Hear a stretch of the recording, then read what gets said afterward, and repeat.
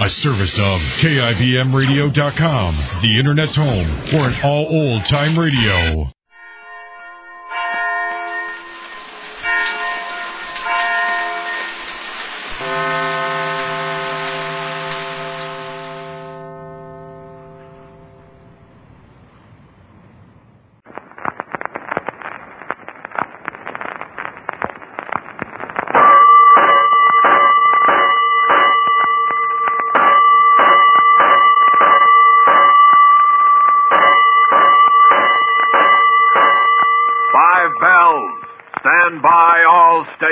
Attention, all districts. A 5-alarm fire, 5 bells. Move in immediately. That's it. Let's roll. Let's go. Firefighters.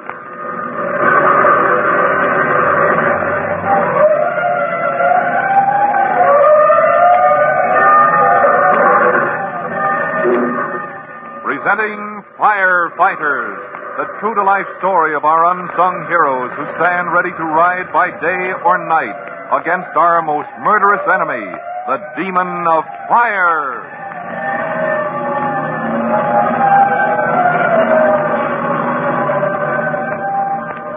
In just a minute, we'll bring you the story of a rookie fireman's first fire and a thrill-packed ride on the giant aerial truck on Firefighters. But first, here's a message we hope you find exciting, too.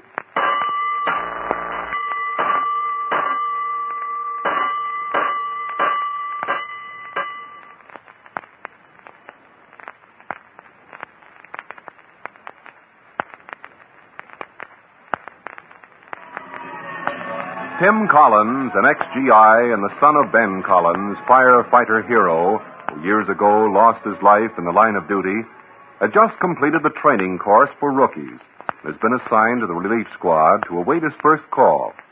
It's midwinter, and a snowstorm has been raging all day as Tim returns home. Hi, Mom. Is dinner ready? I'm starved. Mercy, son, you want to freeze us? Brush the snow off and shut the door quick. Okay, Mom. There. Well, that's better. Goodness, it must be down to 0. Oh, pretty near, Mother. It was 2 above an hour ago, and they say it's going to 5 below by morning. Wow. Hey, but say, let's not talk about the weather. What I'm interested in is food and lots of it. You're always interested in food and lots of it. You'll just have to wait a few minutes. Trudy and Jim aren't back from skating yet. We'll eat just as soon as they get in. Oh, hello, children. Hi, Mom. When do we eat? I'm starved. There's another one, Mom. Hi, Jimmy. Hello, Trudy. Jim? Mother, can we eat early tonight? Mark and Betty want me to go to the show with them. Yes, dear. Everything's ready to put on just as soon as you wash. Oh, boy, I'll hurry. Come on, Trudy. Coming. Oh, Tim, dear, I almost forgot. There was a phone call for you a while ago. Oh, wonder who it was. Well, I don't know. But they said it was very urgent that you call Cody at this number. Mm-hmm. Here, I wrote it down for you. Say, that's Chief Cody down at fire headquarters. I better call him right away. I wonder what in the world he could want at this time of night. I don't know, but I'll soon find out. Hello, Chief Cody speaking. Hello, Chief. This is Tim Collins of the relief squad. Did you call me, sir? Oh, Collins, yes. It's this blizzard. I'm calling all department personnel out for 24-hour duty until the emergency is over. We can't take a chance on a bad fire in this kind of weather. Oh, yes, sir. I'll be right down. Where do I report? I'm assigning you to Aerial Truck Company number 1. Yes, sir. I'll be there right away. Goodbye. Well, what was it, son? Oh, I got a report for duty at Truck Company number 1. Oh, my goodness. Hope you don't have to make a run on a night like this. Oh, got to, Mother. This is when I'm needed the most. But, son, it's so dangerous. I just can't help but think how I used to worry about your dad when the weather was bad. I know, Mother, but I'll be all right. Golly, it was a lot colder than this back there in Belgium during the Battle of the Bulge. I know, son, but I just can't help worrying. And it was a lot more dangerous, too, but I got along all right. Oh, so you just quit worrying. And who knows? This may be the chance I've been waiting for to show Chief Cody what I can do in action. All right, son. Now I guess you'd better hurry and report for duty. I'll send Trudy over to the firehouse with a good warm dinner for you. Oh, Mom, you're wonderful. Don't forget to dress warm.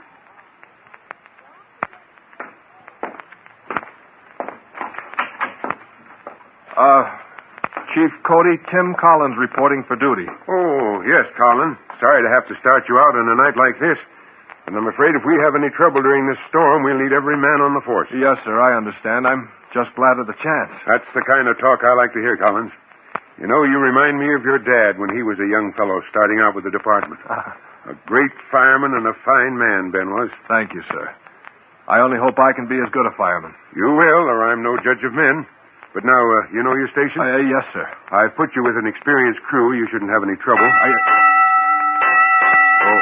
Here it comes. Looks like you're going to a fire and soon. Yes, sir. Well, that's what I'm here for. Stand by. 8th Street. 8th Street, corner of Maple. All right, men.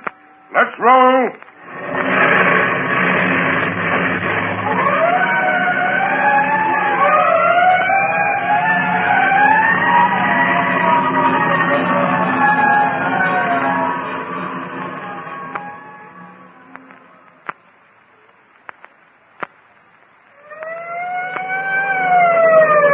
You okay, Tim? Yeah, I'm all right. Hey, you better hook your arm over the bar. You can hold on better in case we skid, and your fingers will get the call. Oh, thanks. Your first fire? Yeah. You suppose it's a big one? You never can tell till you see him, Tim. We'll find out pretty quick. It's around this next corner. Then it's straight down Maple. Oh. Hey, what's that? Gosh. He cut that one close, didn't he? Yeah, a little. You can count on Mac. He and Lambert, the tillerman, have been working together herding this apparatus through all kinds of weather for better than 10 years. Oh. Only thing I worry about is other drivers. They're what cause all the trouble. Yeah. Hey, look. That car coming. Oh, look at the fool right in the middle of the street. Hold on, kid. We're gonna hit.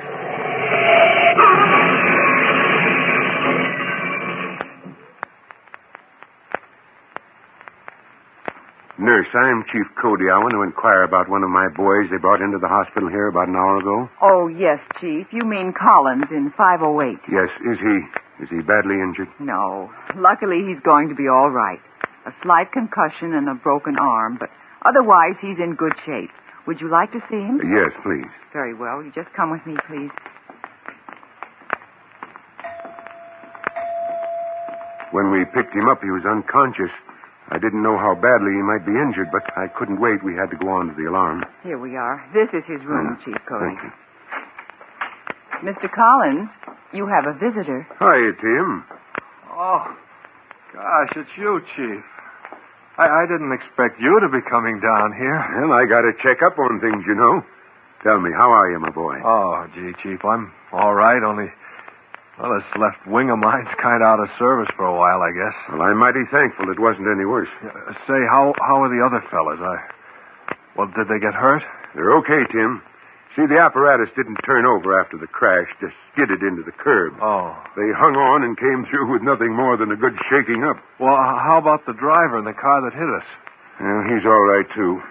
Only, well, I can't feel very concerned about careless drivers who fail to give the right of way to fire apparatus. Yes, sir. Thoughtless drivers are a greater hazard to us than the worst fires. Yes, sir. Was it a bad alarm, Chief? The very worst kind, son. A false alarm. A false alarm? Yes. It's criminal to call fire apparatus out in a blizzard like this, make men risk their lives, waste taxpayers' money, and endanger valuable equipment, just to provide a little excitement for someone who likes to see the fire engine make a run. Oh, gosh, I can't imagine anybody doing a thing like that. Probably some kid. I picked up this red and green knit glove right under the box. Believe me, I'd like to get my hands on the kid who did it. I'd teach him a lesson and then turn him over to the police. You know, it's a civil offense to ring a false alarm. Yes, sir, I know, but... Well, how do you know some kid didn't... Well, just happened to drop the glove there, you know, while he was playing? I'm afraid not, Tim. We've already had the arson squad working on the case, and they've pretty definitely tied the glove up to the false alarm. Well, then all you have to do now is find the owner of the glove. That's right. It won't be easy, but in a case as serious as this, we won't stop until we've got the guilty party. I'm sorry, Chief Cody, but I'm afraid Mr. Collins has visited long enough for now. Oh, of course, I'm leaving right now. Goodbye, Tim. Good luck. Oh, good night, Chief, and thanks for coming in. Oh, yes, I was about to forget something. Now hurry up and get that arm in shape, because there's a regular job waiting for you with Aerial Truck Company number 1 when you get well. Hey, did somebody say something about a picture show? Can I go too? Me too. I want to go. It looks like you got a party on your hands, Jim. Okay. We'll all go. Get your things on. I won't be a minute. Yeah, we can make the first show if we hurry. Better put your gloves on, Jimmy. It's pretty cold. He can't, Mommy. He lost them. He lost them? You mean he lost those nice gloves Aunt Ellen sent him for Christmas? Uh-huh. I didn't either. I only lost one of them. See? Here's the other one right here in my pocket. So there. Oh, dear Jimmy, I declare you're always losing things. Hey, let me see that glove, Jimmy. What for? Come on, let's go or miss the first show. Jim, let me see that glove. Well, what's the matter, son? It's that glove of Jimmy's. Yeah, it's for the right hand. And the other one fitted the left hand. The other one? Well, what other one are you talking about, son? The glove Chief Cody found under the fire alarm box the night I was hurt. Whoever turned in that false alarm was wearing a red and green knit glove, exactly like the one Jimmy lost. Well, it looks like Tim's own brother Jimmy may be responsible for the false alarm that almost cost him his life. We'll hear more about this when you listen next time to Firefighters.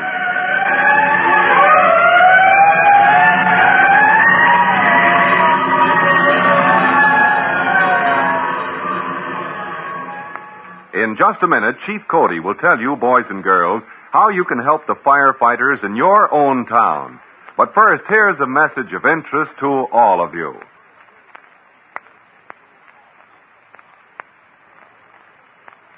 And now, here is Fire Chief Bob Cody. Hello, boys and girls. You know, veteran firemen will tell you that the best way to fight fires is to put them out before they start. And that's how you boys and girls can help us firefighters. Fire prevention starts in the home, and I'd like to give you a tip right now that'll prevent a lot of mighty bad fires. Well, here it is.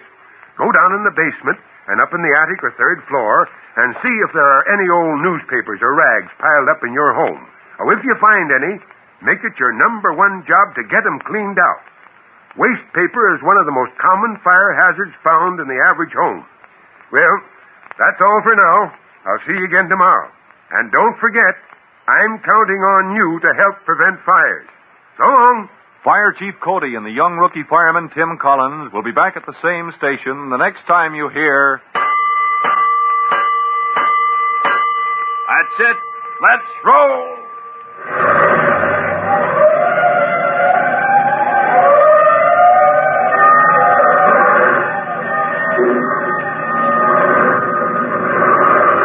Let's go. Firefighters!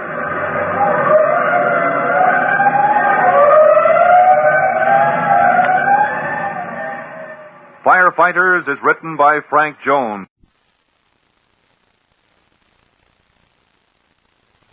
Lux presents Hollywood.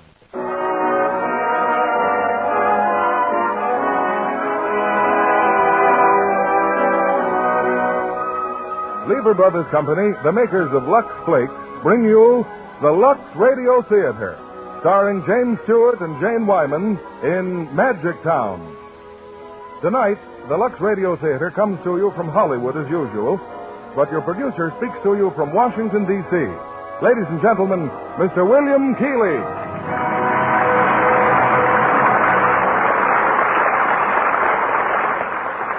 Greetings from Washington, ladies and gentlemen. This morning, I started shooting my forthcoming picture at the FBI Academy in Quantico, Virginia. And that is why I come to you tonight from Washington, D.C. And rest assured that nothing less imperative could keep me from being on your stage in person, especially at tonight's performance. For Magic Town, I think, is one of the season's most refreshing screen hits, and should be doubly rewarding with the 2 stars of this RKO release, James Stewart and Jane Wyman. I won't give away the plot, except to say that it's based on a unique and typically American phenomenon, the public opinion poll, which, sooner or later, ferrets out our taste in everything from radio to a rhubarb. Of course, one national poll that goes on every day is your selection of the things you buy, from a seat at the theater to a box of soap flakes at the store. And when it comes to the latter, your preference for Lux reflects not only on the product, but on you yourselves. For every time you ask for Lux, you're casting your vote for a better, more discriminating way to care for nice things. It's curtain time, and we present Act One of Robert Riskin's production, Magic Town, starring James Stewart as Rip Smith and Jane Wyman as Mary Peterman.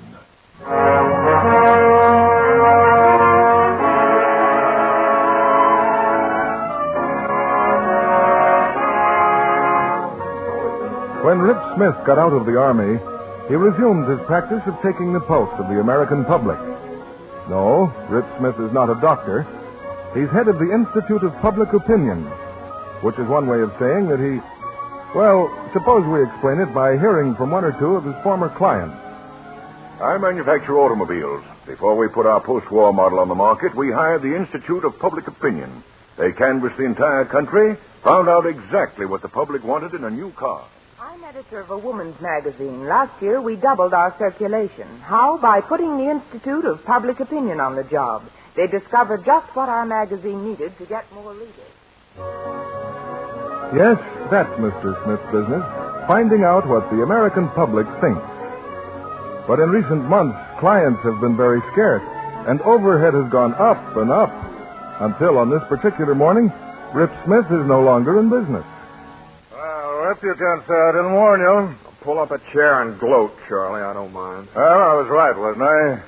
What about? Not my method of polling public opinion. Too expensive, you said. You were going to find some miraculous shortcut. Well, somewhere there is a shortcut, Charlie. A mathematical miracle. Some way to question, say, 50 or 100 people, all in one little small town, perhaps, and find out exactly what the entire country is thinking. Rip, that's just nonsense. It costs money to get public opinion. It takes time.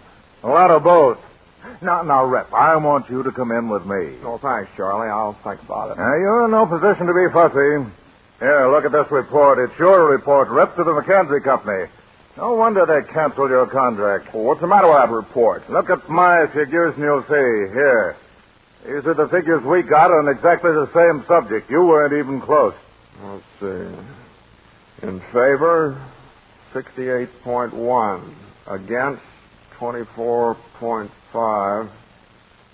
Undecided, 7.4. Quite a discrepancy, I'd say. Wait a minute.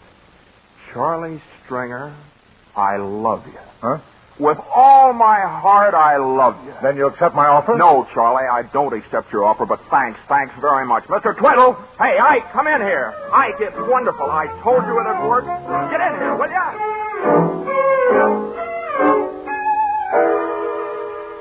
Rip, what's the matter with you? Where's Charlie Stringer? He's gone, but lock the door. He may change his mind and come back. Boys, I think I've found it. The shortcut I've been looking for. Remember that letter I got from Hoopendecker? Oh, yes. Your schoolteacher friend. Ex-Sergeant Hoopendecker. What a man. Listen to this. Listen to what he wrote me.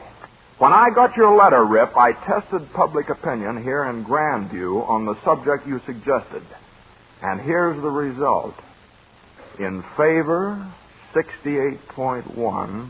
Against, 24.5. Undecided, 7.4. What's Hoopendecker got to do with... Now look at this. Stringer's poll for McKenzie and Company. Stringer canvassed thousands of people all over the country, from coast to coast, cost a fortune. Hoopendecker canvassed a handful of people in one little small town. All right, Ike. All right. Read Stringer's figures. In favor, 68.1. Against, 24.5. Undecided, 7... Just the same, identical. One small town that thinks exactly the way the whole country thinks. You're talking about a utopia. Well, maybe it is utopia. Ike, Mr. Twiddle. All right, get me Hoopendecker on the phone. No, I'll call him up myself. Call up the Census Bureau. Get me the Almanac, too. Get me the Atlas. Grandview, huh? This could be it.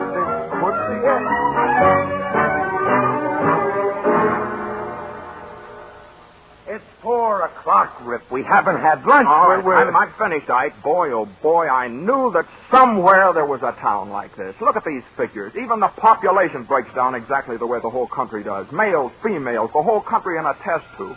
What Grandview thinks, what Grandview does, the entire nation thinks and does. Exactly. Oh, yes, Mr. Twiddle, you know, we're going to Grandview. We are? We Pick are. up the phone, Rip. It's Mackenzie. Oh. Hello, Miss Mackenzie? You got my message, huh? Now listen. I know you gave Stringer a contract for a poll on progressive education, right? He's been working on it for months, hasn't he? All right. Now suppose I start right now and I finish in 3 weeks. What would you say to that? I tell you it is possible.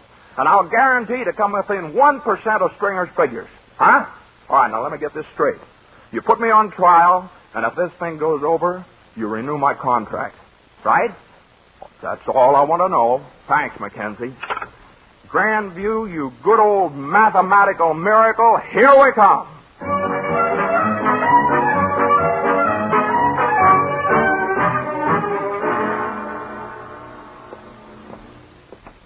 Well, did you see your old pal, Hoopendecker? Did I see Hoopendecker? Certainly I saw Hoopendecker.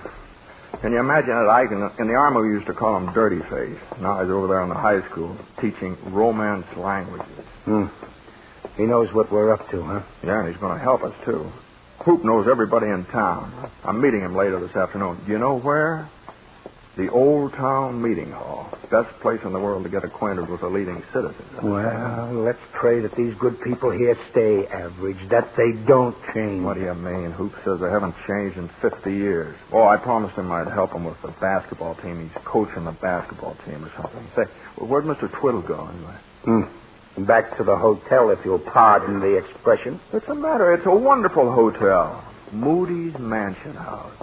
I tell you, Ike, that everything about this town is just perfect. Look, Rip, supposing this bird is America, we can't go around getting opinions from the same people over and over again. They're going to get self-conscious, and once they do, you can toss their opinions right out the window. That's why they're never going to know what we're here for. You and Mr. Twiddle and me are now insurance salesmen. Come to Grandview to go on a business. Oh, no, Rip, no. As insurance agent, we can contact everybody in town, get answers on anything we want to know. It won't work. It will work. I've got enough money to keep us going until we get started. Where are you going now? Over to the municipal building. Get acquainted with the city fathers. Well, anything you want me to tell Mr. Twiddle? Yeah. Tell Mr. Twiddle to sharpen his pencil and rough out a chart. We're in business again, brother.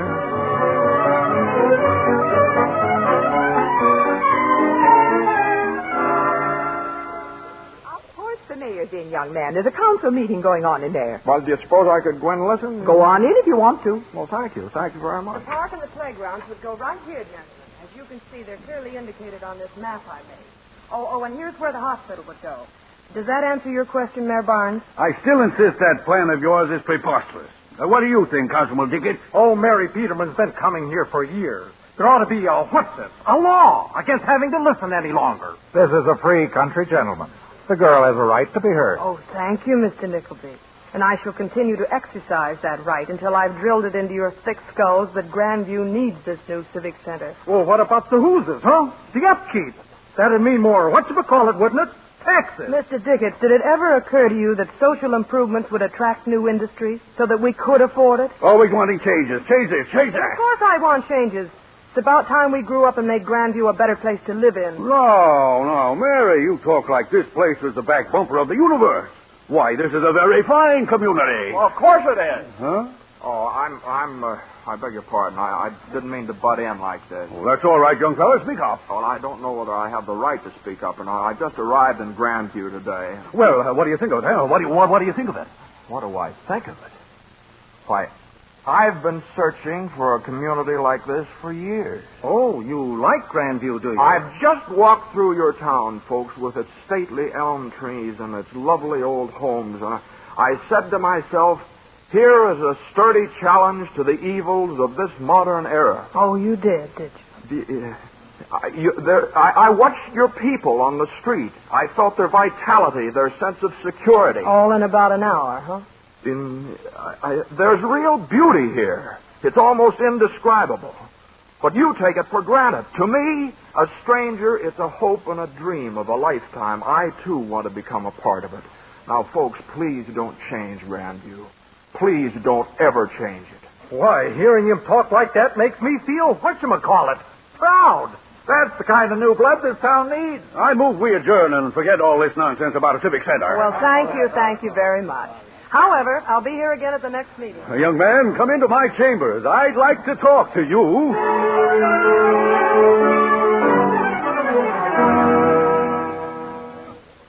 I'm sorry I'm late, Hoopendecker. You know where I've been? Seeing the town with Mayor Barnes. And what a wonderful town. Oh, we like it anyway. Well, here's our old town meeting hall. Say, this is great. Just an old-fashioned community hall where folks drop in and say hello to each other. Well, if you're ready to meet some of our citizens, wait a minute. What's that newspaper? This? Grandview Dispatch. Let me look at it, will you? I may be wanting to take an ad out in a couple of days.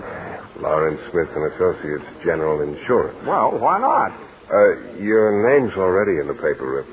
Oh, it is? Oh, wouldn't know about that. Let's see. Oh, yeah. Mr. Lawrence Smith, on his first day in town, managed to poke his unwelcome proboscis into the council meeting. Well, that's pretty cute, isn't it? That's not all, pal. Yeah. If you're really here to sell insurance, Mr. Smith, you would do well to start building goodwill and confidence before you tell us how to run our local affairs. Where's the slaughterhouse that publishes this thing? Just down the street. Why? Well, because I'm going to see the editor. That's why, right now.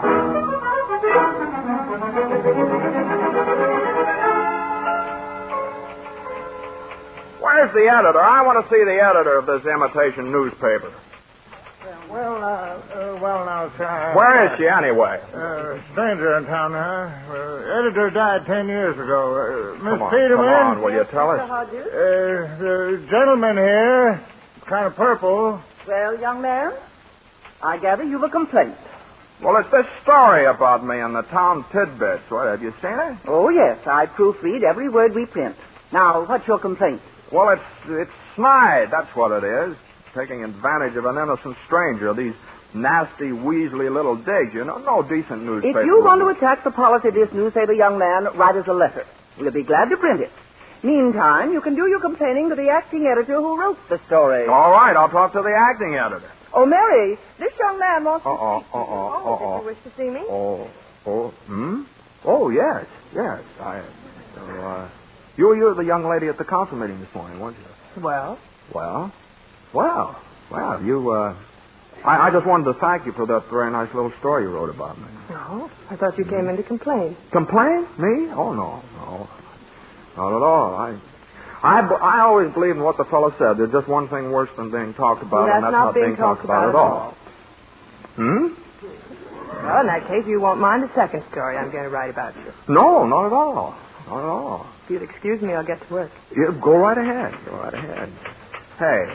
Hey, look here. Now, look at this story you wrote about me.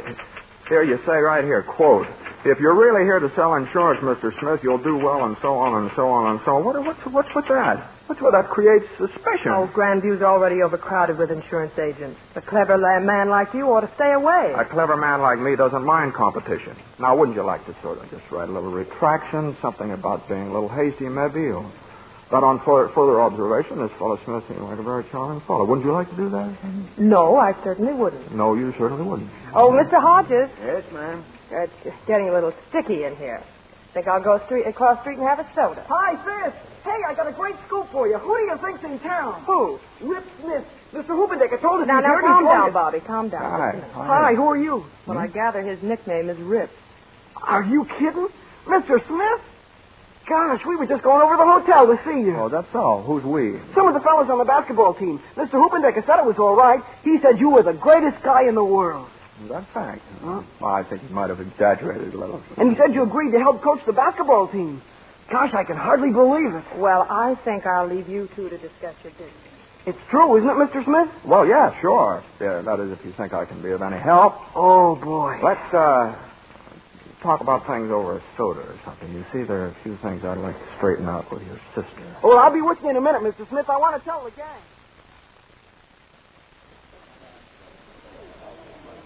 What'll it be, mister? Well, I'll have the same as that young lady ordered over there. I ordered a headache powder. That's just what I need.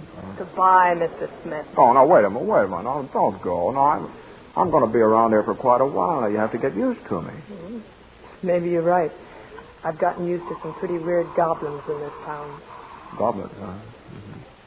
How'd that thing go about goblins? What was that, goblin? Goblins? You'd better mind your parents and your teachers fond and dear. Cherish them that loves you. Dry the orphan's tear. And help the poor and needy ones that's clustered all about, or the goblins will get you if you don't watch out. And that's from a poem called The Goblins Will Get You If You Don't Watch Out. That's from a poem called Little Orphan Annie. Oh, by George, that's right. Here you are, Mary, and one just like it for you, mister. Oh, headache powder. Thank you. Chocolate flavor, huh? Fine. Say, tell me about this civic center of yours. After the way you shot your great big mouth off this morning? Wasn't that stupid and not knowing anything about it or anything? Yeah. Hope it didn't do any harm. No, only set progress back a few years, that's all.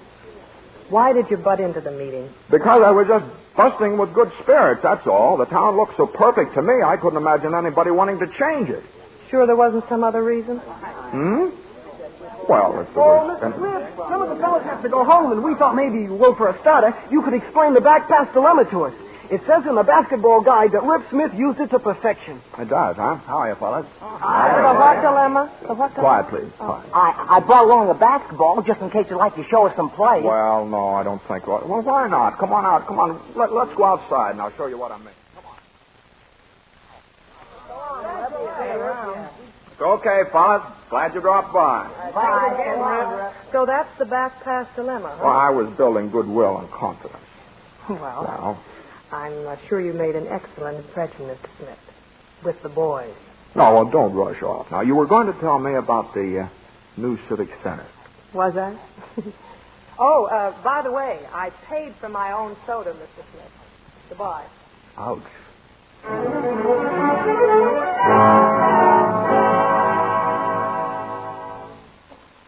All right, Ike, now listen. You too, Mr. Twiddle. Now we can start peddling insurance. We've got our own office and everything's set. Now, here's what we do. We start gabbing with the folks about insurance, and then very gradually, very cleverly, we sort of sneak up on the subject, see? Yeah. Talk to a man about his life expectancy, but find out what he thinks of progressive education. Right. Okay, here I go. No, today's Sunday. Start tomorrow. Eat your meals at different restaurants, talk to the waiters, cashiers, go to the barber shop, get your hair cut. I just had it cut. Have it cut again. Find out what the manicurist thinks, the fellow at the newsstand. What do I do? You get out your little old tabulating sheet, Mr. Twiddle, and start arriving at conclusions. Yes, indeedy. Then there's nothing to do today, huh? Well, I'm going back to bed and sleep. Wait a minute. No, you're not. Come on. We're all going to church.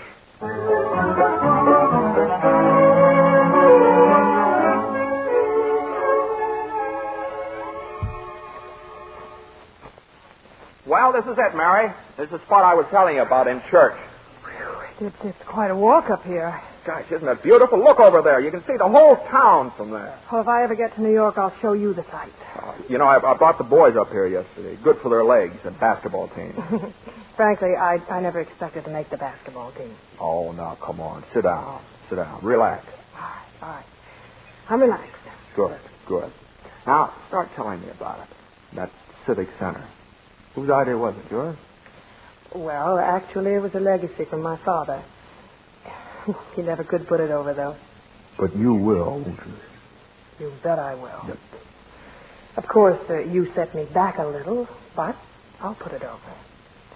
It's the only thing my father left me when he died. A worthwhile job to do. Oh, I thought he left you the newspaper. No, we just worked there, Mother and I. You call yourself acting editor. Who's the editor? Papa. There could only be one editor for that paper. He still runs it, sort of, you know. Oh, I like that. You know, you sound like him. Sometimes you even look like him. But you're not like him at all. Papa wasn't so desperate. What are you desperate for? Money? Power? Are you reading the bumps in my head? The air always gets all charged with electricity around desperate men. I feel it now, strong. You having fun? Do you mind? No. What causes it, Mr. Smith? Does it all go back to when you were a boy? Or was your childhood so terribly ugly? You see, it doesn't all add up. The electric currents and selling insurance. Or maybe you need a new crystal ball. No, nothing wrong with the old one. Want to know what I see in it? Before you're through, you'll be running for mayor of this town. Well, what's so awful about that? Well, the awful part of it is I'll probably vote for you. Now, shall we get back to town?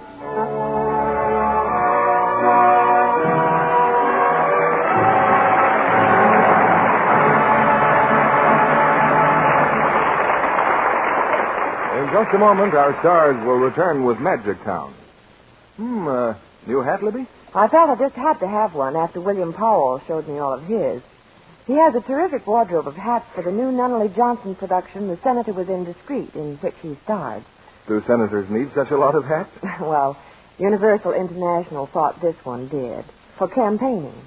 A miner's cap, Indian feathers, a railroad man's cap, 10-gallon Stetson, mortarboard, and plantation owner's straw. I understand Ella Raines has the part of a career woman in The Senator Was Indiscreet. Yes, and she gives a good account of herself. She has a terrific fight with Peter Lind Hayes. Oh? Who won? Well, Ella, of course.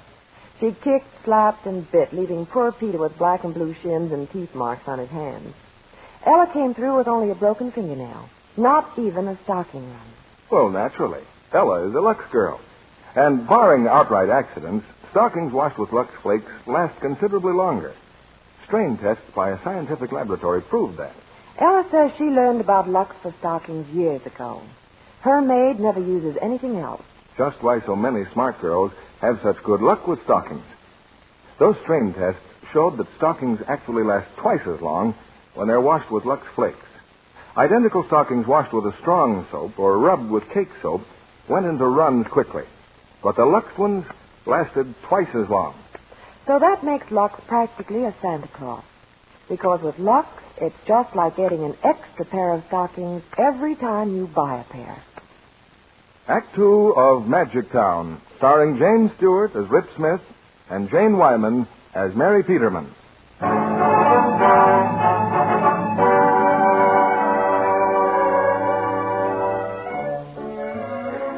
Convinced that Grandview is the perfect barometer of American thinking, and hence a potential gold mine, Rip Smith and his two assistants, under the guise of insurance agents, are secretly gathering all the information they need for their trial poll of public opinion. But Rip has developed other interests in Grandview, the high school basketball team, and Mary Peterman. It's about 10 o'clock at night now, and in a classroom in the high school. Oh, come in, Rip. How did the basketball practice go? Good. Did my brother tell you I was here? Oh, he said something about a meeting going on. Oh, yes, our final committee meeting for the basketball dance tomorrow night. The others just left. Oh, excuse me. Hello, Mr. Quincy. I'd sure like to sweep up in here, if you don't mind. We'll be on in a minute, Mr. Quincy. Just looking around. Mary, you know, there's something about the smell of an old classroom that always gets me. Was this one of your classrooms? Mm-hmm. Oh, amazing. Say, those pictures on the wall, graduation pictures, aren't they? Yeah. Gee, it's wonderful. Are you here? Yeah. No, don't show me. Don't show me. Wait a minute. I can pick you out. There you are. I knew you right off. Oh, go on. I showed you. No, you didn't show me at all. It's a cinch. I picked you out myself. Just like that, you got the same firecracker eyes. You got beautiful eyes. You were pretty then, weren't you? You think so? Very pretty. Well, that happens to be Helen Kleinspiegel. This is me over here in the fourth row. You're over in the fourth row. So that grew up to be you. Quite an age we live in. See. Say, where did you sit in this classroom? Did you sit around here someplace? Mm-hmm, right there. Isn't that wonderful? Yeah, the seat used to have a squeak in it. Drove everybody crazy. Wait a second. That's right. Oh, yeah. See? Yeah. Same as always. Oh, look. Look at the books in the desk. Oh, it brings back such wonderful memories. What's that one? What's that one? The poems of Henry Wadsworth Longfellow. Oh, look. Hiawatha. Oh, yeah. By the shores of Gitche Gumee. You know, me, I was always a charge of the Light Brigade fellow. Oh, I loved Hiawatha. How did that used to go? Charge of the Light Brigade, half a league, half a league, half a league. By the shores of Gitche Gumee, by all the shining through the valley of Dixie death, water, the stood the 600. wigwam of Nakomi, Forward the daughter Light of the Brigade. moon Nakomi. Charge for the guns, he said. Into the valley of death rode the 600. Forward the Light Brigade. Was there a man dismayed? Not though the soldiers knew someone had blundered. Theirs not to make reply. Theirs but to reason why. Theirs but to do or die. Into the valley of death rode the 600. Cannon to the right of them, cannon to the left of them, cannon in front of them, volleyed and thundered, stormed at with shot and shell. Boldly they rode, but well, into the jaws of death, into the mouth of hell. Hush! The naked bear will hear thee. Lulled him into charge singing, with guns, my little they owl. said. Charge! Who is this? Charge! Would you mind charging out of here, Mr. Smith? I still got to sweep up. Okay, well,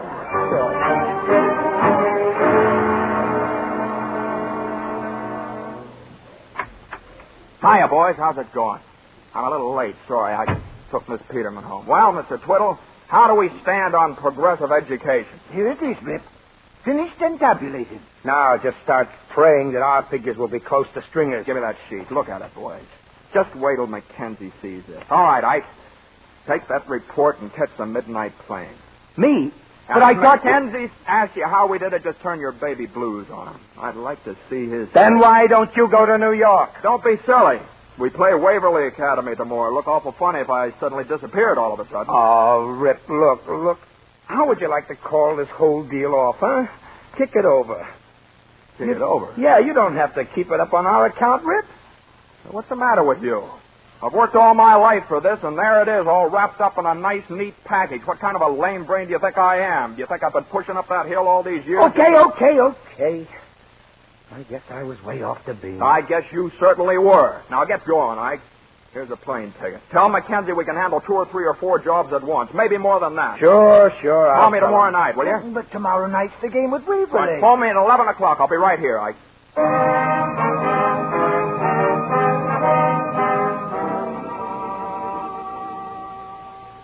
Afternoon, Mr. Smith. Afternoon, Miss Peterman. Hi, Mr. Quincy. We've been using the gym for dance floor, Mr. Quincy. Did you ever do the samba? No, sir. Can't say I ever did. Don't. I just had a demonstration. Do you know what a back pass dilemma is, Mr. Quincy? Don't know that one either. Well, I'm going to get a demonstration of that right now. My. I'm sure ignorant. Okay, Mary. Now, here's the basketball, see? I'll pass the ball to you, like this. There. Hey, what are you trying to do? Knock the wind out of me? Well, throw the ball. Go on, throw it. Well, there. Oh, no, that's no way to throw a ball. Like this, okay? Now, here, try it again. Okay, there. No, Mary, look, that's no way to throw a ball. Look, it's sort of a forward snap. You sort of push it. Look, suppose a wolf's on the make for you. What do you do? Well, what do you do? You mean like this?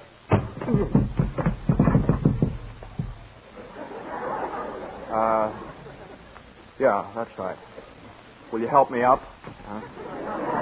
Well, I'm sorry you No, told me. let's try something else. We'll try the layup shot. No rough stuff, huh? No rough stuff. Now, the principle of this shot is to sort of stretch yourself as far as you can and just lay the ball up in the basket. See, like this. Oh, look, I can't reach Well, like you can that. try, can't you? Come on. Now, just stretch. All right. There you are. No, here, I'll help. Come on. All right, There you are. Hey, it got stuck up there. Hey, Mary. I said it got... Oh, Rip. Oh, darling. Mary. Back pass dilemma, huh? That ain't what we used to call it.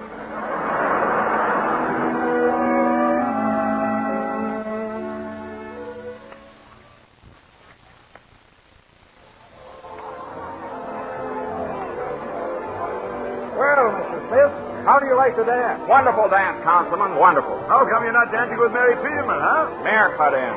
Darn him anyway. They're looking for you, Mr. Smith. Hey, that certainly was some basketball game tonight. First time we've licked Waverly in 10 whatchamacallem. Here. Well, Rip, Well, what, Hoopendecker? thinking of Mary, huh? Must be having an awful tussle with that conscience of yours. Don't worry about my conscience. What's going on over there? Oh, looks like the mayor's going to make an announcement. Attention, please. Attention. Folks, Mrs. Peterman here says she's got something to tell us. All right, Mrs. Peterman, the floor's yours. As you all know, the Grandview Dispatch very rarely retracts a story.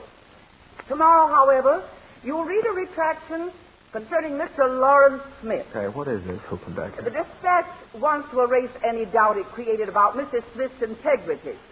He's been here only a short while, yet already he seems an old friend. Well,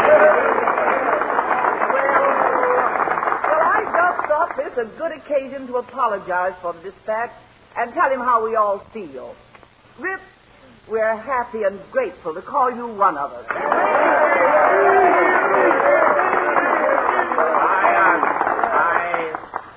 I wish Mrs. Peterman hadn't said all those nice things about me. I doubt very much whether I can live up to them. I'd prefer that you reserve judgment until you get to know me better, much better. Thank you.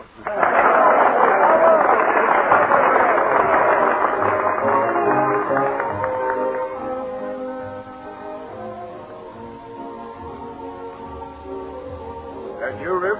What's the matter, Hoopendecker? Can't I step out for a breath of air? Sure you can, sure. Mary was just wondering why you disappeared so fast. People going around making speeches. Just give me 1 year. Just 1 year. Rip, you've made a lot of friends here. That's worth something, isn't it? I'm going up to my office, Hoop. There's a long-distance phone call coming in for me any minute now, and it's going to tell me that I've got the world by the tail. It may be a rat race, but I'm out in front, and I'm going to grab mine. I'll be seeing you.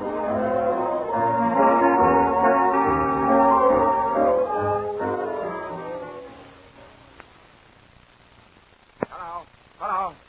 Go ahead, Ike. What happened? What did McKenzie have to say? Oh, it was a perfect job. How close were we? How did we match up against Stringer's survey? Right on the nose. McKenzie's going nuts. He can't figure out how we did it. He says he's got 2 other jobs for us. Oh, and Hendricks wants to climb back on board, too. What about him? Why not? That Hendricks deal run into a hatful. Yeah, if that Peterman gal doesn't crab everything. Mary's not going to crab anything. Yeah, but she's helped on changing the town. If she ever puts that Civic Center deal across, we'll... I'll handle her. Relax. My boy, you're an artist. Cut it, will you? We came here to do a job, and nothing's going to Hello, Rip. Hello? Hey, I call me back, will you? Sure, Rip. So long. Thanks, Ike. Trouble with having a newspaper background with it.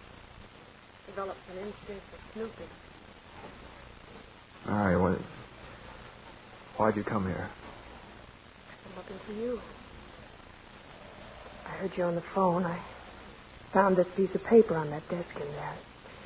The miracle of Grandview. What we do, what we think. You left found Ma's speech tonight very funny. Well, we had to work secretly. Nobody's been hurt by it, have they? That's right. Nobody. Well, what are you going to do? You couldn't stand any changes, could you? Well, by all means, hold back progress. Smith has to make an extra $1 for himself. I certainly think that's stooping very low. Mary, will you listen to me, Stop at the please? office in the morning, Rip, will you? I have something very interesting to show you.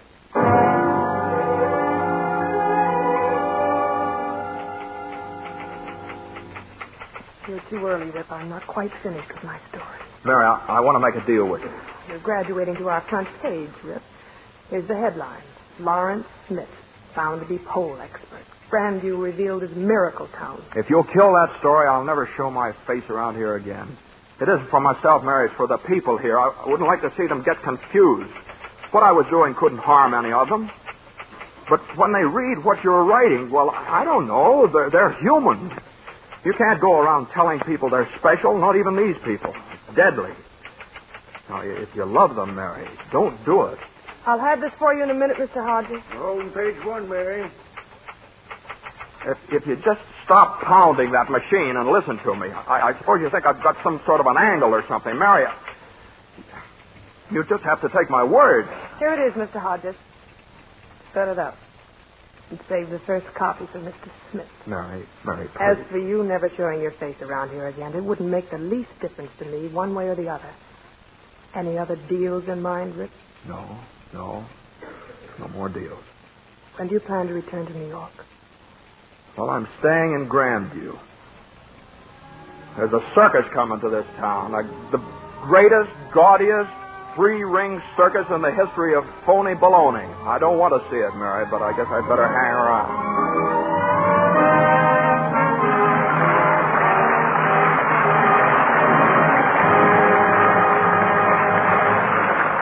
We pause now for station identification. This is CBS, the Columbia Broadcasting System.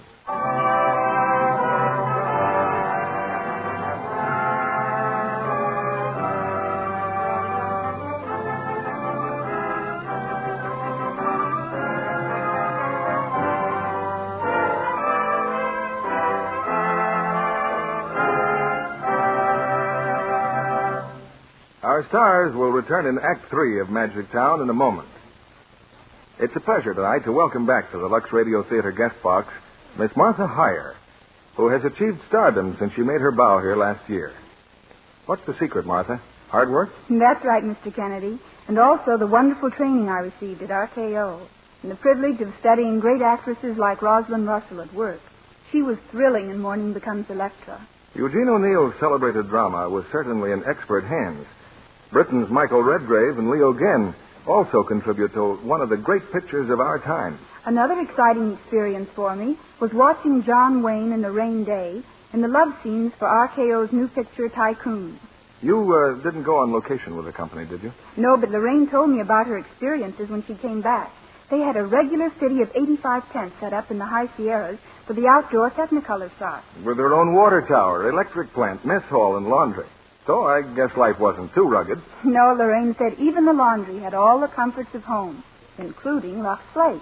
Hollywood studios are so conditioned to using Lux Flakes for nice things that they just naturally have a supply wherever there are washables to be cared for. I know myself how wonderful Lux is, especially for colors. You're quite right, Martha. Tests prove that.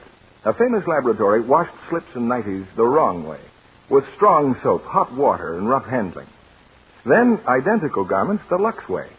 Those that had Lux Care stayed color fresh 3 times as long. That's handy to know when you're trying to stretch a dollar. Actually, Lux Care makes it possible for a girl to have 3 times as many underthings without spending any more. How do you figure that, Mr. Kennedy? Well, instead of spending money just to replace worn, faded-looking undies, a girl can buy extra new ones because Lux Care keeps those she has lovely-looking 3 times as long. Thank you for coming, Martha Heyer, and best wishes for your continued success. Act 3 of Magic Town, starring James Stewart as Rip Smith and Jane Wyman as Mary Peterman.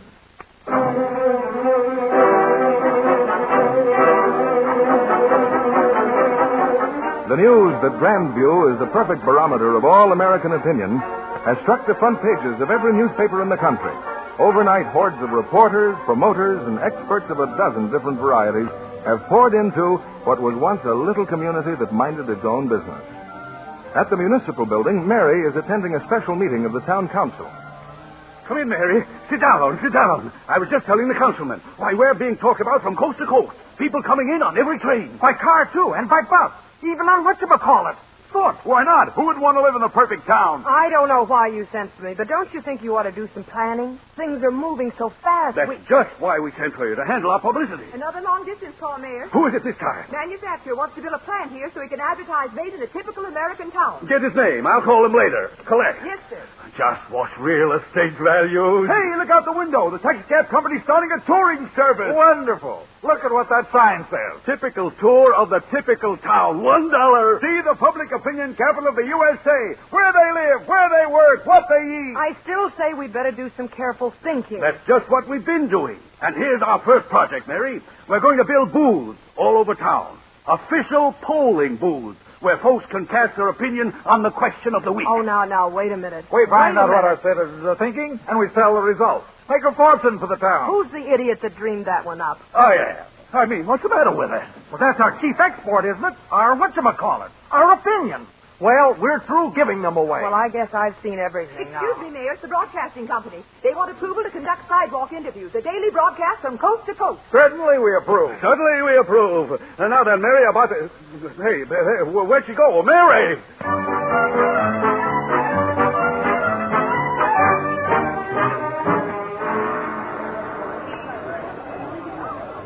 Well, Rip, I just spoke to Charlie Stringer in New York. He says we can go to work for him whenever you say. Oh, sit down, Ike. Sit down. I told you this was a wonderful hotel. Great big veranda to watch the three-ring circus from. Ringside seats. Hey, bring on your bamboo. Oh, Rip, look. What are we hanging around here for? Hang around here, but I helped put on this show, you know. Come on. Let's take a bow. Oh, cut it out, Rip. Cut it out and pipe down. All right, cut it out. Pipe down. Now, come on. Let's get a hold of that phone and give Stringer your answer, huh? All right, let's give Stringer the answer. Good idea. Now, wait a minute. There's Mary. Hey, Mary. Afternoon, Miss Peterman. Afternoon, Miss Peterman. What can I do for you? Well, nothing. I came to see Mr. Moody. Excuse me, please. How do you like your town now, huh? How do you like your fancy, beautiful circus of a town now? Hey, Ike, get a hold of some train tickets. Come on, we're getting out of here today.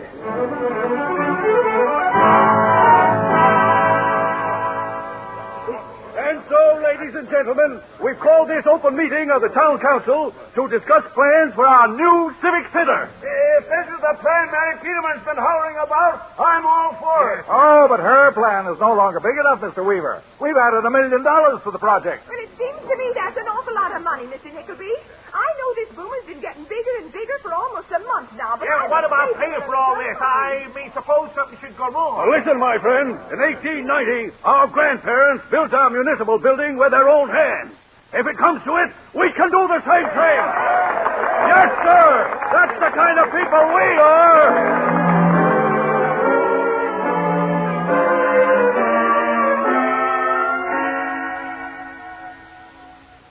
Call me Mr. Stringer. Yeah, just look at this, Ike. Did you ever see anything so cockeyed in your life? Grandview Township Public Opinion Survey. And think I was worried about those experts. Hey, get a Rip in here. No, brother. I'd rather not disturb him, Mr. Stringer. Rip's thinking. You mean sleeping? How long's this going to continue? Slept through most of the conference this morning. Suddenly he woke up and said, I hope they remember the back pass dilemma.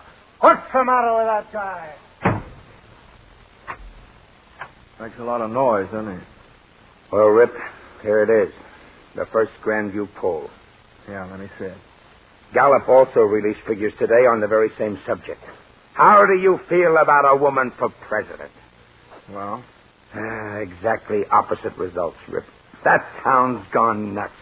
Grandview will be laughed out of existence. It's already started. The newspapers and radio have been at it all day. What are they saying? Well, listen to this guy on the radio. I guess he's still at it. Let's see.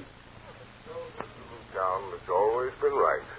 Has turned out to be ridiculously wrong. Completely out of tune with the country. Well, there should be a moral to all this. No one has the right to assume they know it all. Now, what this little town of Grandview lost was humility. And when you've lost that, my friends, you've lost everything. Poor Grandview.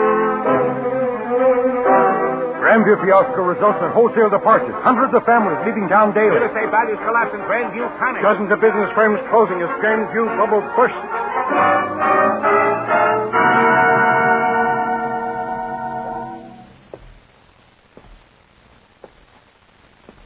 Mr. Smith. Why, it is you, ain't it? Didn't recognize you at first in the dark. Hello, Mr. Quincy. Thought you was in New York. No, I just got off the train. Guess you heard about us, huh? Yeah. Yeah. You suppose anybody's in there tonight? There, in the old meeting hall? Yeah. Not very likely, Mr. Smith. He seems like everybody's sort of hiding these days. I guess it's all right if I go in. Oh, sure. Go on in. Good to have seen you again. Rip. Well, I didn't know anyone was... Oh, Mary. They don't come here anymore. They don't even talk to each other. Well, that's no good, is it? People ought to talk to each other. How's Ma? Oh, Ma's the same. Rip, why did you come back? I had to come back, Mary. I don't know. I had to. I couldn't work. I couldn't even think. Mary, I love you. The nights I lay awake hearing you say that. I love you, Mary. There was a news story came over the wire the other day. A married woman who fell in love with another man. Her husband stood in their way, so they finally killed him. They thought they were free, but their crime created a terrible wall between them until they destroyed each other. We murdered a town, Rip. You and I. We killed an idea my father devoted a lifetime to. And nobody cared. Nobody cared. But there must be some way to... There must be something we can do.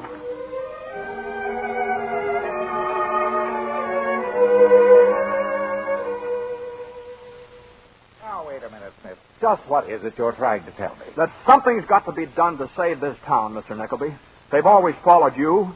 Get them to do something startling, something that'll give them that old bounce again. Why don't you get them to start building that civic center again? With what? The town's broke. With taxes. Tax yourself at such a fantastic rate it'll be the talk of the country. You're crazy. Okay, I'm crazy, but it'll take something crazy to wake them up.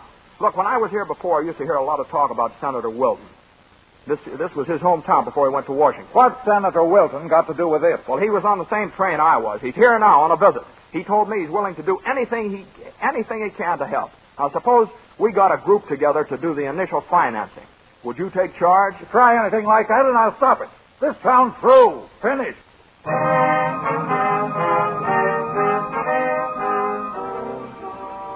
Oh, it's you, Mr. Smith. Well, come in. Thank you, Senator Weldon. Mira's mother's already here. I got hold of her right after you phoned me this morning. Rip, is that you? Hello, Ma. Oh, it's good to see you, Rip. Thanks. Well, what's happened? Any luck? I saw Nickleby last night and the others this morning. They all tell me I'm crazy. When I think of all those big statements they were making a couple of months ago. What was that the mayor said? We'll build this civic center with our own hands if necessary. Mary wouldn't let us print it, though. What was that? Ma, that story, that statement the mayor made. Is there a copy of that around anywhere? Why, yes, I think so. Senator, may I use your phone? Help yourself. We're going to print that story in today's paper. And the mayor wasn't the only one that made fancy statements. But that was weeks ago. We mislaid the story, just found it. Let them sue us. Well, what all that accomplish with? Well, for one thing, it'll wake these people up, maybe get them back in that town meeting hall again, talking to each other, taking sides. Hello, let me speak to Mary Peterman, please.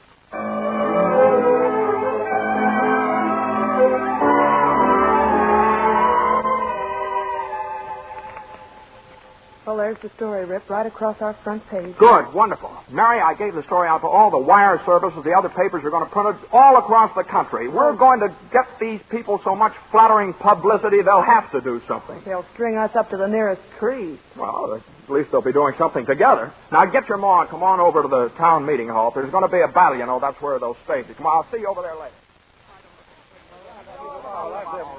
There they are, Mayor. Mrs. Peterman and Mary. Good afternoon, gentlemen. Hello, Mayor. What do you mean by printing that we're going through with the Civic Center? Haven't we been lasted enough? It's outrageous. I'm going to sue for what, sir? Libel or something. Can any of you claim that our paper failed to quote you correctly? But that was long ago, under different circumstances. Where's Nickleby? He'll know how to handle this. I wish you gentlemen would quiet down. There's a broadcast we want to hear. Quiet down, why I'm going to raise a... Here's Nickleby now. I always thought you were a sensible girl, Mary. Is this story your idea of a practical joke? If you're interested in practical jokes, Mr. Nickleby, read some of your own statements. Very funny. You realize we have a case against you? And against that fellow Smith, too. He's back of all of this. Turn up the radio, Mary. Wait a minute, please. Listen to the radio just a minute, please. We in ridicule, these wonderful people of Grandview are now plunging into a project of such vision as to arouse the envy of every community in America. Shut that thing off. They're going ahead with a plan to build a civic center, even though it may mean sacrifice on the part of every man, woman, and child in Grandview. More power to your Grandview. Godspeed and good luck.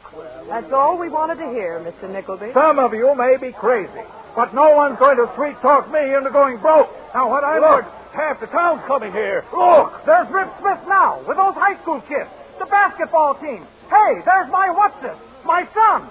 You're Stu, Nickleby. Come on in, boys. It's your town, too, you know. All you folks, come on in. All right, Junior. What's all this about? Well, Pop, you promised us all a new whatchamacallit, high school. And, well, we want it. Hank, you go on home this minute. Yes, sir. Well, except we've talked this over, Dad, and we've decided if men like you quit the team, we're going to quit, too. We don't want to live in a town we have to be ashamed of. Are we going to stand here and let a bunch of kids tell us how to run our affairs? We're not trying to run your affairs, Dad. Vic says you're all wonderful people, but you've just lost your nerve. Oh, listen to me. Why not? Why can't we do it? Our fathers didn't quit when they were in a jam. That's when they started to fight. Now, just what is it that's so wrong with us? For heaven's sake, Mary, it takes money to build. Where's it coming from? Well, let me read a statement of yours, Mr. Mayor. If necessary, we'll build it with our own hands. Well, that's a long time ago. Mary, are you suggesting that we do that? Actually build it with our own hands? Well, certainly. I suppose if everybody pitched in and helped... This is idiotic. The property's been sold. The council approved it. Sold? The council approved it. It's the first I've heard of it. All right, Joe, go on. Speak now, go on. Okay, Rip. Hey, Dad. Hey, Pop. Now, what do you want, Joe? Well, you're on the council. Rip says you had no right to approve it. Rip says a thing like that's got to be put up to the voters. Why, of course it's got to be put up to the voters. What about it, Mr. Nickleby? We were going to do that, of course. Meanwhile, we just assumed you people wouldn't care. Wouldn't care? This is like we just plain lost our nerve. Wouldn't care if we didn't get a chance to vote? No, sir. Maybe whether a town lives or dies isn't important to some people, but it is to me. I feel like my own family's breaking up, and I don't like it. And if starting part of the civic center, like, say, a new high school can save it, then I'm for it at any price. I'll organize all the workmen in town, the bricklayers and the plumbers. I'll close up my office and what's it? Supervise the whole project. Oh, gee, that's whatchamacallit, Pop. Well, I'll furnish the carpenters. I'll put in the fixtures. I line up the pavers.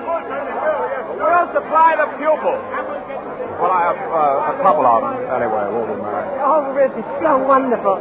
Everybody's going to help. Oh, no, wait a minute. Oh, no. That's something we'll be able to take care of ourselves.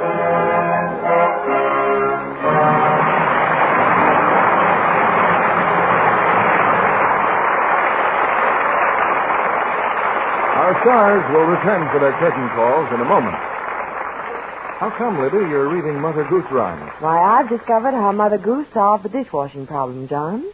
How was that? Well, she ate with a spoon, and when she was finished, the dish ran away with the spoon. Oh, Libby. Well, I know lots of women who wish dishes would run away after a meal. Since they don't, let's make a suggestion. Use Lux Flakes for dishes. You're right. With Lux, you avoid one of the worst things about dishwashing. Horrid dishpan hands. Yes, ladies, you can prove for yourselves how soft and smooth Lux leaves your hands. Even if they are rough and red now from strong suds, you'll see definite improvement in just a few days. Yes, changing from strong soap to Lux Flakes actually takes away dishpan redness. Many tests have proved it. And, John, you know how we women watch pennies like a hawk these days. You ought to say that Lux is really thrifty for dishes. It goes further. Because Lux suds are so rich, They wash up to twice as many dishes as the same weight of 10 other leading soaps tested. Yes, indeed. Lux is thrifty. Now, here's Mr. Keeley with our stars. Mr. Keeley in Washington, D.C., and the stars on the stage of the Lux Radio Theater in Hollywood. If Rip Smith could poll our listeners on their reaction to tonight's Lux Radio Theater play, I'm sure he'd get enthusiastic answers, thanks to the good work of our stars, Jimmy Stewart and Jane Wyman.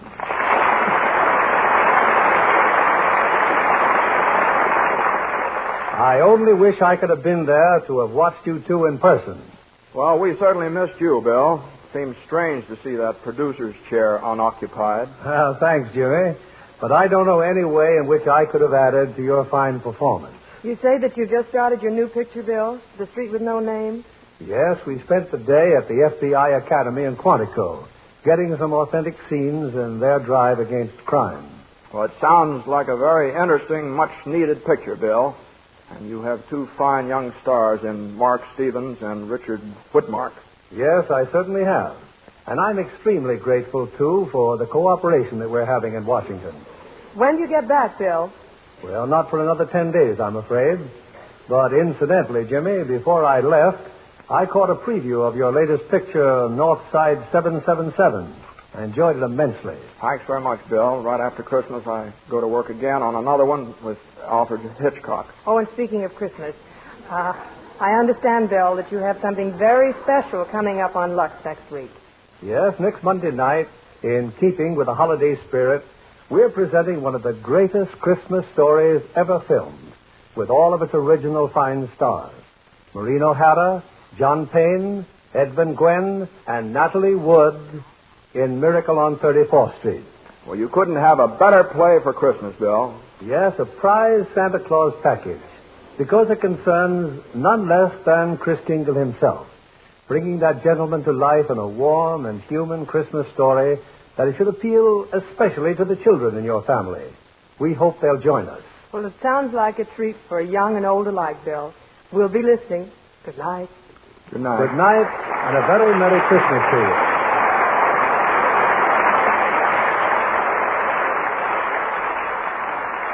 Christmas is a time for sharing and giving.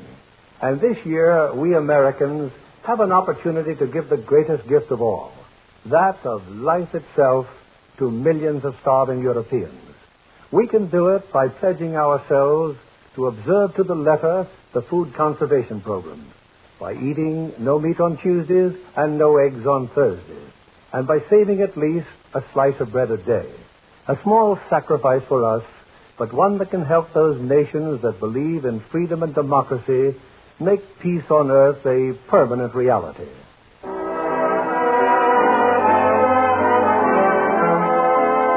Lever Brothers Company, the makers of Lux Flakes, join me in inviting you to be with us again next Monday evening, when the Lux Radio Theater presents Maureen O'Hara, John Payne, Edmund Gwenn, and Natalie Wood in Miracle on 34th Street. This is William Keeley saying good night to you from Washington.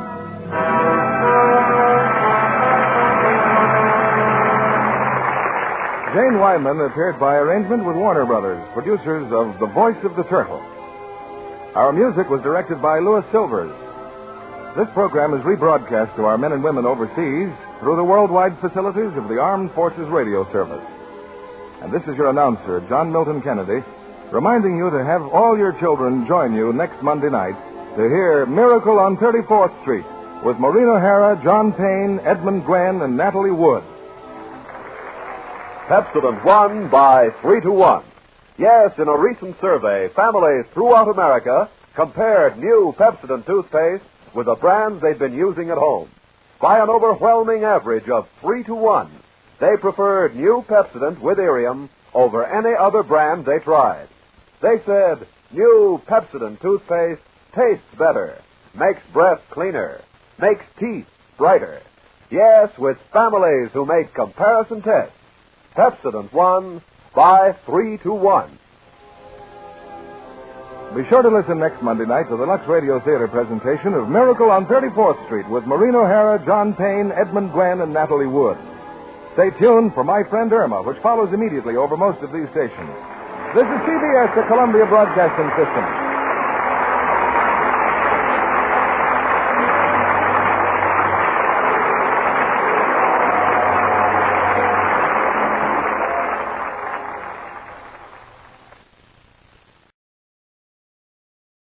From Hollywood, the Screen Directors Playhouse.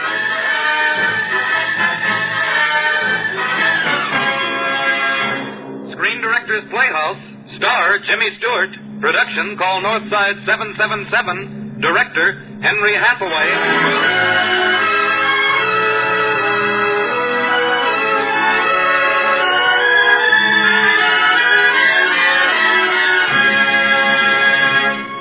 Hollywood Screen Directors presents a document on murder. The motion picture drama called Northside 777, starring Jimmy Stewart in his original role of McNeil.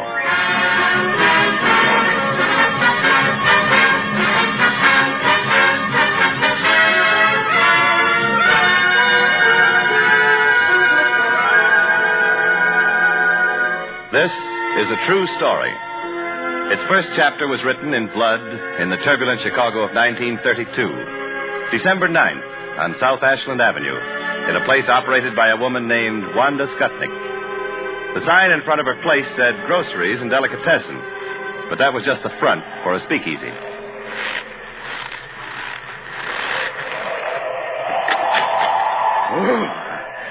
Wanda, you're looking at a cop with a cold coming on.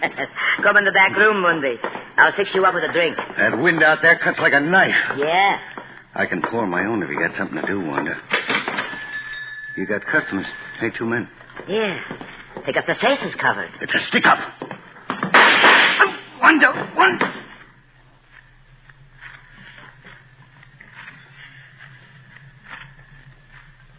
Officer Bundy lay dead, the 8th policeman killed that year.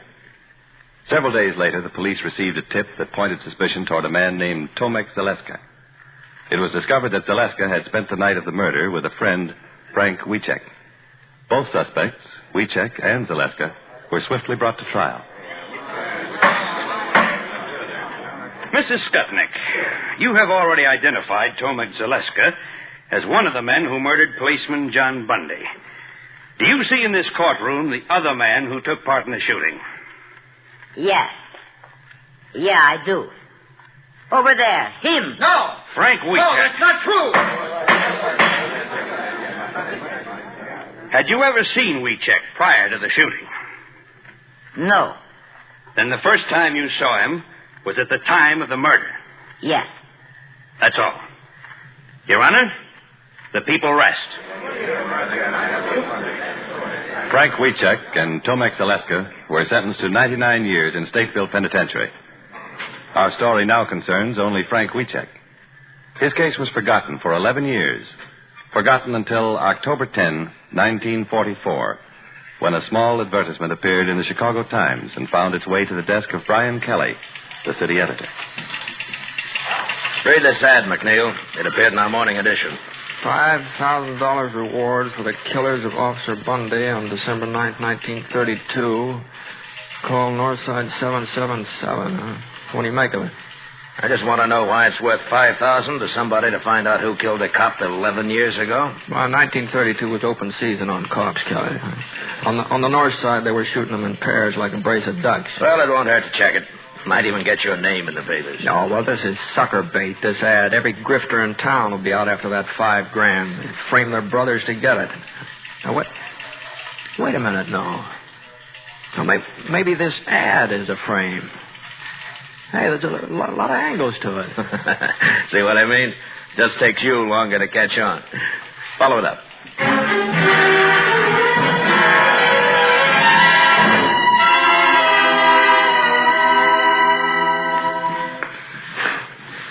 I'm looking for Tilly Wiecek. What you want? So I called Northside 777. They said I'd find her around the building somewhere. I'm Tilly. I scrub here nights. Oh, I see. Did you run this ad? Yeah. That's from me. You know something? No, I'm a reporter from the Chicago Times. Oh. We'd We'd like to know why you're so anxious to find the killers of this cop. Frank Wiczek is my son. I, his mother. He's in prison for killing policemen. He didn't do it. My friends tell me if I offer big money, maybe somebody will tell who really killed policemen. Where'd you get the $5,000? For 11 years, I scrubbed floors. I never miss a day's work. I earn it every penny. 11 years. That's a long time. You just say it. My boy, he live it. You're just going to be wasting your money. No, not me. I get the Frank out someday, somehow. First, I tried $3,000. Nothing. Now I try $5,000. Well, suppose nothing happens. Then I work 11 more years. I get $10,000. But my boy, Frank, someday he get out. Goodbye, Miss Wiczek.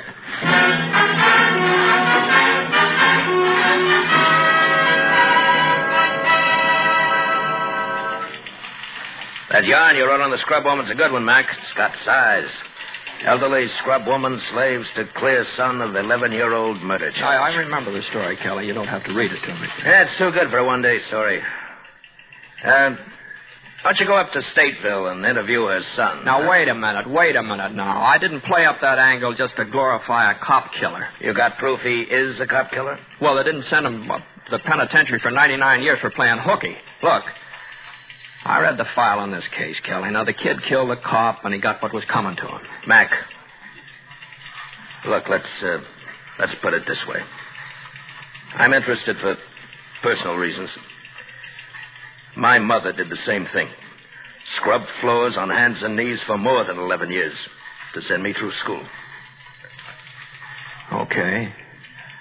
I'll go up to the pen in the morning and see him. Good boy. Kelly. What? I happen to know that your mother had a small annuity. She never scrubbed a floor in her life, and you never got past the 5th grade. Well, But I figured if you pull such a corny gag, you must want me to go up there pretty bad, so I'm going. I just don't want you to think you got away with anything.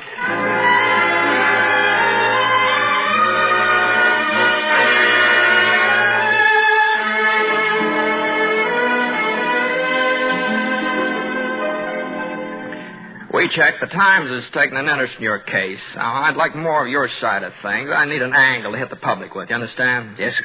Now, about the ad your mother ran in the papers now. Did you know she was scrubbing floors to get the money? Yes, sir, I did. All she lives for is to get me out. I guess that's all I've got to live for, too. Well, that's a great angle. Yeah, we'll play that up. Your faith in each other, you know. You know, if you're guilty, you're letting her slave away her life for nothing. She knows I'm not guilty. Uh-huh. I read the transcript of the trial, you know. Yes, but you only read what convicted me. All the true facts didn't come out. Even Judge Moulton said I wasn't guilty. What, the judge who gave you 99 years? That's right. In his chambers after the trial. He said to me... After the trial. Huh. Well, we'd better duck that angle. What else? Well, my lawyer was a drunk.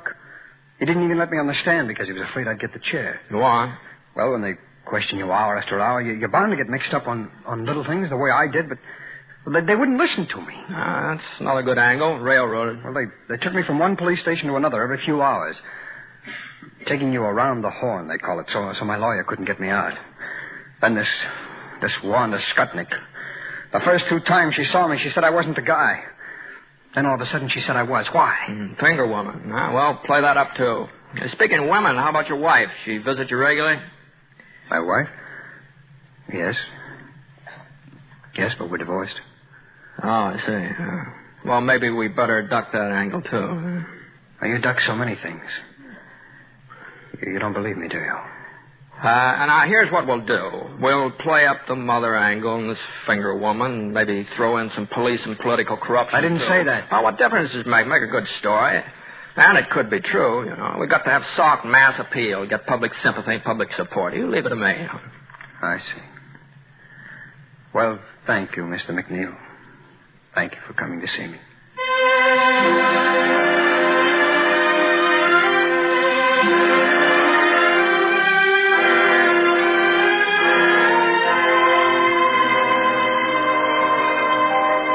great story, Mac, but what are you going to use for a follow-up? Now, look, Kelly, I did what you told me. I interviewed Weecheck. I wrote it up. Now let it drop. It's snowballing, Mac. They want more of it. You know, who does? The circulation department? We're selling lots of papers. Yeah, we might also be selling that dead cop short.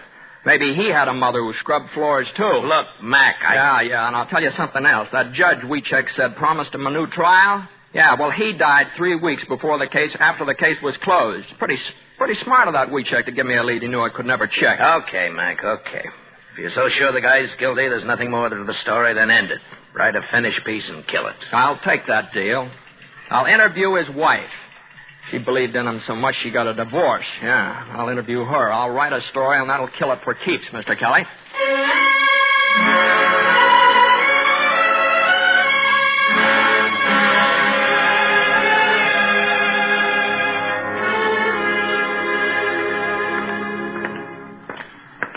You got any idea why Weecheck wanted to see me again, Warden? I think I'd better let him tell you that. Oh, Weecheck, what's on your mind? Mr. McNeil, you've been to see my wife and boy, haven't you? Yeah, that's right. I don't want you to write any more about me or my family. Well, you want help, don't you? I made my wife divorce me and marry again so my boy could have a new name. Now, you've gone and printed his picture. You've spoiled everything for him. Now everyone knows his father's a convict. I don't know. I thought I was doing a good job. No, this is writing without heart and without truth. Mr. McNeil, I'll stay here 1,000 years, but you leave alone my mother and my wife and my boy. Well, how about that? I've read all you've written, and I think you put some pretty low curves. No, I wrote it the way I saw it. What's the matter? Everybody goes soft on this thing. McNeil, up here every man claims to be innocent, but the prisoners are the harshest judges of themselves, and they believe we have only one man who doesn't belong here, Frank Weecheck. Okay, Warden. Oh, Weecheck, would you come back here a minute?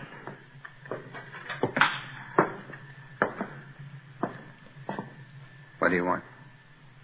Look, Frank, I've decided to go on with your case, and I'll slant the story your way. Hey, what? I still don't think you're innocent, but from here on out I'm willing to dig, get the facts. You're really on the level this time? Yeah. But that cuts both ways, so get this. If I ever catch you lying to me, I'll blast you so hard you won't even get your parole when your 35 years are up. Now, don't ever forget that.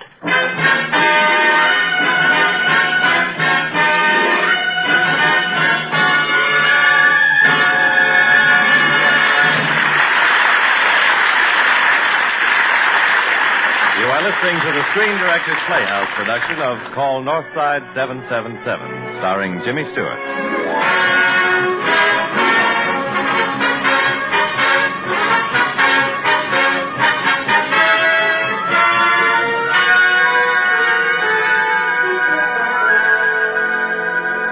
Sure you want to go through with this lie detector test, Frank? You remember now, if it turns out bad, you're cooked. Turns out good, it still isn't legal evidence. Mr. McNeil, for 11 years I've been waiting for a chance at that box.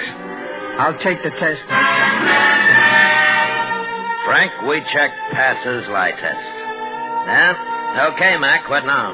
Well, now I start checking through old police records. That won't be easy. Yeah, you're telling me.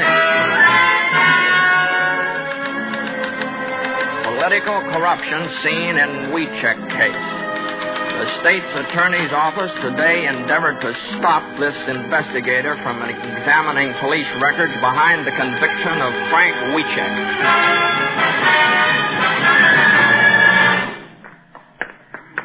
Wonder why the boss sent for us, Kelly. Mr. Palmer? Yeah, I got a pretty good idea, Mac.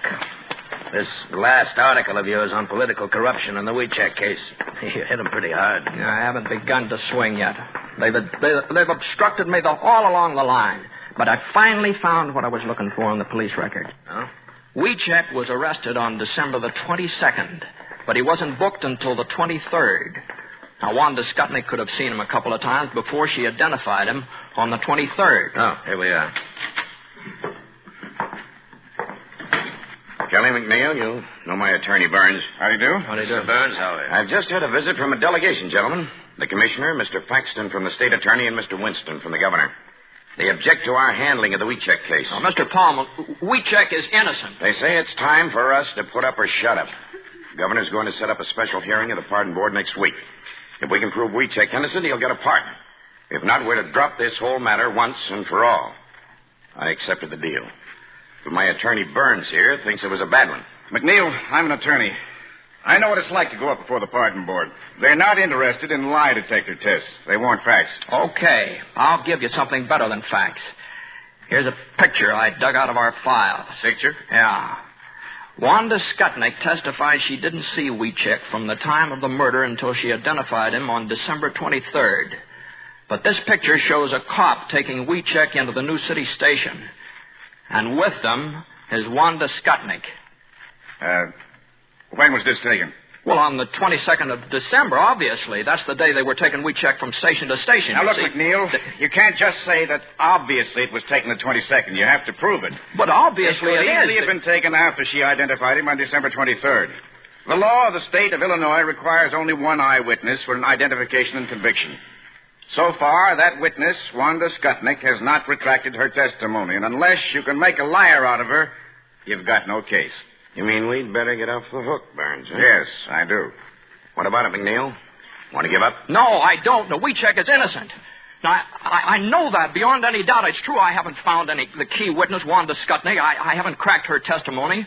But I want a chance to find her. I want a chance to get Wiechek out. Now, if we call off this hearing, we'll never get another. The bargain stands. Thank you, Mr. Palmer. That gives me just 1 week to find Wanda Skutnik. I'll call in every day. Mr. Palmer? McNeil. No luck today. I'll call you tomorrow. I covered 34 bars today. Got nothing. Well, still no sign of Wanda Skutnik.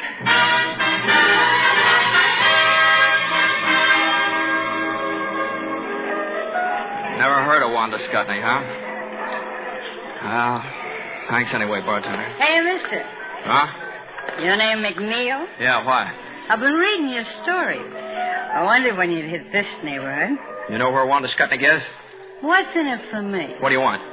I owe the bartender $1.75. Here, take it out of this. She hadn't ought to thrown them bricks at me. Where is she? 3724 Honor Street. Only her name is Siskovich now. She married a big ape called Boris. Thanks. Thanks a lot.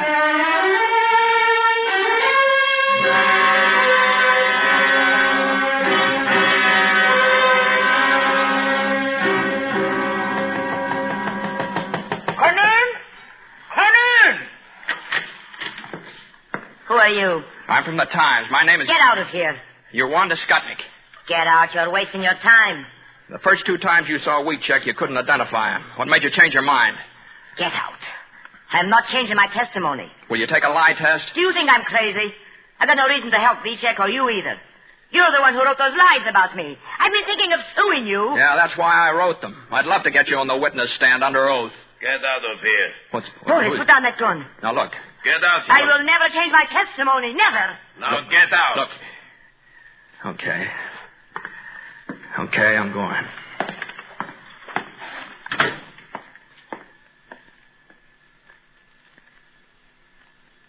So, that's why I came over to tell you. I didn't want you to have to read about it in the paper, Mrs. Wiechek. Wanda Skutnik won't change her testimony, and that licks us. We haven't a chance in the world of getting Frank a pardon. No chance. But you have lawyers. Yeah, Mr. Burns. He's going before the pardon board in Springfield in a couple of hours to request that the petition be withdrawn. Oh, no. No. I'm sorry, Mrs. Wiechek. I'm sorry.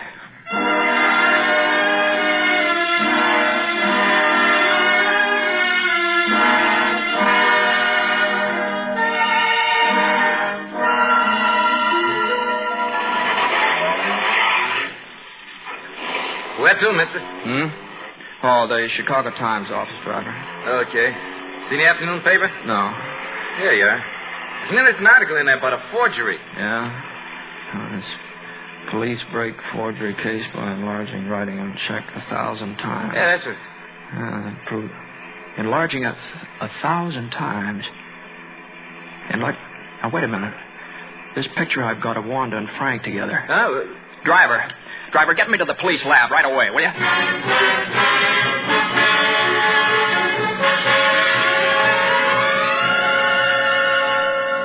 Gentlemen, the special hearing of the Board of Pardons of the State of Illinois is now in session. Mr. Chairman, gentlemen, I originally came here to ask that the petition of Frank Wieczek be withdrawn. But an hour ago, I received a call from McNeil of the Times. He informed me he is flying to Springfield with conclusive evidence in support of the petition of Frank Wieczek. What is this evidence, Mr. Burns? Well, unfortunately, my telephone conversation with him was brief. I'm afraid I don't know. Mr. Chairman, representing the state's attorney's office, I object. If there is evidence, let it be presented at once. If not, we ask that the petition of Frank Wieczek be denied here and now. Gentlemen, here's McNeil. I'm sorry I couldn't get here any sooner. May I have permission to address the board, Mr. Chairman? Granted, Mr. McNeil. Gentlemen, you're only interested in facts. Well, I finally got them. Now, Wanda Skutnik is the only one responsible for Wieczek's conviction. But she lied. Why should she lie, Mr. McNeil? I don't know, Mr. Faxon. Maybe prejudice, maybe a bribe. The point is, she lied. Can you prove that, Mr. McNeil? Wieczek was arrested at 5 a.m. on December the 22nd. But he wasn't booked until 6 p.m. December 23rd, a day and a half later. Well, that's not a rare occurrence. No, I know. But look at this picture. It shows Wanda and Wieczek entering the New City Station House together. Yes, but we have no way of knowing when this was taken. That's the point.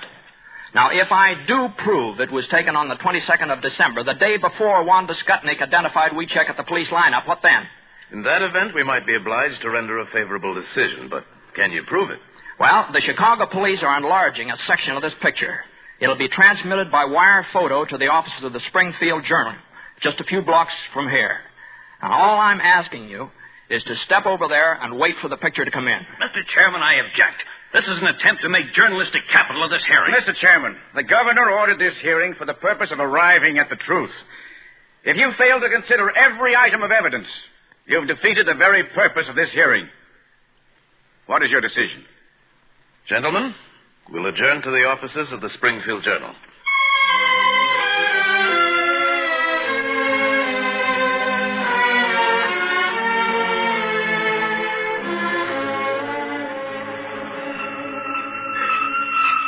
Now, what's coming in on that wire photo machine is a magnified enlargement of a small section of this picture I have in my hand. You mean a close-up of Wanda Skutnik? No, Mr. Chairman. What do you see in this picture? Why, a policeman taking Wanda and Wieczek into the station house. No, that's not what I mean. Look in the background. Well, there's just a newsboy on the sidewalk with some papers under his arm. Yeah, that's the part we're enlarging. But what do you expect to find in the enlargement? The date on the newspaper in the newsboy's hand. Oh, is that possible? I don't know. It depends on a lot of things. It depends on the condition of the original negative and the light and shading on the paper and the density of the print. And I've been saying a few prayers, too. Here it is. Let's see it. Now, it has to be developed. Now, if you'll just follow the technician into the dark room, you'll be able to see by the red light there. I know he's putting it into the soup now. Now, what's that picture? Just what do you expect to establish by this hocus-pocus, McNeil? If the date on the newspaper is December 23rd, we've got no case. But if it's December 22nd, then it means Wanda Skutnik lied about not seeing Frank before the 23rd. It means Frank Wieczek was convicted on perjured testimony. Wait. The picture's starting to appear. Yeah, there it's coming through. Now, what's that date? What's that date? December 2. There it is. December 22nd. That's the date I've been hoping for. December 22nd.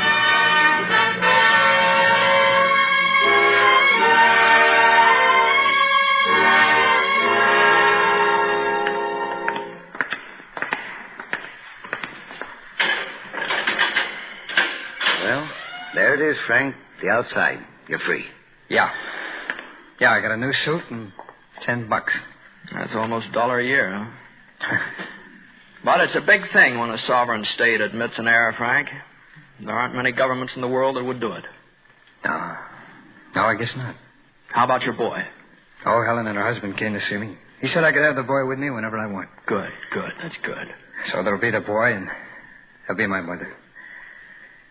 Yeah, it's a good world. Outside.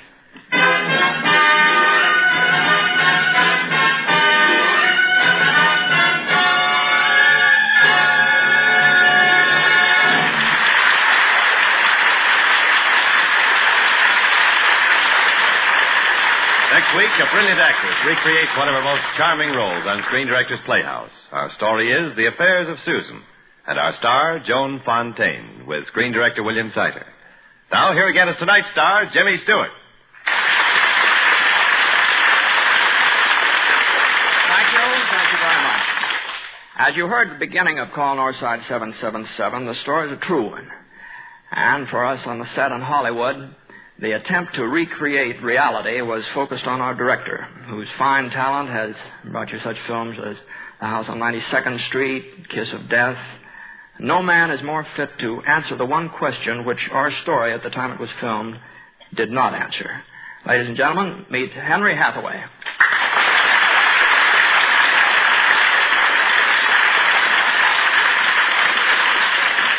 Thank you, Jimmy. As for the question, it's what happened to Tomek Zaleska, the man who was arrested with Frank Wichek. Oh, he was sentenced to 99 years, too, wasn't he, Henry? He was. And McNeil, the reporter, and his newspaper never gave up the fight to have Zaleska's case reviewed also. Yeah, I knew they were working on it. Well, McNeil has wired me that after 5 years, they've finally secured enough evidence to reopen the case. And right now, the fight for Zaleska's freedom is taking place in the Chicago courtroom. So that answers the question of what happened to the other man. Yeah. Think there might be another story in it, Henry? We'll have to wait and see. Well, if there is, and you need a reporter, I know an actor who's mighty anxious to work under your direction again. A fellow named Stewart. Okay, Jimmy. You're the first on my list. Good night. Good night, Henry. Good night, everybody. And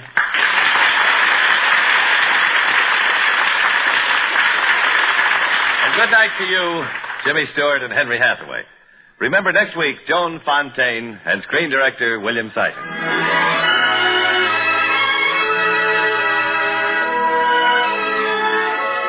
Call Northside 777 was presented through the courtesy of 20th Century Fox, currently releasing the Darrell F. Zanuck production, 12 O'Clock High, starring Gregory Peck. Jimmy Stewart is currently seen starring in the title role of the MGM picture, The Stratton Story.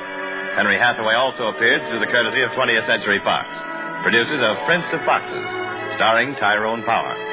Included in tonight's cast were Bill Conrad, Stacey Harris, Peggy Weber, Ann Stone, Rita Lynn, Ken Christie, Jim Nusser, Ted Von Elf, Tyler McVeigh, Paul Frees, and Dan Rich. Call Northside 777 was adapted for radio by Bob Wright, and original music was composed and conducted by Henry Russell. Screen Director's Playhouse is produced by Howard Wiley, with dramatic direction by Bill Karn. This is Jimmy Wallington speaking and inviting you to listen again next week when we present Screen Director's Playhouse, star Joan Fontaine, production The Affairs of Susan, director William Seiter.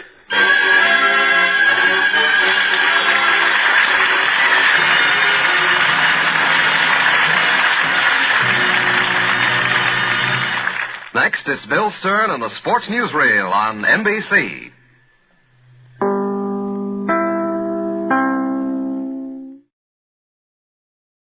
The United States of America presents the Victory Theater.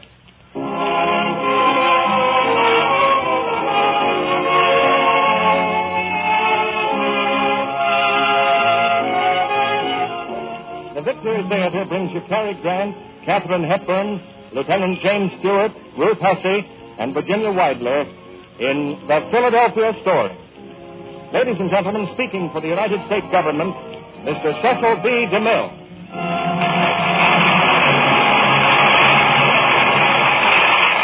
Greetings from Hollywood, ladies and gentlemen. This is a great moment in the American theater. The opening night of a great new theater, dedicated to those principles for which free peoples are now fighting on the battlefields of the world. Dedicated above all to victory. Each Sunday night, a popular Columbia Network program will donate an extra performance in the service of the United States. Speaking for the sponsor and staff of our theater, which you've heard on Mondays at this same time for many years, and speaking for myself, we are highly honored that the government has asked us to produce this first program. We've met this challenge with a 4-star premiere, worthy of the star-spangled purpose behind the Victory Theater. Our play is Philip Barry's brilliant comedy, The Philadelphia Story, and our stars are the same famous quartet who played it on the screen: Cary Grant, Katharine Hepburn, James Stewart, and Ruth Hesse. Incidentally, we used to borrow Jimmy Stewart from his picture studio. Tonight, he was assigned to us by Uncle Sam. As you know, he's now a lieutenant in the United States Army Air Forces. Before it reached the screen, The Philadelphia Story ran for a year on Broadway with Miss Hepburn as the star. Backstage one night, I tried to persuade the lady to let me make the picture. She was very gracious, but another producer made the picture. However, all things come to him who waits if he waits long enough. So tonight I raise the curtain on the first act of The Philadelphia Story, starring Cary Grant as C.K. Dexter Haven, Katharine Hepburn as Tracy Lord, Lieutenant James Stewart as Mike Connor, Ruth Hesse as Elizabeth Embry, and Virginia Weidler as Dinah.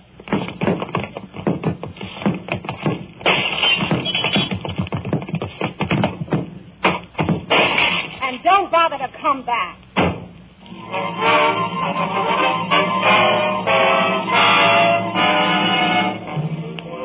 Ladies and gentlemen, you've just been listening to the end of An Ideal Marriage. That was Mr. C.K. Dexter Haven being invited out of his happy home, with Mrs. Tracy Lord Haven issuing the invitation. But all that was 2 years ago. Right now, Philadelphia society is seething with interest over the forthcoming second marriage of Tracy Lord. And the editor of the international magazine Spy is determined to spread it over 6 photographic pages of his scandal sheet. On the way to the editor's office are Spy's major writer and Spy's foremost photographer. I'm not going to do it, Liz. I'm going to tell Sidney Kid very plainly and simply I'm a writer and no society snoop. I'm going to tell him just that. Just that. Let Kid fire me. I'll start writing short stories again. I'm going to tell him just that. Just that. Come here. Oh, hello, Connor. Morning, Miss Embry. Mr. Kid, I don't think you're being fair to me. No? No. You're treating me like you treat all your other writers. You really hate me, don't you, Connor? No. I don't like you very much, though. You hate me, I trust, Miss Embry? No, I can't afford to hate anybody. I'm only a photographer. Your assignment will be Spy's most sensational achievement. Tracy Samantha Lord. Big game hunting in Africa, fox hunting in Pennsylvania. Why, I can see the layout now. The Philadelphia Story. Those were the portals of snobbish fox hunting? No. No hunter of foxes is Spy magazine. Anyway, presented for the first time, quote, a wedding day inside mainline society. Or what the kitchen maid saw through the keyhole, unquote. Go ahead, Connor. Writing's your job. I'm only the publisher. All right, publisher. Take this. Quote, no hunter of buckshot in the rear is cagey, crafty Connor. Unquote. Closed paragraph. Closed job. Closed bank account. But look, Mr. Kidd, how could we possibly get inside the Lord estate, let alone the house? Just a moment. Miss Paulie? Yes, sir. Ask the gentleman to come in. Yes. You'll find, Miss Embry, I haven't overlooked anything. Come in, please, Mr. Come in. I understand we understand each other. Yes, Mr. Kidd, quite. Connor, this gentleman has been employed in our Buenos Aires office. I believe he can help us with our problem. Tell him, please. Tracy Lord's brother, Junius, is in the American Embassy down there. He's an old friend of mine. I'll introduce you to the Lords as intimate friends of Junius's. Dear old Junius. Now, this Tracy Samantha Lord, does she know you? You might say Miss Lord and I grew up together. Yes. You might also say you were her first husband, Mr. C.K. Dexter Haven. Yes, you might. Holy mackerel, what goes on here? I remember your honeymoon very well. You and she on a little sailboat. True love, wasn't it? That's right. How did you know? I was the only photographer whose camera you didn't smash. Oh, you were terribly nice about it. You threw it overboard. Well, I had the strange idea that our honeymoon, was our own private business. Now, what are the plans, Haven? The wedding's Saturday. They should spend tomorrow night as guests of the Lord. Well, now, wait just a minute. Now, that's kind of screwy here. Now, listen, Mr. Haven, why are you doing all this unless you... you want to get even with your ex-bride, huh? I don't think there's anything further to discuss. I'll have a car pick them up at noon tomorrow in North Philadelphia. Why that, Liz? Here, Mike. Take my handkerchief. There's a little spit in your eye. It shows.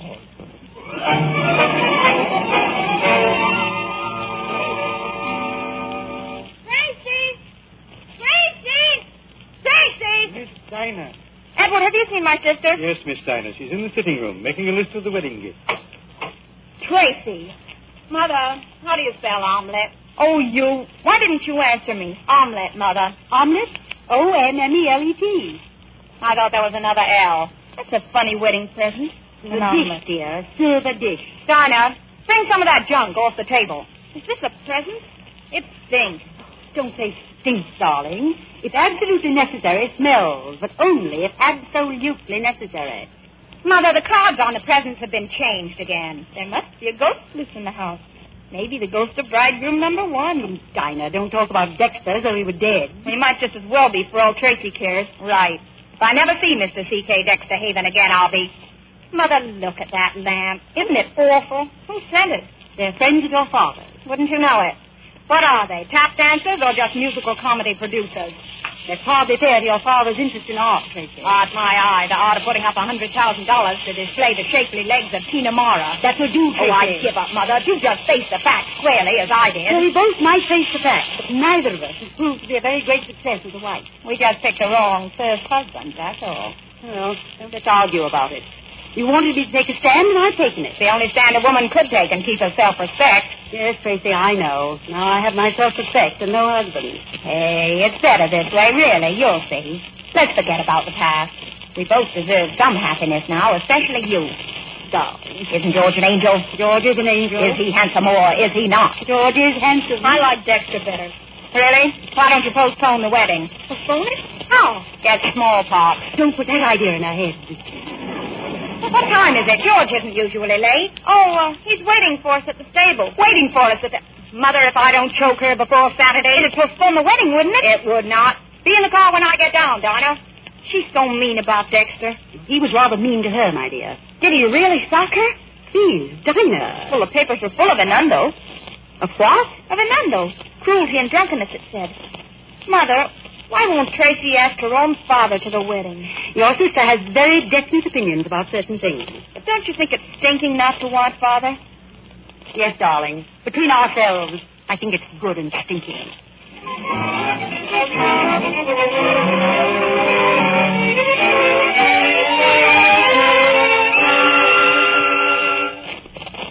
Wait till you see your fiancé. He's all shiny. What are you talking about? Brand new riding breeches. See? Hello there. Well, who's that terribly attractive man? Hello, darling. Hello, George. Well, how do you like me? I adore you, but you look awful. Awful? You look like something right out of a shop window. Tracy, Help me, Dinah. We'll rub a little dirt on those breeches. Hey, listen now, just a minute. No, stop. Now, listen, these are new pants. That's just it. They're new, but they're not going to be. There, that's better. I don't get it. When I was a coal miner, the idea was to get enough money to buy clean clothes, and now that I'm general manager... What's that thing you were reading? This? Oh, I was just glancing through it. It's a copy of Spy. Who takes it? Your cook? I love it. It's got pictures of everything. It certainly has. I just wanted to see if there was anything in here about the wedding. What do you mean? Well, I thought maybe you being one of the oldest families in Philadelphia and me getting fairly important myself. Luck, of course. Let me have that thing. What's the matter? Look at this stuff. An average day in the life of a congressman. The congressman's wife. The kitchen where is prepared 1 banana, sliced, 2 fried eggs. Of all the filthy ideas coming into a private house with a camera. Get on that horse, George Kittredge. Tracy, what would happen if I took it into my head someday to go into politics? You'd be elected president. No, I mean about publicity. Not in my home. Get on that horse.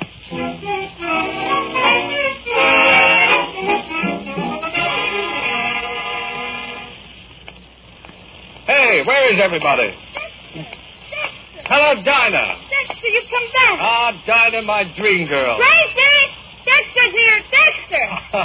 What in the name of... Well, hello, Tracy. Oh, Dexter. How are you, Mother Lord?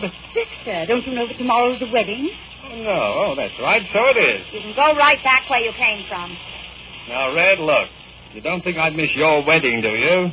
When did you arrive? Tell us all about Junior. Well, Junius is fine. Oh, he should be here. Well, he's heartbroken. I suggested representing him as best man. But... I'm afraid George might prefer to have his best man sober. Oh! I wish you'd represent George. That's my loyal little girl, Dinah. Oh, you'll like the people Junius did send, though, I'm sure. You haven't switched from liquor to dope by any chance, have you, Dexter? The people Junius did send? Yes, you don't happen to know a Macaulay Connor or an Elizabeth Embry, do you? No, I don't. Well, then you'd better come along and be introduced. You see, they're great friends of Junius's. Do they expect to stay here over the wedding? I think it's very queer indeed. I think it's queerer than that. I think it's paranoia. You're lying, Dexter. I can always tell. Can you, Red? You went to work after the divorce, didn't you? Well, yes, except for a brief interlude in a couple of alcoholic sanitariums. But you took a job in South America. Who for? A magazine. And it wasn't by any chance Spy magazine. You are a match of intuition. And I don't suppose the Junius's friends are photographers by any chance. Oh, I knew you were low, but I never thought you'd think to anything of... After I telephone Junius, I'm going to do plenty. No, wait, Red, wait. I confess. You don't have to telephone Junius. So, you confess? No, you're slipping, Red. I used to be afraid of that look. The withering glance of the goddess. Oh, shut up. Now, look, Red, about this man Connor and, I'll take care of them. Who do they think they are, barging in on peaceful people? Sure. Just think you don't want them. I want them out, and you too. Yes, Your Majesty. But first, could I interest you in some small blackmail? No. What do you mean, blackmail? Well, it's an article, complete with snapshots, details, and insinuations, and it's ready for publication in Spy. And it's about your father and that dancer in New York, you see? About father and Tina Morrow? Oh, yes, Spy. China may be listening. But they can't. Even if it's true. Where'd you get this stuff? From one Sidney Kidd, the editor and publisher. He's got to be stopped. Well, he is, temporarily. That is, if you'll allow those two to turn in a story on your wedding. And when Kidd says a story, he means a story. I'm going to be sick. Yes, dear. An intimate day with a society bride. I am sick. Well, it's tough, but that's the way it seems to be. So I'm to be examined, undressed, and generally humiliated at 15 cents a copy. And you're loving it. Am I, Red? All right, I'll give them an interview. I'll give them a picture of Tracy Lord that'll stand their hair on end.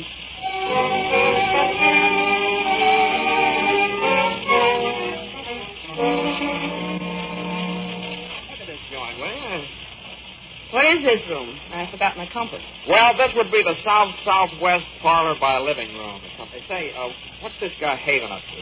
C.K. Dexter Haven? Yeah, what kind of a name is that? Macaulay Connor's no home fun tags, my pet. Yeah, well, just try calling me Macaulay. I knew a plain Joe Smith once. He was only a clerk in a hardware store. But he was an absolute rat. Like, take your feet off the table. Oh, no. Tell poor footman to call me for lunch, will you? How do you do? Oh, I'm sorry. Don't bother to get up. I'm Tracy Lord. Oh, well, my name is... It's so nice having you here. How did you leave Junius? Fine. Junius is such a lamb, isn't he? Yes, isn't he? It's a pity that none of the male members of the family are going to be here to welcome you. No, well, where's your father? Darling, Papa, I do hope you'll stay for my wedding. We'd like to very much. I'm so glad that it occurred to you. Was your father sick? What a cunning little camera. I'm afraid I'm an awful nuisance with it, but you couldn't be. I hope you'll take loads of pictures. You're a kind of writer, aren't you, Mr. Connor? Sort of. A book? Yeah, book of short stories. Under what name do you publish? My own, Macaulay Connor. What's the Macaulay for? Well, my father's not English history. I'm Mike to my friend. Of whom you have many, I'm sure. English history has always fascinated me. Cromwell, Robin Hood, Jack the Ripper. Where did he teach? I mean your father. Well, he taught in a little high school in South Bend, Indiana. South Bend. It sounds like dancing, doesn't it? You must have had a most happy childhood there. No, it was terrific. I'm so glad. Well, no, I didn't mean it that way. I'm so sorry. Why? Well, I don't know. Lack of wherewithal, I guess. But that doesn't always cause unhappiness, does it? Are either of you married? No. No, what? No. You mean you were, but now you're divorced. Well, the fact is... Come now, surely you're not ashamed of it. Of course I'm not ashamed of it. What? Well, it was years ago. I was only a kid in Duluth. Good heavens, well, you never told me anything about this. Well, you never asked me. Well, I didn't ask you, of course not. Joe Smith, hardware. You're the darndest girl. I think I'm sweet. Duluth, that must be a lovely spot. It's west of here, isn't it? Sort of, but occasionally we get the breezes. And this is your first visit in Philadelphia. It's a quaint old place, don't you think? Filled with relics. Tell me something. Are you two going together? Well, now, I beg your pardon. Please. Odd question, I must say. I don't see why. I think it's very interesting. Don't you agree, Miss Imbrate, that if a man says he loves a girl, he ought to marry her? Can she be human? Please, Mr. Connor, I asked this young lady a question. I beg your pardon. Well, that depends. I'll see what's keeping Mama. You'll excuse me, won't you? Say, who's doing the interviewing here? You don't suppose she's caught on somehow? Oh, no, she was born that way, but I still got to get an interview. Well, try the town library. You can probably dig up enough stuff to hang her whole family.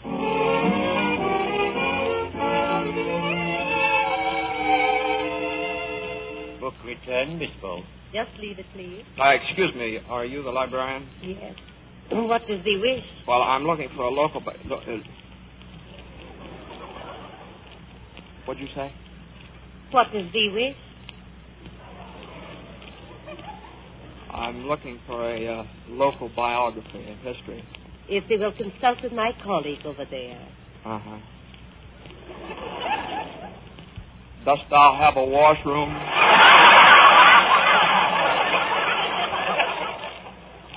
To the left. Thank thee.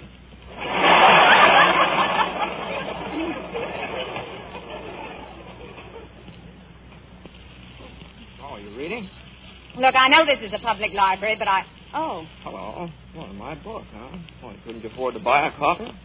The bookstore didn't have one. Oh, well, sure you're doing the right thing now. You know what happens to girls like you when they read books like mine and begin to think. That's bad. These stories are beautiful. Why, Connor, they're almost poetry. Well, don't kid yourself. They are. I can't make you out at all now. Really? You talk so big and tough, and then you write like this. Which is which? Both, I guess. No, I believe you put the toughness on to save your skin. Think so? I know a little about that. Really?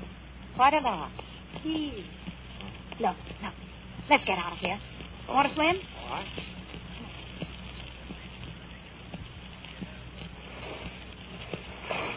No, Connor? Yeah, thanks. Boy, you really got something here. Where? Well, I mean, all this. Garden, swimming pool. You could sail a small yacht on there. Hey, what were we talking about? Oh, my book. Yeah. Tell me something, will you? When you can do a thing like that book, how can you possibly do anything else? Well, you may not believe this, but there are people in this world that must earn their living. Oh, heck that, Dexter. Look, stand by me, will you? I don't want to be alone with him. Well, certainly, if you like. Thanks. Hello there, Red. Well, fancy seeing you here. Well, what's this you've been drinking? Orange juice? Thanks, I'd love some. Don't tell me you've forsaken your beloved whiskey and whiskey. Oh, no. I just changed their color, that's all. I go in for the pale pastel shades now. How about you, Mr. Connor? You drink, don't you? Oh, a little. A little, and you're a writer? Dear me. I thought all writers drank to excess and beat their wives. Dexter, What? would you mind doing something for me? Anything, what? Get the heck out of here. Oh, my dear Red, I couldn't do that. You need me too much. Would you mind telling me just what it is you're hanging around for? Look, I think I'd better... No. Please don't go, Mr. Connor. No. Please don't go, Mr. Connor. As a writer, this ought to be right up your street. Don't miss a word. Well, I never saw you looking better, Red. You're getting that fine, tawny look. Oh, we're going to talk about me, are we? Goody. Yes, it's astonishing what money can do for people, Mr. Connor. Not too much, you know, just more than enough. Now, take Tracy, for example. It's even changed her shape. She was a dumpy little thing at one time. Only as it happens, I'm not interested in myself for the moment. Not interested in yourself? You're fascinated, Red. You're far and away your favorite person in the world. Of course, Mr. Connor, she's a girl who's generous to a fault, except to other people's faults. For instance, she never had any understanding of my deep and gorgeous thirst. It was disgusting. It made you so unattractive. Yes, a weakness, sure. And strength is her religion, Mr. Connor. She finds human imperfection unforgivable. And when I gradually discovered that my relationship to her was supposed to be not that of a loving husband and a good companion, but that of a kind of high priest to a goddess, well, then my drinks got deeper and more frequent. I never considered you as that, nor myself. Oh, you did without knowing it. And the night that you got drunk on champagne and climbed out on the roof and stood there in your nightshirt with your arms out to the moon, wailing like a banshee. I told you I never had the slightest recollection of doing any such thing. I know. You drew a blank. You wanted to. Mr. Connor, what would you... Oh, where did he go? He's gone. I hope he heard what you said, though. Make a wonderful story for Spy. Yeah, well, it's too bad we can't supply photographs of you on the roof. Dexter, what are you trying to make me out as? Tracy, what do you fancy yourself as? When I read you were going to marry Kittredge, I couldn't believe it. That's why I'm here. How in the world can you even think of it? Because he's everything you're not. Oh, yes? He's been poor, he's had to work, and he's had to fight for everything. And I love him as I never even began to love you. Maybe so, but I doubt it. I think it's just a swing from me. But Kittredge is no great tower of strength, Tracy. He's just a tower. You hardly know him. Well, to hardly know him is to know him well.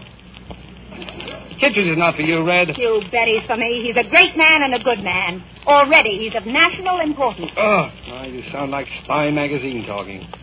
You seem quite contemptuous of me all of a sudden. No, Red, not of you. I'm contemptuous of something inside you. Your so-called strength. Your prejudice against weakness. Your blank intolerance. Is that all? Well, that's the gist of it. Because you'll never be a first-class human being or a first-class woman until you've learned to have some regard for human frailty. Yeah, it's a pity your own foot can't slip a little sometime. But your sense of divinity wouldn't allow that. You're a special class of the American female. The married maidens. So help me, Guest. If you say another word, I'll... Oh, I'm through, Red. For the moment, I've had my say. Tracy. Oh, look, the Tower of Strength. I suppose I should object to this twosome. Well, that would be most objectionable. Well, any time either of you want my advice... We'll give you a ring. Thanks. Do that, will you? Well, so long, Red. Oh, here's a little wedding present. Sorry I hadn't any ribbon to tie it up with. Well, so long, Kittredge. So long. Should we open this, Tracy? Go ahead. I must remember to send him a note along with the others. Well, What is it? look what your friend considers a wedding present. Why, it's a model of the True Love. The what? The True Love. A boat he designed and built practically. We sailed it down the coast of Maine and back the summer we were married. My, she was yaw. Yeah? What's that mean? It means... Oh, what does it mean? Easy to handle, quick to the helm, fast, bright. Everything a boat should be. Till she develops dry rot.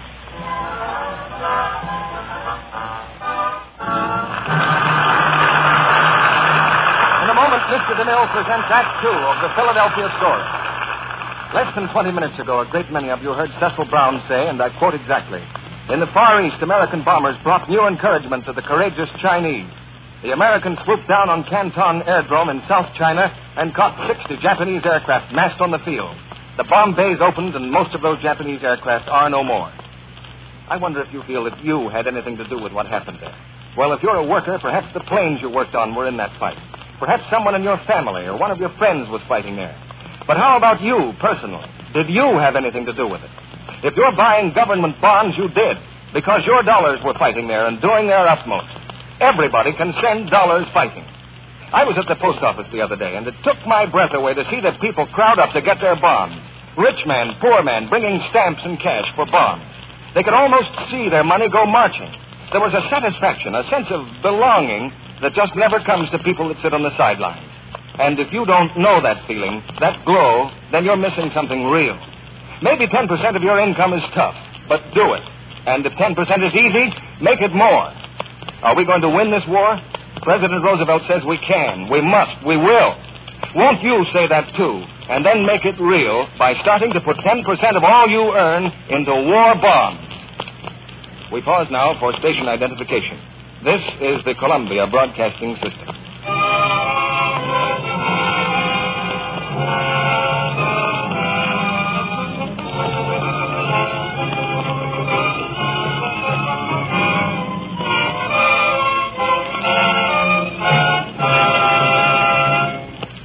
Philadelphia Story, starring Cary Grant, Katharine Hepburn, James Stewart, Ruth Hussey, and Virginia Weidler. On the eve of Tracy Lord's wedding, her ex-husband's trust is no comfort. No comfort either is Dinah, who rushes in with news of a new complication. Tracy! Tracy! He came anyway. He's here right now. Who's here? Father. On the terrace, Tracy Lord faces her father and mother. In her eyes, there's nothing but scorn. Now, Tracy, remember, your Uncle Willie's guest of honor tonight. You mustn't be late. I just saw that fiancé of yours, Tracy. He roared out of here on 2 wheels. Does he by any chance ever walk anywhere? When he likes, I expect. I have a feeling he'll take the ring tomorrow and go right through center with it. Seth, you idiot. Very amusing, I'm sure. Almost as amusing as the picture of you with your arm around Mother. Oh, I find very unamusing the stupid, undignified spectacle we're making of ourselves for the benefit of those 2 newspaper people. Of course, inasmuch as you let us in for it in the first place. Oh, do keep that note out of your voice, Tracy. It's most unattractive. No? How does your dancer friend talk, or does she purr? Tracy, you've got a heck of a nerve to come back here in your best head of the family manner and strike attitudes and criticize my fiancé and give orders and mess things up generally. Stop. I can't help it. It's sickening, as if he'd done nothing at all. Anyway, it's not your affair, Tracy. If it concerns anyone, well, actually, I don't know who it concerns except your father. That's very wise of you, Margaret. What most wives fail to realize is that their husband's philandering has nothing whatever to do with it. Oh? Then what has it to do with? A reluctance to grow old, I think. I suppose the best mainstay a man can have as he gets along in years is a daughter. The right kind of daughter. How sweet. Full of warmth. Full of foolish, unquestioning, uncritical affection. None of which I've got? None. You have a good mind, a pretty face. You have everything it takes to make a lovely woman, Tracy, except the one essential. An understanding heart. Without it, you might just as well be made of bronze. That's an awful thing to say to anyone. Indeed it is. So, I'm to blame for Tina Mara, am I? To some extent, I expect you are. You coward. No, but better to be one than a prig. And a perennial spinster, however many marriages. Yes, that's too much. What did you say I was? You want me to repeat it? A prig and You mean you think I'm some kind of a goddess or something? If your ego wishes to call it that, yes. Come along, Margaret.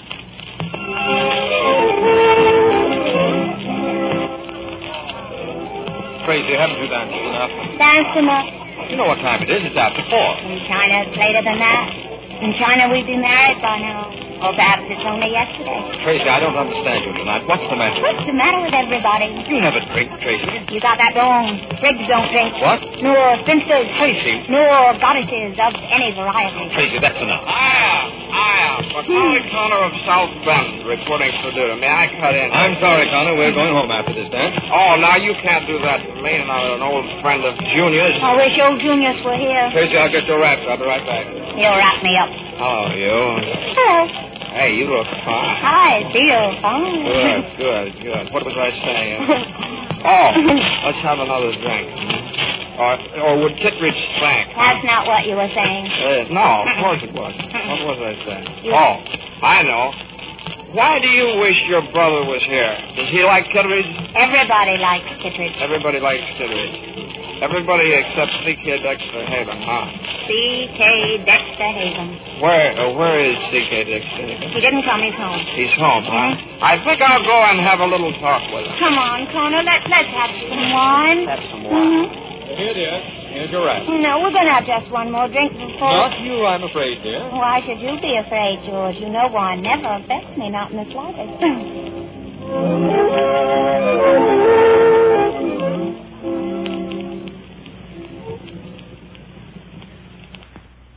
C.K. Dexter Haven?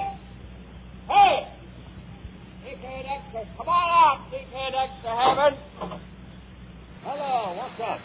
You are. Let me help you square this. Come on in. I bring you greetings and a bottle of champagne. Champagne is a great leveler. It makes you my equal. Oh, I wouldn't quite say that. Well, almost my equal, anyway. C.K. Dexter Haven, I would like to talk to you. All right, well, let's go in the talking room. Now, don't tell me the party's over so soon. No, I just felt like talking to you. Oh, that's nice. I wonder if I might boil a drink. Certainly. Toast to Newcastle. Here, sit down. Thank you. Excuse me. Huh? Oh, nothing.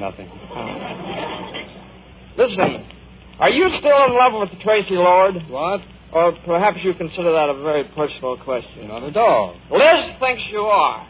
But of course women like to romanticize about things. Yes, they do, don't they? Yes, they do, don't they?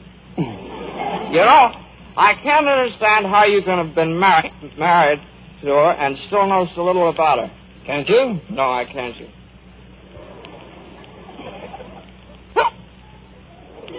I have the hiccup. No. I wonder if I might have another drink. Certainly. Thank you. You know, Tracy's no ordinary woman, and you said some things to her this afternoon that I resented. Well, I apologize, Mr. Connor. That's quite all right. That's quite all right. But when a girl is like Tracy, she's one in a million. She's sort of like a goddess? No. You said that this afternoon. No, she's sort of like a queen. A radiant, glorious queen. And you can't treat her like other women. No, I suppose not. But then I imagine Kittredge appreciates all that. Oh, Kittredge. Kittredge appreciates Kittredge. That fake man of the people, that 5-cent edition of Sydney Kid. I always thought Kid himself was a 5-cent kid. You know, Kid's just using you like he uses everybody else. That guy's colossal. He's terrific. He's got everybody fooled. Yes. No mean Machiavelli, smiling, cynical Sydney Kid. The world's his oyster with an R in every month. That's not bad. When did I say that? You didn't. I did. Sorry. I suppose you never heard of Kid's little arrangement in Kansas City. Nope. Or San Francisco. Well, let me tell you about the time he went to Boston. The true story of that little jaunt would ruin him. Oh, yes? Hey, look here. What would happen to you if I used that stuff? Why? Well, I might want to very much. You see, Kid is holding an article on Tracy's father, and this might stop him. Oh, blackmail, huh? Well, look, you just use it. Use it with my blessings. I'm through anyway. All right, now come on, sit down there. I got to go back to place. Not yet. Now you dictate, I'll write. Now shoot. Boston. Huh? What? Boston. What? The time, May 1938. The place, Boston, in a hotel. Kid is...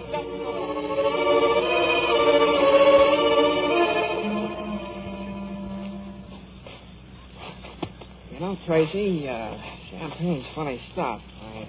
I'm used to whiskey. Whiskey's sort of a slap on the back. Champagne's a heavy mist before my eyes. It was nice of you to bring me home. I have a little mist, too. Hey, what's that? Music. Dance? Uh-uh. I'll tell you what. Let's have a quick swim to brighten us up. Dexter and I always swam after parties. Let's dip into some of the champagne. Hello. You? Hello. You look fine. I feel fine. Did you enjoy the party? Sure. The prettiest sight in this fine, pretty world is the privileged class enjoying its privilege. You're a snob, Connor. No doubt. Awash with champagne was Will Q. Tracy's pleasure dome on the nuptial eve of Tracy's... Oh, now listen. You can't marry that guy. George, I'm going to. Why not? Well, I don't know. I thought it before it at first, but you just don't seem to match up. Then the fault's with me. Well, maybe so, but all the same, you're quite a girl, Tracy Lord. You think? Yeah, I know. Thank you, Professor. I don't think I'm exceptional. Yeah, you are, though. I know any number like me. You ought to get around more. In the upper class? No, thank you. What have classes to do with it? George comes from the so-called lower class. Dexter from the upper. I'll take the lower, thanks. If you can't get a drawing room. What do you mean by that? My mistake. You're insulting. What? Sorry. Oh, don't apologize. Well, who's apologizing? I never knew such a man. Tracy. What do you want? You're wonderful. There's a magnificence in you, Tracy. No, I'm getting self-conscious. It's funny. Mike, Yeah, let's go. I don't know. Go up, I guess it's late. A magnificence that comes out of your eyes and your voice and the way you stand there and the way you walk. You're lit from within, Tracy. You've got fires banked down in you. Hearth fires and Holocaust. I don't seem to you made of bronze, then. No. You're made of flesh and blood. That's the blank, unholy surprise of it. You're the golden girl, Tracy. Full of life and warmth and delight. And what goes on here? You've got tears in your eyes. Shut up. Oh, Mike, keep talking, talk, will you? No, I've stopped. Why?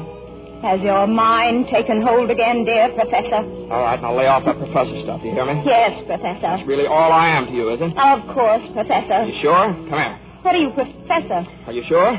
Yes, of course, I'm... Oh. Tracy. Oh. Golly, Moses. Tracy. Mr. Connor. Let me tell you something, Tracy. No, don't. All of a sudden I've got the shake. Can't be anything like love, can it? No, it mustn't be. It can't. Would it be inconvenient? Terribly. Anyway, I know it isn't. Oh, Mike, we're out of our minds. Right into our hearts. That ought to have music. It does, doesn't it? Oh, Tracy, you're so lovely. Oh, it's as if my insteps were melting away. What is it? Have I got feet of clay or something? Tracy. Mike, it's not far to the pool. It's just over the lawn and in the birch grove. It'll be lovely now. Tracy, you're tremendous. Put me in your pocket, Mike.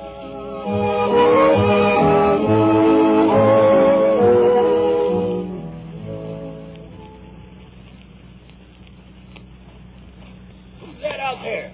Hello, Mac. Well, it's you, Mr. Dexter. Any prowlers around? No prowlers, sir. Can I get in this way? And if you can't, you can always go in the front, sir. Yes, well, thanks, Mac. Good night. Good night, sir. Hey. Is that you, Haven? Well, hello, Kittredge. Oh, what are you doing here? Oh, I'm a friend of the family's, didn't you know? Just dropped in for a chat. Now, don't try to be funny. I asked you a question. I could ask you the same question. Well, I telephoned Tracy and her phone didn't answer. I was worried, so I walked over from the gatehouse. I was worried, too. About what? Well, what do you think of this fellow Connor? Or do you? Now, listen, if you're trying to insinuate... Oh, my dear chap, I wouldn't insinuate anything, only... Oh. Listen, who's that? Oh, that? Oh, well, come on, I'll walk you around the house and tell you all about it. Something's going on here, and I'm staying. So are you. Why, it's that Connor. What's he doing with Tracy? Now, calm yourself, just... He's carrying in his arms. He's carrying Tracy. Uh-oh. Don't stop, Mikey. Keep crooning. Right here? Okay, somewhere. Now, what is it? Now, easy, Kittredge. She's not hurt, is she, Connor? No. Not wounded, sire, but dead. Oh, it seems the minute she hit the water, the wine hit her. Now, look here. Yes, a likely story, Connor. What'd you say? I said a likely story. Take her into the house. Now, listen, if you think that it... You'll be down directly? Yes, if you want. I want. Hello, Dexter. Hello, George. Hello, Mike. Second door to the right, Connor. Mind you don't wake Dinah up. I'll be right back directly. Not Peter made of clay. Did you know? Oh, this is horrible. Yes, how are the mighty fallen? But if I know Tracy, she won't remember much of this. For the second time in her life, she'll draw quite a tidy blank. Oh? You don't believe it, do you? Believe what? Well, the implications of what you saw, let us say. Well, what else am I to believe? Well, that's entirely up to you. I've got eyes, I've got imagination, haven't I? I don't know. Have you? Oh, so you pretend not to believe it? Yes, I pretend not to. Then you don't know women. Well, that's possible. Then you're a fool. Well, that's quite possible. Now, you won't be too hard on her, will you? I'll make up my own mind what I'll do. Well, we're all only human, you know. You, all of you, with your sophisticated ideas. Yes, ain't it awful? Well, I'm back. What do you want to do about it? Why, you low I'll take care of this, Kittredge. Oh, hey, listen, Haven. This is my affair. What right have you to... A husband. Now, till tomorrow. You can go now, Kittredge. I'll handle the rest of it, too. I'll speak to you tomorrow, Haven. Sure. Well, hey, Connor, come on, wake up. Come on. How do you feel? Well, now, look, if you think that... I know. I'm sorry, but I thought I'd better hit you before he did. He's in better shape than I am. Oh, yeah. Well, you'll do. Is there anything wrong, sir? No, not a thing, Mac. Just as quiet as a church. Who's that lying there? That's Mr. Connor, Mac. Oh, doggone. I thought it might have been Mr. Kittredge. Oh, well, now, we can't have everything, Mac. Good night. Good night, sir.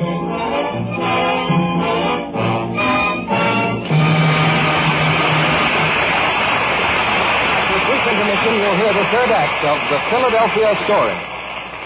If you've started buying war bonds, perhaps you haven't figured that what you're doing for your country is working out to your own best interests, too.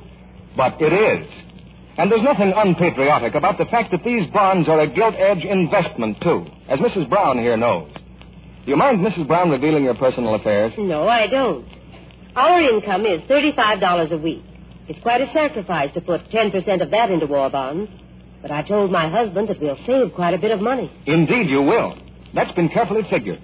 10% of $35 is $3.50 a week. 50 cents a day.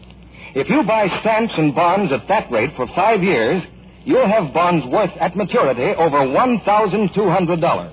That'll buy you the finest car you ever drove when the war is won. And this is one of the safest investments in the world, isn't it? Yes. These bonds are backed by the entire resources of the United States government.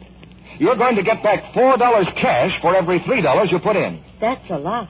Yes, but there are a few people who are thinking up reasons to excuse themselves for not buying these bonds. If you're one of them, your soldiers ask you to stop figuring why you can't buy them and start to find out how you can. Put 10% of your pay every payday into war bonds. Set your mind on victory and buy United States war bonds starting now. Our producer, Mr. DeMille. The curtain rises on the third act of the Philadelphia Story.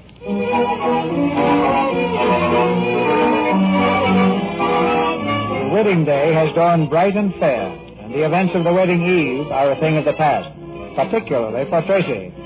She can't remember anything. She can't think of anything. Without propping her eyes open with her fingers, she can't even see anything. To comfort her in this predicament comes the little old comforter, Dinah. How do you feel, Tracy? Oh, fine. You look horrible. I know. Tracy, I hate you to get married and go away. I'll miss you, darling. I'll miss all of you. You know, I had the funniest dream about you last night. Did you? I dreamed I got up and went over to the window. And guess what I dreamed I saw coming out of the woods? I haven't the faintest idea. A skunk? Well, sort of. It was Mr. Connor. Mr. Connor? Yes, with his both arms full of something. And guess what it turned out to be? What? You. Me, Mr. Connor, was carrying you. Wasn't it funny? It looked sort of like you were coming from the pool. The pool? I'm going crazy. I'm standing here solidly on my own two hands and going crazy. Then what? Then after a while, I opened my door, and there he was in the hall, still coming along with you, puffing like a steam engine. His wind can't be very good. Then what? Well, then he... Guess. I couldn't possibly. Then he just sailed right into your room with you, and that scared me. So I got up and went to your door and peeked in to make sure you were all right. And guess what? What? You were. He was gone by then. Gone? Of course he was gone. He was never there. I know, Tracy. Well, I should certainly hope you did. It was just a dream, I guess. Tracy, Dexter says so, too. Dexter? Dinah, Lord, you little fiend, if you chose Dexter... Oh, hello. I'm testing the air. I like it, but it isn't like me. Well, hello, Donna. How do you do, Mr. Connor? Did you have a good sleep? Wonderful, wonderful. You? Marvelous. Have you ever seen a handsomer day? Never. What did set you back? I got it for nothing, for being a good girl. Well, Dinah, how are you? Don't worry. I'm going. Why should you? Well, I guess you must have things you wish to discuss. Only remember, it's getting late. She's always trying to make situations. Oh. Well, what's the matter with your chin? Oh, what does it children? A little. What happened? Well, I guess I stuck it out too far. Into a door in the dark? Yes, that's it. Well, Tracy, what about you? You all right? Me? Yeah. Oh, of course. Why shouldn't I be? I had a simply wonderful evening. I hope you enjoyed it, too. The last part of it. Really? Why, especially the last? Tracy, you asking me? Oh, you mean the swim? Yeah. We did swim. And so forth, didn't we? Yes. Did, Tracy, darling. Right. Well, what can I say to you? Tell me, darling. Not anything. Don't say anything, and especially not darling. Then you're going through with it, huh? Through with what? With the wedding. Why shouldn't I? Well, you said last night that... Oh, I said a lot of things last night, it seems. Okay, no doubt. Also, no regrets about last night, huh? Why should I have? Well... You don't know what I mean. I'm asking you. Tell me straight out. Tell me the reason why I should have had... No, don't. Don't tell me anything. All right.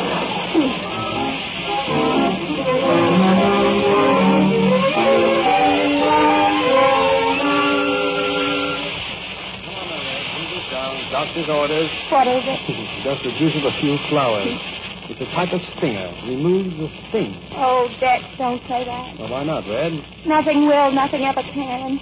Oh, Dex, I've done the most terrible thing to you. To me? Oh, I doubt that. I doubt it very much. Dex, what am I going to do? Why ask me, darling? Where do I come into it anymore? Aren't you confusing me with someone else? A fellow named Kittredge or something?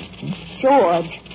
I've got to tell him. Tell him what, darling? I've got to tell him. Well, if you got to tell him, you've got to tell him, I suppose. But if he's got any brains at all, he'd have realized by now what a fool he made of himself. When? Last night. Was he here, too? Sure. Good golly, why didn't you sell tickets?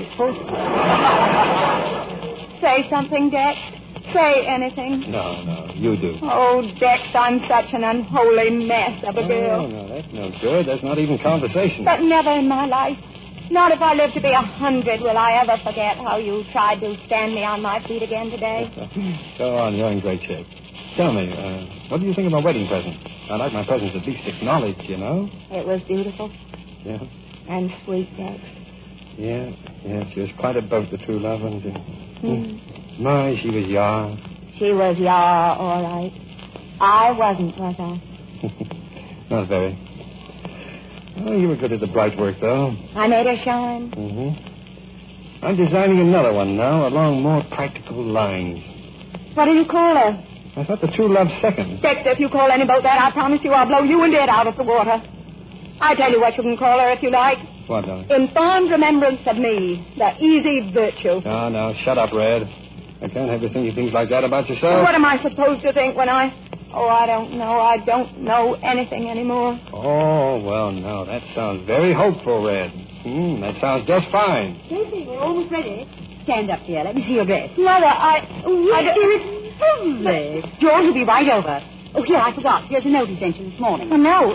Good morning, Mr. Connor. Hello, Miss Ingrid. Good morning. Oh, by the way, Dexter, Mr. Sidney Kidd telephoned. I was to tell you that you win. Whatever on earth does that mean? Fine. Well, I have a feeling it won't be so hard for me to resign now. And belts will be worn tighter this winter. Well, Red, I'm afraid this is the deadline. So is this. Listen, everybody, it's from George. My dear Tracy, I want you to know that you will always be my friend, that your conduct last night was so shocking to my ideals of womanhood that my attitude toward you and the prospect of a happy and beautiful life together has been changed materially. Oh, hello, George. Come and listen. Tracy, in front of all these people? It's only a letter from a friend. They're my friends, too. Here's the last of it. Your breach of common decency certainly entitles me to a full explanation before going through with our proposed marriage. In the light of day, I am sure that you will agree with me. Yes, George, I quite agree with you. That's all you have to say? What else? On the very eve of your wedding, an affair with another man. Oh, now, wait just a minute. Now, Kittredge, it may interest you to know that this so-called affair consisted of exactly 2 kisses and a rather late swim. Thanks, Mike, but there's no need to defend... After which I deposited Tracy in a room and promptly returned down here to you two, which doubtless you remember. Doubtless, without a doubt. You mean to say that was all there was to it? I do. Why? Was I so unattractive, so distant, so forbidding, or something that you... Well, this is fine talk, too. I'm asking a question. You were extremely attractive, but you were also a little worse or better for wine, and there are rules about that. Thank you, Mike. I think men are wonderful. The little dears. Then if it hadn't been for the drink last night, all this might not have happened.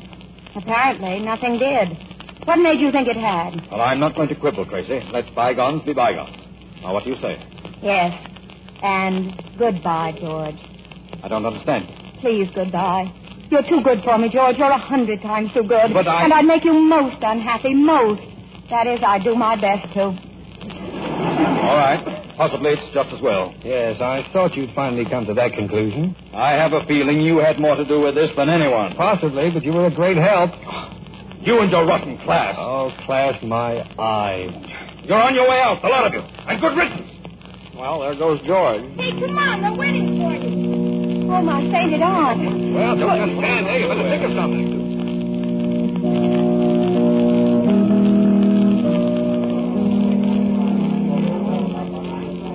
Shut that door. Shut the door. Dex, did you see them out there? That welter of faces. My, they look solemn. What in the name of all that's holy am I to do? Tracy. Yes, Mike. Now, look, I got you into this thing, and I'll get you out of it. Will you marry me, Tracy? No, Mike. Thanks, but... Nope. Why not? Because I don't think Liz would like it, and I'm not sure you would. And I'm even a little doubtful about myself. But I am beholden to you, Mike. I'm most beholden. But they're in there. They're waiting. Mike, don't get too conventional all at once, will you? There'll be a reaction. Come on, cheer up, Red. It'll be all right. You've been got out of jams before. Mother, it's all right, dear. Your father will make a very simple announcement. Is there anything special you want me to say, Tracy? No, I'll say it. Whatever it is, I'll say it. I won't be got out of anything anymore, thanks. Tell them to stop the music. Tracy, listen. Dick, what can I say? Just open that door and go ahead. I'll prompt you. Ladies and gentlemen. Dick. Ladies and gentlemen, 2 years ago I did you out of a wedding in this house by eloping to Maryland. 2 years ago, you were invited to a wedding in this house. And then I did you out of it by eloping to Maryland. Right. Which was very bad manners. But I hope to make it up to you by going through with it now as originally planned. But I hope to make it up to you by going beautifully through with it now, as originally and most beautifully planned. So if you just keep your seat for a minute. That's all. Dex, are you sure? Not the least, but I'll risk it, will you? You bet. You didn't do it just to soften the blow. No, Tracy. You want to say my face? Oh, it's a nice little face. Oh, Dex, I'll be yours now. I'll promise to be yours. You be whatever you like. You're my redhead. Now, are you all set? All set. Now, will you be best man, Mike? Honor, TK. Maid of honor, Liz? Matron of honor, remember Joe Smith? Oh, how did this ever happen? Well, come on, let's get in there. See you soon, Red. See you soon, Dex. Tracy, darling. I love you, Father. I love you too, Tracy. Never in my life have I been so full of love before. Come along. Wait, how do I look? Like a queen. Like a goddess. And you know how I feel? How? Like a human being.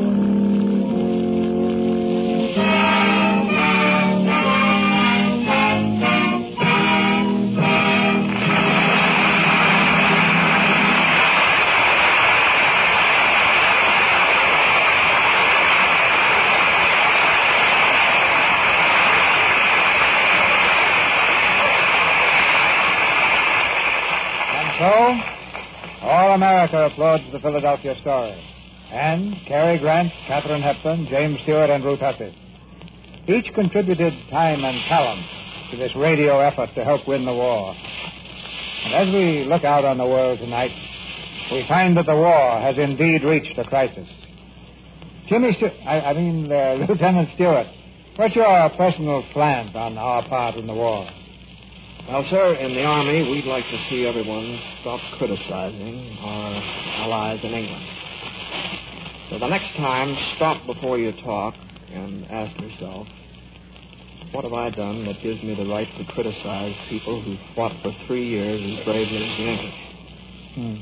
You wouldn't have to bring that up, Jimmy, if everyone realized that above all, the enemy wants to see our side divided. And now, Cary Grant. Well, C.B., if I could visit everyone listening tonight, I'd want to convince them of this one thing, that we've all got to win this war together. And by we, I mean the Russians, the Chinese, the English, and the Americans. You know, a very wise American, Benjamin Franklin, once said, we must all hang together, or assuredly we shall all hang separately. As true today as it was 160 years ago, sir. Now, here's Katharine Hepburn. I think I would like to ask every mother if she's heard of the crime of Lidice. That's the village in Czechoslovakia where every man was killed by the Nazis. I would ask her to imagine a knock at her door tonight. A knock and a door crashing in. A father and his sons dragged out to be shot. The girl and the mother scattered in cruel concentration camps, never to see each other again. I would say to that mother, if our side doesn't win this war, you can cross out the name of Lidice and write in the name of Middletown, USA.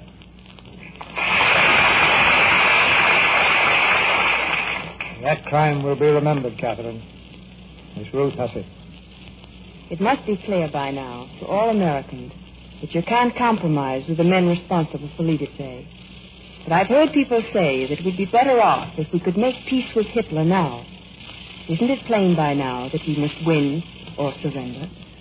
And if we surrender, isn't it plain what we can expect?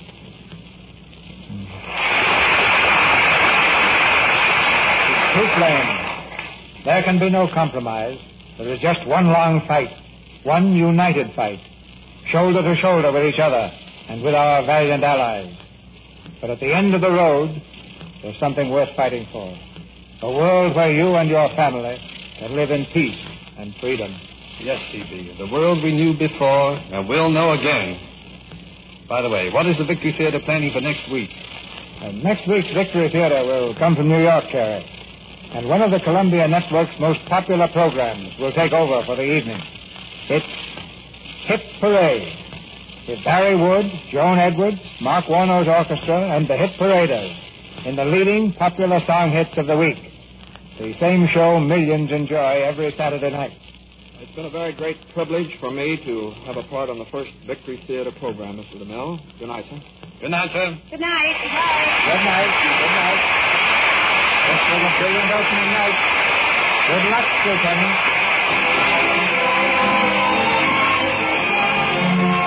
Our sponsor, the United States government, joins me in inviting you to listen again next Monday night when the Victory Theater presents the Hit Parade with Barry Wood, Joan Edwards, Mark Warno's orchestra, and the Hit Paraders.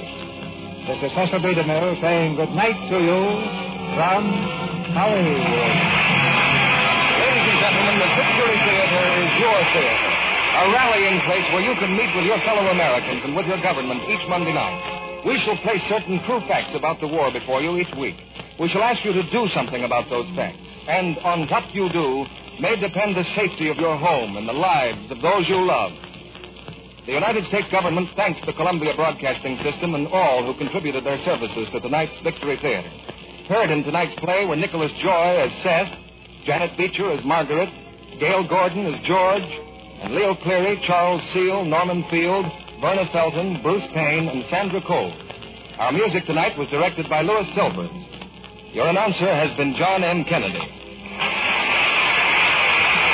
This is the Columbia Broadcasting System.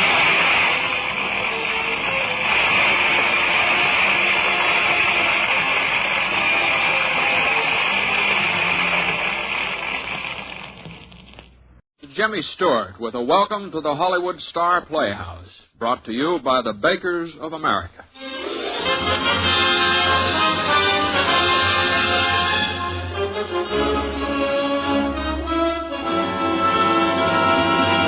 Hollywood Star Playhouse. 30 minutes of mystery, thrills, drama by Hollywood's finest writers featuring Hollywood's top stars. Brought to you by the Bakers of America through the cooperation of your baker. Hello there, this is Wendell Niles. In a moment, we'll bring you Act One of today's transcribed story, The Six-Shooter, starring Mr. James Stewart. Friends, depend on your baker to help you serve better meals through bakery foods.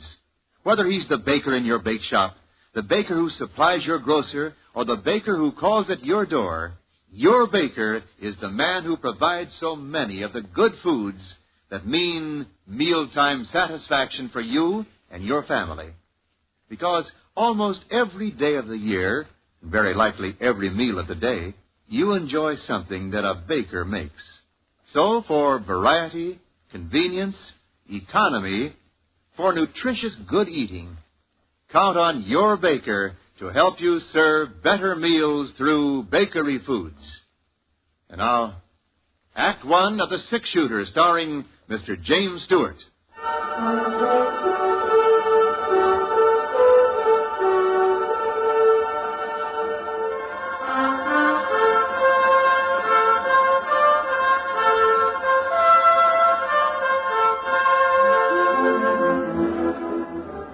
The rain had stopped, but the wind still carried slivers of moisture that cut into the boy's face as he rode along the edge of the creek.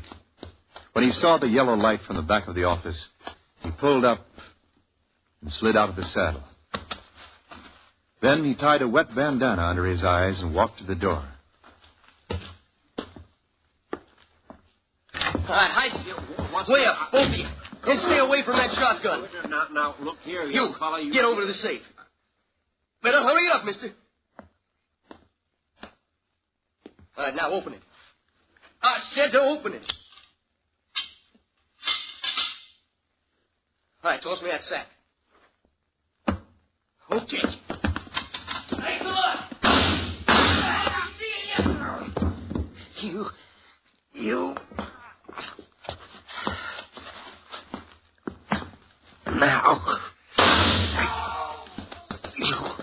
Rotten. Little...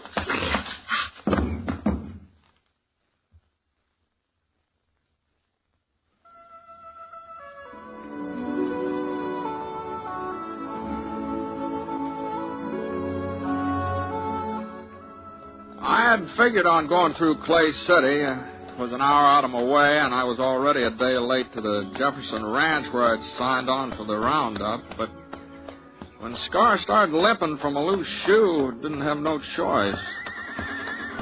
We had to head for the nearest blacksmith shop, so we turned north.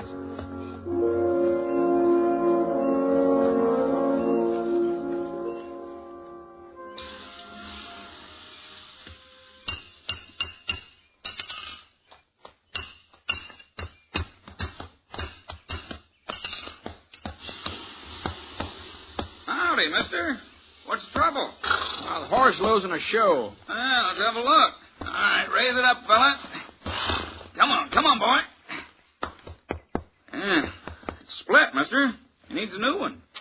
Okay, boy. Can you take care of it? Oh, sure. Bring him over here. Hey, what happened to Red? Fellow used to own this shop. Went to the band at Chasing Silver. I bought him out. Oh, yeah, you don't look very much like a blacksmith, huh? Oh, I'm stronger than I look. Heavier, too.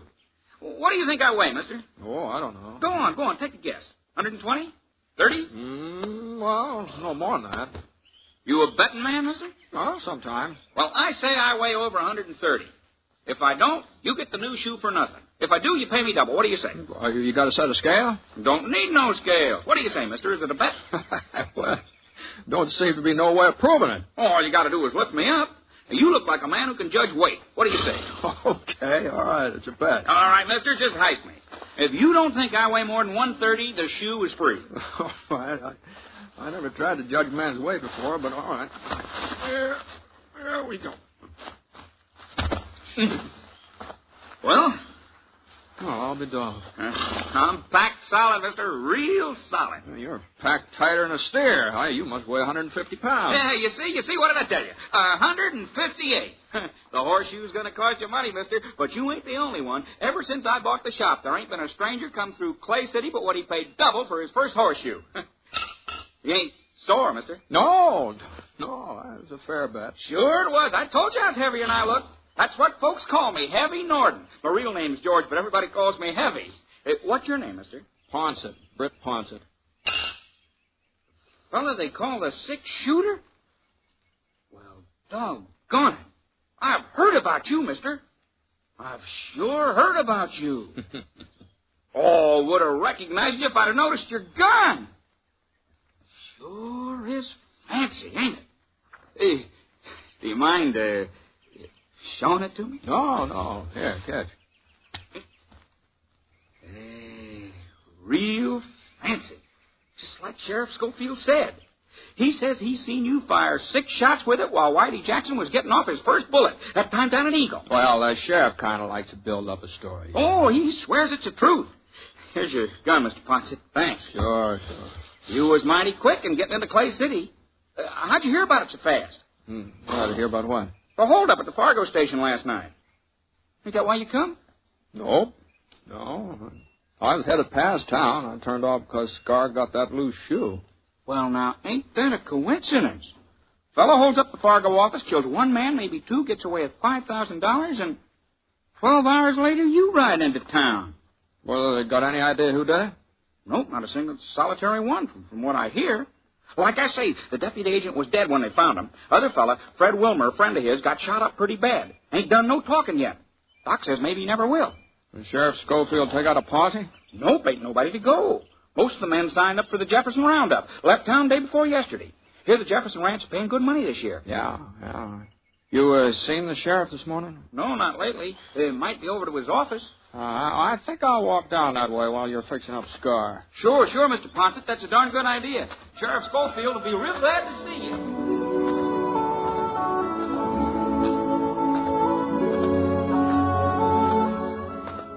A couple of doors this side of the sheriff's office, I saw the Wells Fargo sign nailed up next to a window. The place wasn't locked, so I went inside. One of the chairs was upset, and there was some damp stains on the floor. The cast iron safe against the wall was standing wide open, so I kicked it shut. Went out in the back stoop. There was some more blood on the steps and then just red mud. Right at the edge, I saw the hoof prints. They trailed off along the side of the creek. Whoever made them headed west. The horse had been wearing one shoe different from the other three. A sharp rock must have cut into it sometime or another. Not enough to split it, you understand, just enough so that the print left a jagged line, like fancy handwriting.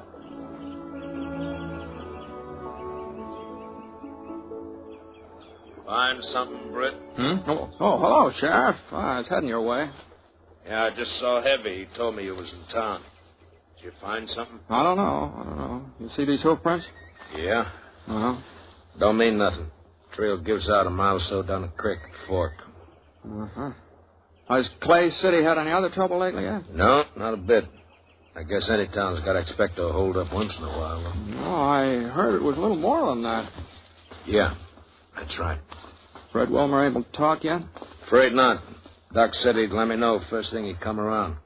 Took him out to his ranch. You been out there to see him since last night? Wasn't no reason. Well, it might be a good idea to be there, just in case. Thought maybe I ought to stick in town. Oh, I don't think anything more is going to happen here, Ed. I'll get Scar and I'll meet you out at Fred's place. Huh? I can handle this alone, Britt. Oh, sure. I'll just offer to keep you company, Ed. I'll meet you there.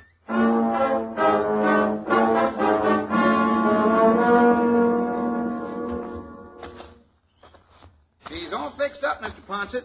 Tied him up around the side so he'd be in the shade. Thanks, Ellie. Did you find Sheriff Schofield? I told him you was in town. Yeah. You figure out anything? Not so far. Oh, you will. Sheriff's a good man. Why, you and him together, you'll get whoever done it. No, maybe so. You're the only blacksmith round here, ain't you, Heavy? Only one for 40 miles. Uh-huh. You ever see a horse with a shoe that's got one jagged edge, left hind leg? A lot of shoes got jagged edges, Mr. Ponset. Yeah, well, I'll show you what I mean. I ain't much of an artist. Now, here, it kind of looks a little like this. Seems to me I seen a shoe like that just the other day. Oh, sure, I remember. Told him he ought to get a new one for it. Ben Schofield, that's who it was, just the other day. Ben? The sheriff's kid. You know him, don't you, Mr. Ponset? Oh, sure. I ain't seen Ben in a couple of years. Well, you wouldn't recognize him if you did. He just sort of growed up overnight. Yeah, I guess he has.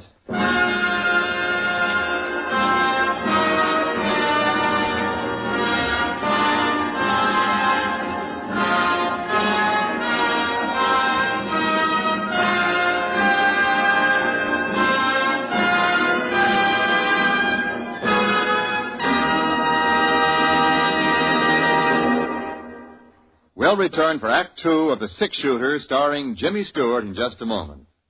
Today being Easter, it's interesting to note that of the many ancient observances of Easter, some customs have continued almost unchanged.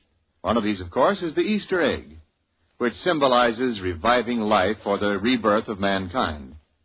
Then there's the cross-marked bread, eaten by the Saxons in the Middle Ages to honor their goddess of spring, Eostra. From this came our hot cross buns of today. But history says that the custom of serving small loaves of bread with a mark of the cross as part of religious festivities dates back centuries ago when it was first practiced by the Egyptians. That's not so strange, though, when you realize leavened or raised bread, the forerunner of our present-day bread, was invented over 2,000 years ago by the Egyptians. Imagine of all the many, many different kinds of foods that have fed people down through the ages, bread has been and still is our most important food. Here are the reasons. Bread more completely satisfies hunger and is a greater source of strength than any other known kind of food. And now, Act Two of The Six-Shooter, starring Jimmy Stewart.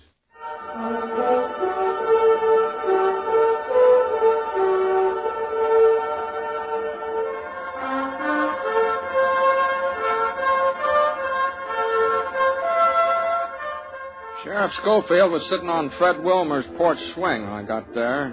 Doc was inside with Fred, so I squatted down on the stoop and waited. About half an hour, the doc came out and told us we could go inside and see Fred.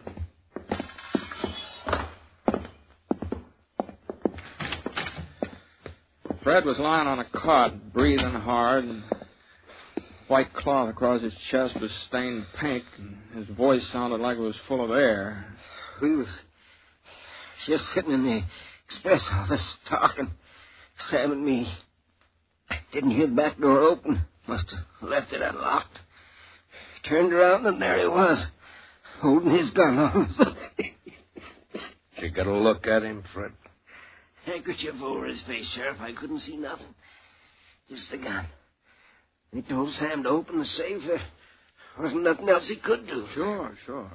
He took the money, walked over to the door. Yeah? Looked at us for a minute, and then shot. He didn't have no reason. He hit Sam in the face, and he hit me in the chest. He didn't have no reason. Take it easy, Fred. Take it easy now. Just like he enjoyed shooting at us. That's how it was, like he enjoyed it. Maybe he was scared. Oh, he wasn't scared, Sheriff. He didn't have no reason.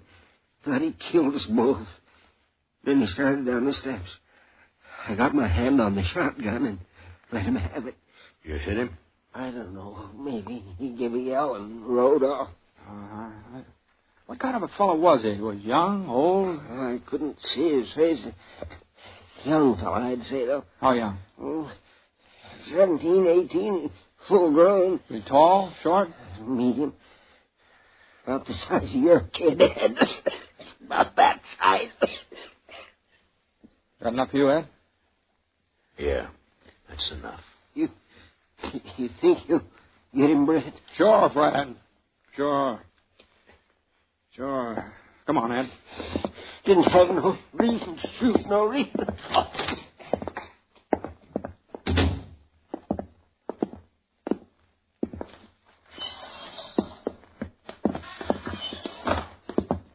Let's go, Ed. We're wasting our time, Brett. He's got a day's head start. He'd be 40 miles from here. Well, not if he's shot up. Well, you go on if you want to. Well, you're the sheriff. You got to make the arrest. You ain't never been so particular before. Well, maybe not, but this time I'm particular. You coming? We don't even know where to start. I thought along the creek. That's as good a place as any other. It's a waste of time, Brett. Well, we got time to waste. Come on, let's go.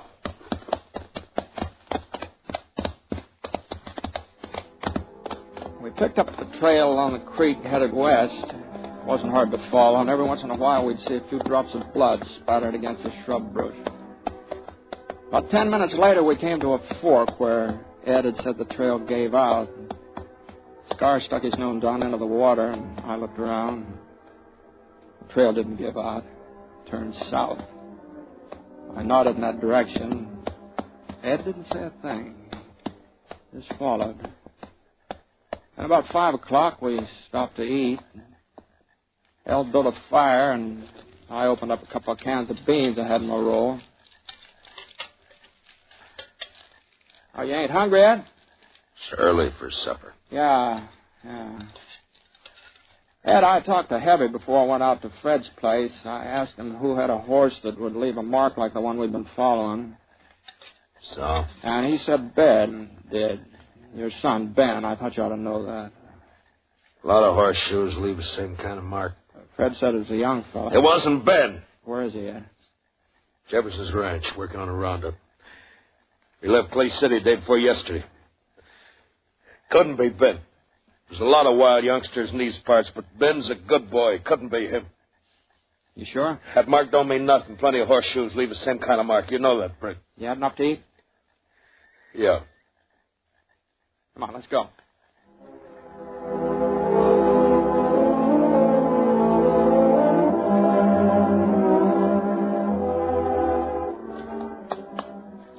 The moon came out, thin, yellow. Not real bright, but enough so you could follow the trail. For about 3 miles, there wasn't no blood. He must have wrapped something around the wound. Wrapped it real tight. And then we found the bandage. A piece of shirt tail sopped through. For the next mile, I'd been bleeding a lot, worse than ever. He was hit pretty bad. Looks like it. He couldn't have gone much further because I... Hold it, Stewart. Ed. Yeah. Hold on. Over there in the gully, that cabin. Yeah. Whose is it?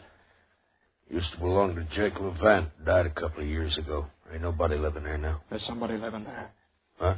Out and back. There's a pony. Better go ahead on foot.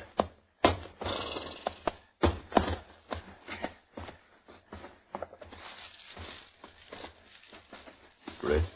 Yeah? We're going to take him alive, ain't we? If we can. We got to take him alive, Britt. It's Ben. I don't know, Britt. Not for sure. It could be Ben? It could be. Where's he been the last couple of days? I don't know that neither.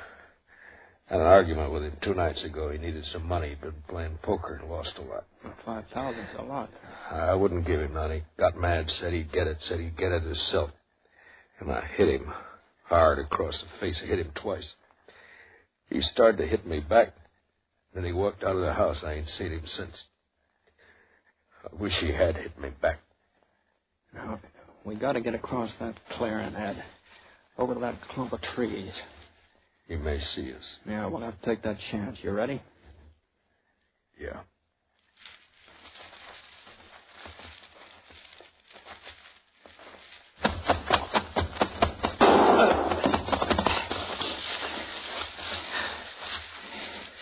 You all right? Sure. We'll stay in these trees for a couple of minutes. Okay. Then we'll rush him. Ain't going to be easy to take him, Ed. Now that he's spotted us. You ain't going to kill him, Brett. I ain't going to let him kill me. It ain't his fault, Brett. It's mine. You know that ain't so. No, it's the truth. It's my fault. You didn't raise him to be a killer, Maybe I did, Brett. I was a sheriff, seeing that everybody kept close to the line, seeing that everybody lived honest, especially Ben. I broke him, Brett. Broke him like you break a wild horse. I tried to take all the fight out of him fast. You know what happens when you do that to a horse? He gets tame, but the fight still there, and someday he turns wild again. I'll rush him alone, Ed. No. Stay here, Britt. Well, Sam Norton's dead. Maybe Fred Miller, too. Killing Ben won't bring him back. He's my son, Britt, my only son. You don't have no kids. You don't know. I'm sorry, Ed. No, we're going back to town. Not without him. We're going back. Now, you can outdraw me, Britt, but I'll still have time to get a shot off. I'll try to get him alive, Ed. I'll try. No, don't turn your back on me, Britt. Don't be a fool. Don't make me do it, Britt. I wasn't being brave. I knew he wouldn't shoot. A man like Ed Schofield just don't change overnight. You can figure a man like Ed. That's what I thought, anyway. But I hadn't figured what would happen next. I haven't figured on him running out into the clearing, standing there in the moonlight, gray against the black sky. Ben! It's me, Ben! You're dead! Can you hear me, Ben? Brett Ponce is coming after you. Throw out your gun, Ben! Brett Ponce is coming! Now listen to me, Ben! It's your death! I saw him go down, real slow, like his legs had buckled under him. I couldn't tell how bad he'd been hit. He rolled down a gully out of range, and I crawled forward. I pushed myself past a couple of rocks and head toward the back door. The kid was in the kitchen. I couldn't see him, but I could hear him moving around, going from window to window, looking out, waiting for me. I slid past another rock. I could run to the door or wait. The kid made up a mind for me. I slipped down fast, and the bullets nicked the rocks. The kid had good hearing. He knew I was right there. I took up my gun and waited.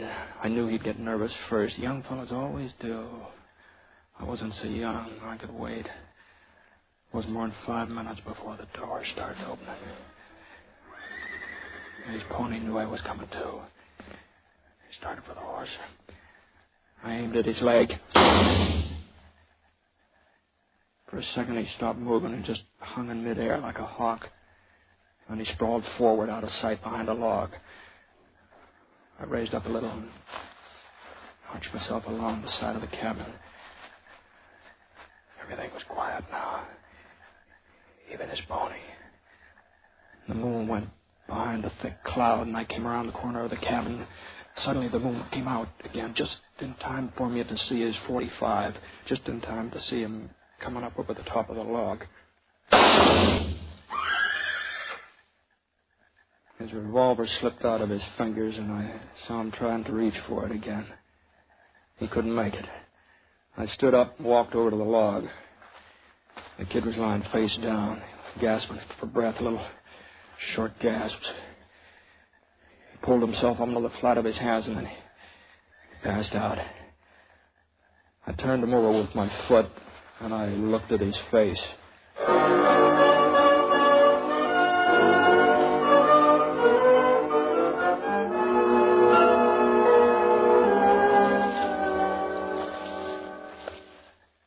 Ed?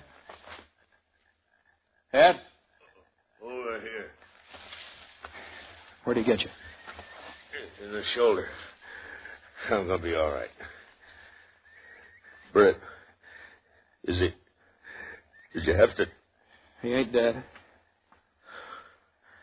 Thanks. I guess he didn't hear me calling to him. He didn't know who I was. Ed. What? Ed, it ain't Ben. What? It ain't Ben, Ed. You sure, Brett? Yeah, this kid's got red hair. There ain't no reason to lie to me, Brett. I ain't shot up bad. I ain't lying. I knew it wasn't Ben while I was going up after him. I knew it.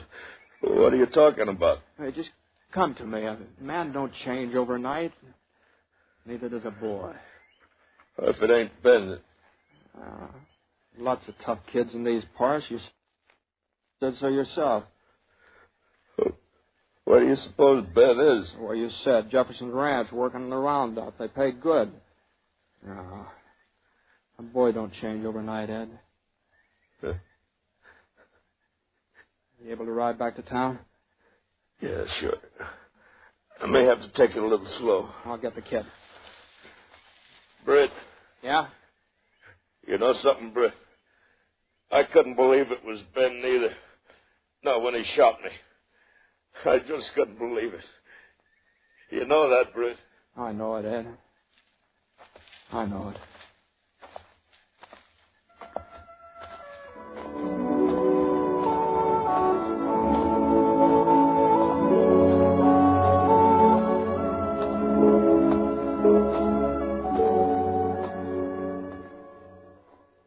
Jimmy, that's one of the most heartwarming, at the same time suspenseful yarns we've heard in a long, long time. Thanks a lot. Well, Wendell, when it comes to that thanks department, let's just be mighty sure we include Parley Bear, Herb Bygram, Bert Holland, and Bill Conrad, who played the sheriff. Bye. Be sure to come back, Jimmy. In just a moment, ladies and gentlemen, we'll introduce Miss Diana Lynn, the star of next week's story on Hollywood Star Playhouse. Say, I wonder if your family weekends are anything like the ones at our house. You see, ours are very informal, and lots of times our meals are very irregular. I make a point of seeing that Mrs. Niles doesn't do a single extra bit of meal fixing she can help. So if you ever drop in on the Niles some weekend, you better bring along a husky appetite for sandwiches. We love them, any kind. But a great favorite with the boys and myself is a ham egg burger. Ever tried one? Well, listen.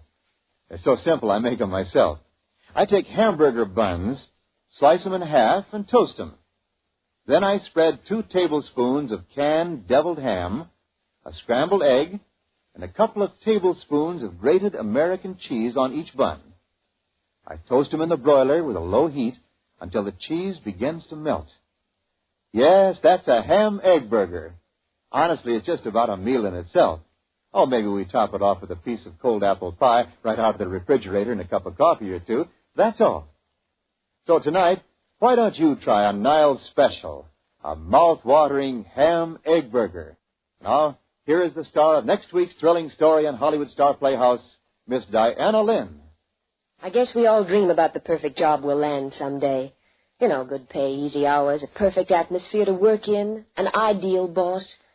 Well, I landed my dream job, only it turned out to be not a dream, but a nightmare of terror.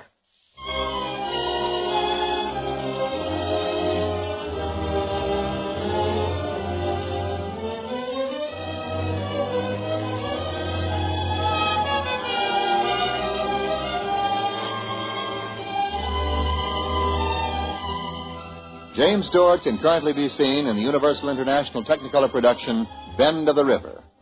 Tonight's transcribed story was written for Mr. Stewart by Frank Burt. The entire production is under the direction of Jack Johnstone. All characters and incidents were fictitious, and any similarity to actual characters or incidents is purely coincidental. This is Wendell Niles inviting you to be with us again next Sunday for the Bakers of America program, Hollywood Star Playhouse. Enjoy another half hour of fine entertainment brought to you direct from Hollywood by your baker. The baker in your bake shop, the baker who supplies your grocer, and the baker who calls at your door. All helping you serve better meals through bakery foods.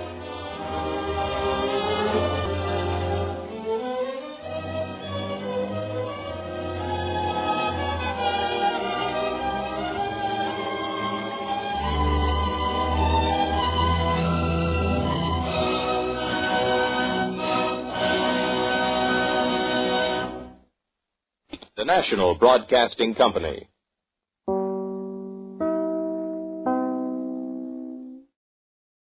Lux presents Hollywood.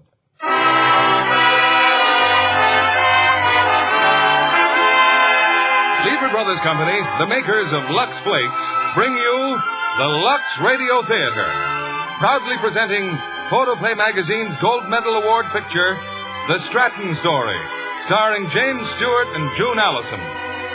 Ladies and gentlemen, your producer, Mr. William Keeley.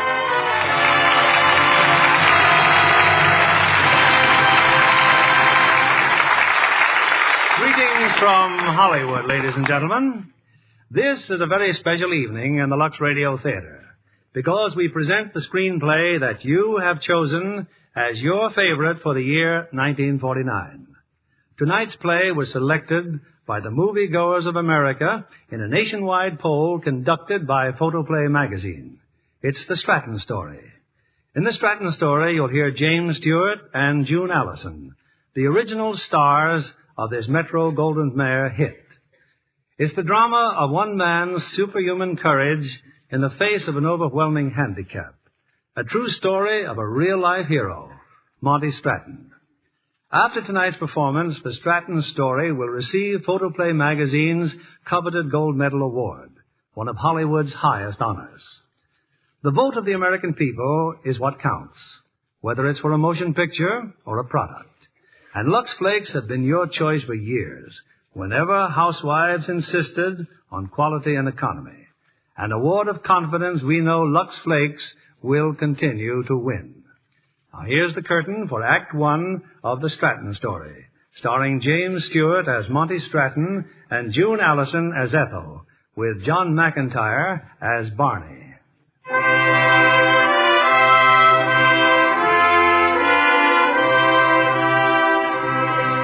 This is the true story of a young American. A story told to you by a man who knew him well enough to help shape his entire life. A man named Barney Wilde. I met Monty Stratton one autumn afternoon near a little country town, Wagner, Texas. I was bumming my way to California when I saw a ball game going on. After the game, I went looking for the fellow who'd pitch. You calling me, mister? Yeah, Hey, can you wait a minute? That game you just pitched. Nice going, son. Thanks, mister. You ever think of pitching regular professional baseball? Oh, I guess that's just about all I ever do think about. Well, what are you wasting your time around here for? Wasting my time. I get $3 every time I pitch a game. $3, huh? Son, I think you and I ought to have a little talk. Where are you heading? Home, just about 4 miles up this road here. 4 miles, huh? That'll probably kill me, but... Son, I sure like the way you throw a baseball. Thank you, sir. Why, you play ball, mister? Yeah, son, man. Slow down, will you? Where'd you play? Where'd you play? Chicago, Cleveland, Boston. Oh, big legs. That's right. One time I was a pretty fair catcher. I can teach you a lot about baseball, son. Well, I don't quite get it. Yeah, I know. Look at me now. Huh? Down and out or bum. Oh, no, I didn't mean that. Well, I was a fool. A grand slam double barrel fool. Broke training, hit the bottle. Well, here I am. But seeing you pitch this afternoon was like seeing a dream come true. Finding a hot prospect. Coming back into baseball. What, you staying around here? Well, not exactly. I was on my way to California. Oh. Of course, it doesn't have to be California. Uh-huh. I could, I could help. You ever do any farm work? Oh, You sure look mighty flabby. Son, I got muscles I haven't even used yet. Uh-huh. Well, I live with my ma. Oh. She doesn't think very much of baseball. Well, maybe if I spoke to her. No, you better let me do the talking. You see, mister, this is what us baseball men would call a squeeze play. Now, just let me think on it as we walk home.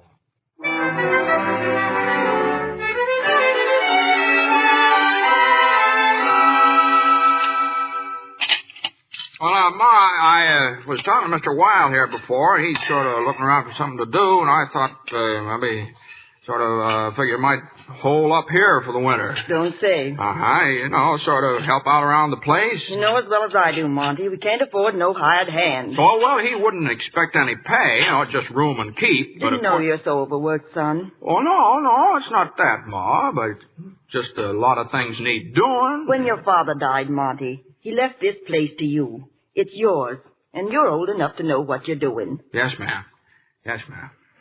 Well, I better get that feed out of the barn. Yeah, we better get that feed out of the barn. Mr. Wilde. Yes, ma'am? This farm's all Monty's got, Mr. Wilde, but it's worth something. But you and Monty, you go ahead and talk baseball. Maybe someday he'll do as good as you did.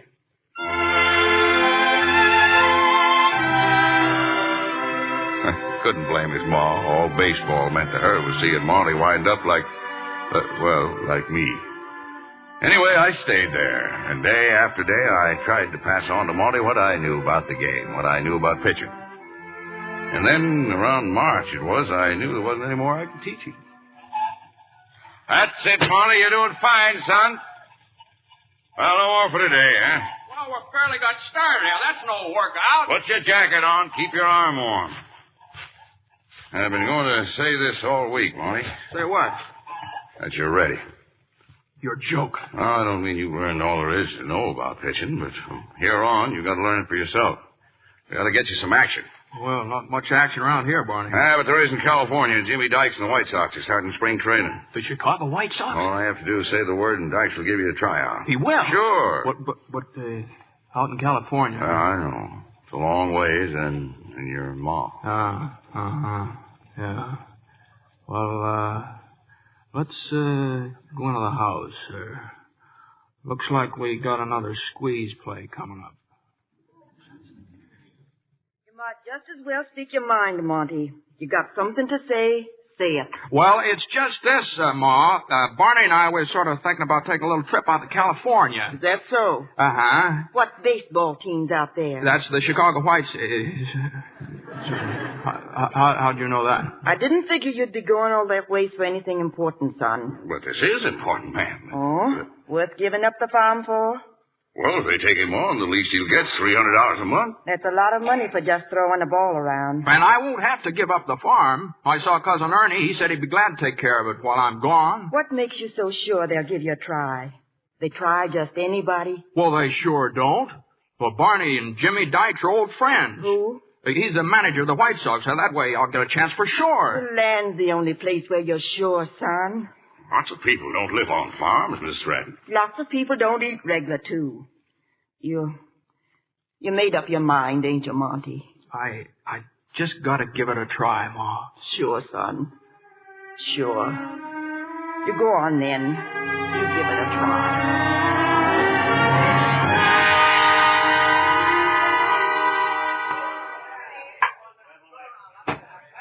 Hey, Red, who's the kid warming up? Kid, Mr. Dykes. The tall, skinny one in the leather jacket. I don't know. I thought you sent him out there. I'll tell you who he is. The best right-hand prospect since Christy Mathis. Barney. Oh, no, not you again. You bring that kid out here? You bet I did. I want you to have first crack at him. Thanks. He's got everything, Jimmy. I've been working with him all winter. Yeah? Who supplied the hooch? No, Jimmy. No, I haven't had a drop since... Well, this is him, Monty.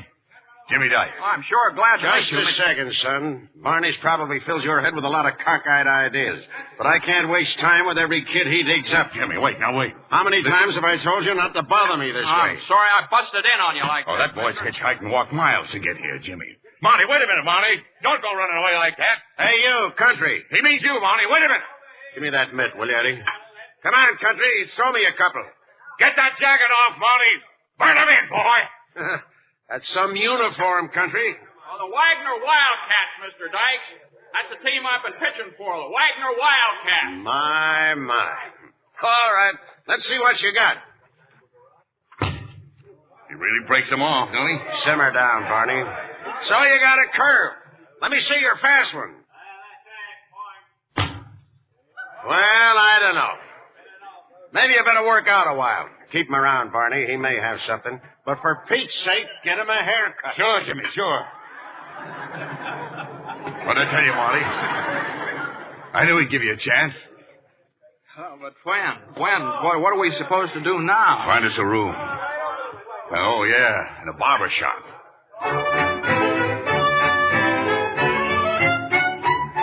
Well, we found a hotel and met a few of the players who were staying there. That night, Monty went down to the lobby to kill some time. And in the lobby, he discovered a fascinating pastime. Monty had never seen a slot machine before. 10 minutes later, he had a pocket full of quarters and a new friend, a rookie named Eddie Dibson. Eddie was flat broke. He had a date that night with his girl. To make matters worse, he was bringing a friend along. But there was Monty, fresh from the sticks and ready to learn all about nightlife in the city. Well, they're very nice dancers, aren't they? I mean, Dottie and Eddie. Yes, they are. I guess I shouldn't be here at all. Oh? Well, thank you. Thank you very much. Oh, no. It isn't you. It's me. I mean, it's Eddie. I don't know. But for some reason, he seemed awful anxious for me to tag along. Good friend of yours, Yeah, yes, he is. I just met him tonight, though. Come along, he says. I want you to meet the girls, he says. Come along. Oh. I'm sorry I can't ask you to dance, but I don't know how. Oh, that's all right. I guess baseball is about all I know. Well, that's something. You seen us work out yet? Us? Who's us? The Chicago White Sox. No, I guess that's the one thing I've missed. You see, I'm just visiting here. I'm from Omaha. Well, the team looks good. It looks awful good, I tell you. Oh, that's very nice. I'll bet you're pretty good yourself. Oh, I don't know. I'm still trying out. I'll bet you can hit a baseball pretty far. No, I'm not expected to hit very much. See, I'm a pitcher. Well, I'll bet you can pitch far. You don't quite seem to get the idea, do you? You see, I just have to pitch from the mound to the plate. It's just about 60 feet. All right, then. I'll bet you can pitch fast. Well, sometimes you have to sort of rear back and sort of let them go fast, and then other times just sort of whip it like this, you see, and curve it in, sort of. And you get in spots and you just sort of float her in. It's what you call a change of pace. And then speaking of change of pace, would you mind telling me something? Just what is that noise? Noise? What? Well, every time you move, that jingling sound. Jingling? Oh, this. Huh? You see, they have these, what do you call the machines in the lobby of the hotel.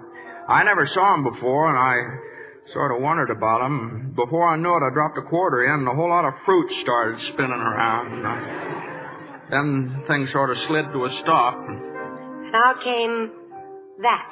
No, nothing happened. Not yet. Oh. Well, before I knew it, I was down to my last quarter. I sort of figured I might as well be broke as the way I was, so in went the last quarter, and the fruit took off again, oranges and grapefruit and lemons and spinning around like a top, and then all of a sudden the quarters started popping out like hens through a busted fence. Well, if you don't make it in baseball, Mr. Stratton, you've got a very fine future in gambling. No, I'm through gambling. Why? Well, I found out how it feels to lose and what it's like to win. Why keep at it? Yes.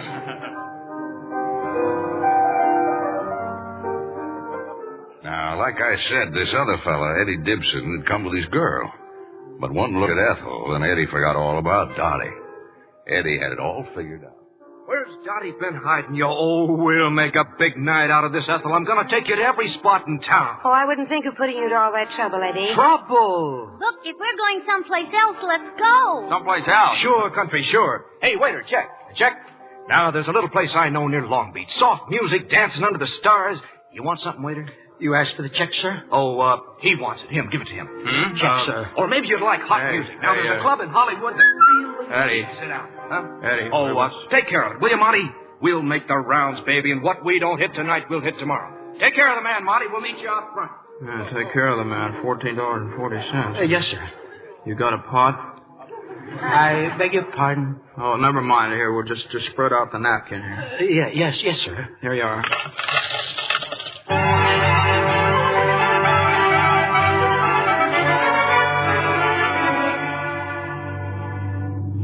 Did it occur to you, Mr. Stratton, that I might not want to go home? That I might have wanted to go somewhere with Eddie?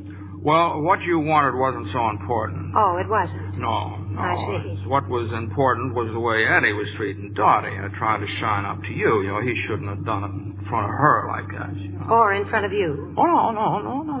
That's not what I mean. Hey, this is it, ain't it, Bud? Yeah, well, I guess it is. Yes, this is it.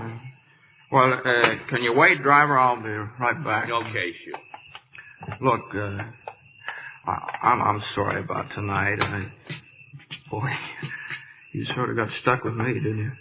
Oh, that's silly. No, I didn't. I just never had much experience with girls. What's so funny? You? You got stuck with the check. Oh, yeah. I sure did. It was worth it to get out of there. Well, good night. Monty, wait. Well, I'm sorry about tonight, too, but you see, I haven't had too much experience myself with ball players. Well, I'm not exactly a ball player yet. I haven't made the team yet. Oh, you'll make it.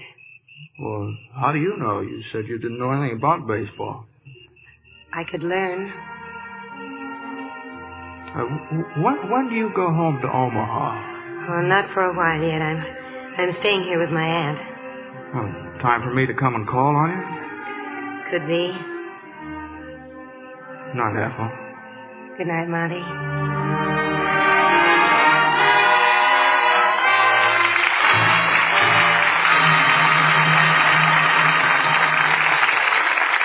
In just a moment, our stars will return with Act Two of the Stratton Story. I hear, Libby, you're collecting travel folders. Oh, just a dream so far, John. I got the Wanderlust at Paramount watching the Pine Thomas production of Captain China. That's a rip-roaring adventure story if I ever saw one. John Payne in the title role gives a magnificent performance. What a fighter he is. And Gail Russell looks more beautiful than ever. Oh, she's ravishing. As a passenger on a tramp steamer, she adds a delightful bit of romance. The typhoon scenes in Captain China got me. They were so realistic, I practically hoped the skipper keep the ship afloat. Well, the ship was definitely real, and so rough that when the picture was finished, Gail said she'd take the smooth sailing of a sailboat or a cabin cruiser from now on. Certainly more relaxing. And you can wear such pretty clothes when you know there's a box of Lux Flakes not far away. Gail has a sharkskin rayon slack suit she loves for sailing. Or if she wants to tan, she takes along some little boy shorts in butcher linen and a jersey halter top. A cargo of Luxables, huh? Gail insists on Lux Flakes for all her washable rayons and nice cottons. They stay so fresh and bright all season. A smart girl. Washing tests prove that Lux Flakes care really makes a difference. Wrong washing methods soon fade colors, weaken fabrics. But even the most delicate shades stay enchantingly fresh and gay the safe Lux Flakes way. And it's such easy care. Just a swish in these rich, gentle suds, and your dress, your blouse, your slacks are as lovely as ever. Why not give all your washables that lovely Lux look?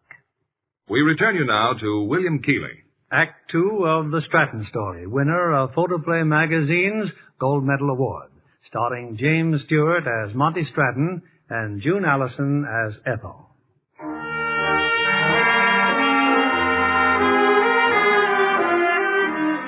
Those next few weeks, they were quite a strain. Between falling in love and trying out for the White Sox, Monty just didn't know where he stood.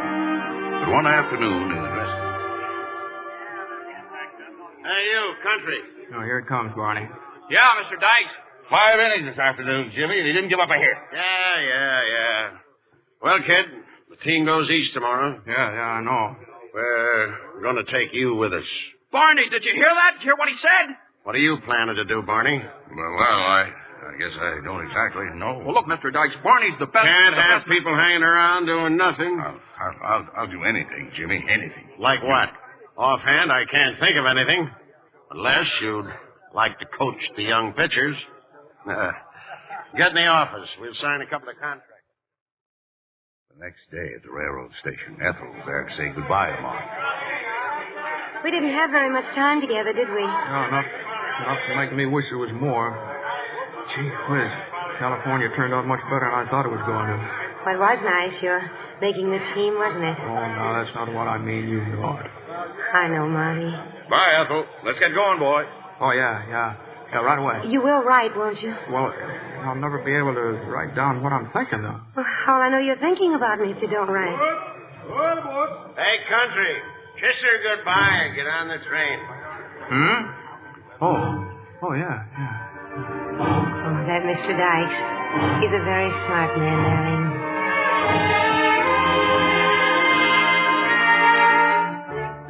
And then the season started. Detroit, Cleveland, St. Louis, back to Chicago again. And so far, Monty Stratton's services to the Chicago White Sox consisted of batting fly balls to the outfield in the warm-up before the games. On this day, the Yankees were in town, murdering it. Now, the one thing about the dugout, Barney, you get a good view of the game. Boy, I ought to pay admission. Yeah, well, you can learn plenty just sitting here. Double for Gary. There goes Dykes. He's taking the pitcher out. What a gang, them Yankees. If a pitcher's going to get by, he's got to give them what they don't expect. Outthink them. Yeah, well, they don't have to worry about me outthinking them. Boy, every time I get paid, I feel like I'm stealing. Come on, Dykes. Put a pitcher in there. All right, Stratton, get out there. Huh? What, me? No, Jimmy, no, not at a time like this. Why, those Yankees have sent more pitchers to Omaha You wanted the kid to get a chance, didn't you? Well, he's got it. Now pitching for Chicago, number 25, Marty Stratton. You know who he's pitching to. Dickey, that's all. Just feel Dickey. Another ball player. Forget about the runners, kid. Just pitch to him. Tell me it's foul, Jimmy. Tell me it's foul. What do you know? Clear over the center field wall. Omaha.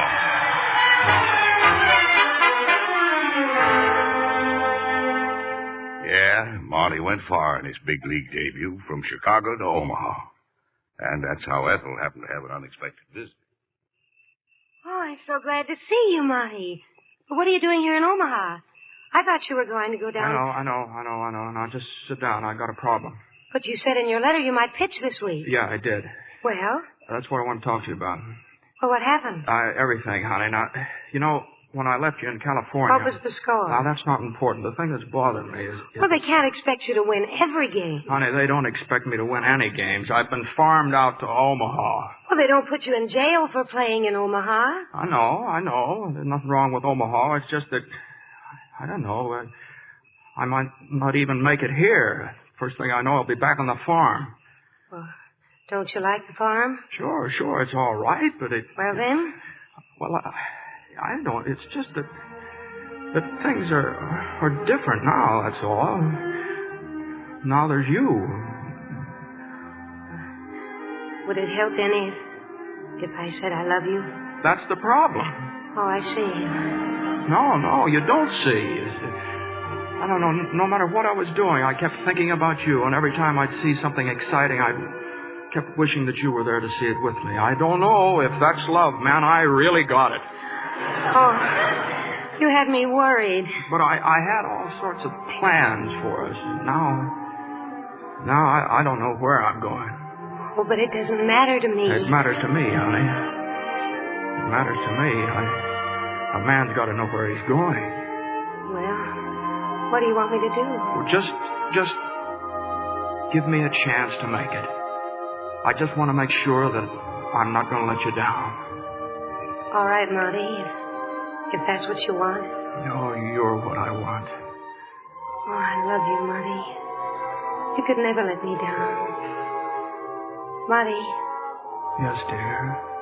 What was the score? 16-0. Oh, you're a fine pitcher. There's a tailor in Chicago who gives a suit of clothes to every ball player who hits the scoreboard in the center field. As of yesterday, the New York Yankees, the best-dressed team in baseball.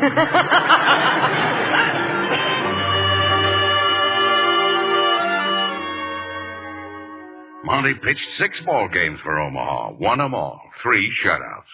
That was good enough for Jimmy Dykes. He brought Monty back to the White Sox.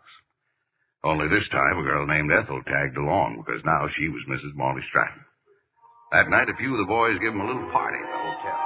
Just proves what I've been saying. How could a guy like you, Country, get a gal like Ethel? Oh, it wasn't easy, Mr. Lyons. I just wouldn't take no for an answer. Oh, she's pretty, Ted, but she's not very smart. Here come the Bombers. Bombers? Yeah, a few of the Yankee players. This is what they look like, honey, when they're just civilians. Hi, Lou. Hiya, fellas. Yeah. I guess you know everybody. Oh, this is Monty Stratton. Stratton, this is Bill Dickey. Mr. Dickey, Mrs. Stratton. How do you do? How do you do? Well, we met you earlier this season, didn't we, Stratton? Man, you met me and everything I pitched. Well, it's nice to have met you, Mrs. Stratton. Thank you. Why, he's awfully nice. Well, wait till you see him tomorrow, honey. Why, they don't call him the Bombers for nothing. Wow. Some poor guy's going to have a rough afternoon. Yeah, could be. Hey, by the way, Barney, who's Dykes going to pitch tomorrow? You. Yeah. Who? Me? A couple of the boys have sore arms. Ethel. Yes, dear? Our baggage. You unpacked anything yet? No, not yet. Don't.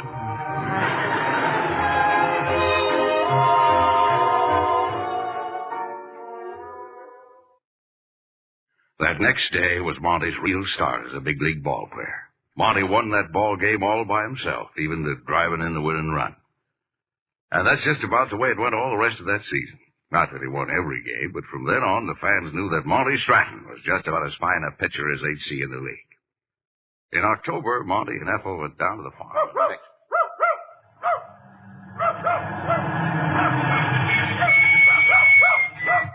Well, now, if you'll call off your dog, ma'am, I'm selling some books here that you might like to see. Monty! Oh, land sakes, I didn't even know you, son.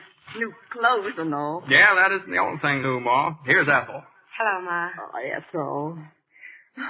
Seems to me, son, you've been running over with luck. Oh, I sure have, Ma. Got a new car, too. Oh, yes. Bought myself a bucket of bolts. Ernie. Howdy, Monty. Howdy. Ethel, this is my cousin Ernie. If it wasn't for Ernie, I never could have left here. Hello, Ernie. Ma'am. Hey, you're pitching good, Monty. Well, don't tell me you're a fan now. Nope, just heard about it. Well, I guess you won't be needing me anymore, huh, Monty? Well, I sort of wish you'd stick around, Ernie. We got a lot of things you could fix up around here. Lot you know about it. Always fences to mend and some fresh paint, maybe, and then, maybe better build one of those nursery rooms. You leave your mouth open like that, Ma, you're liable to catch a fly in it. Monty. Ethel. Yeah, well, now, how about some supper, Grandma?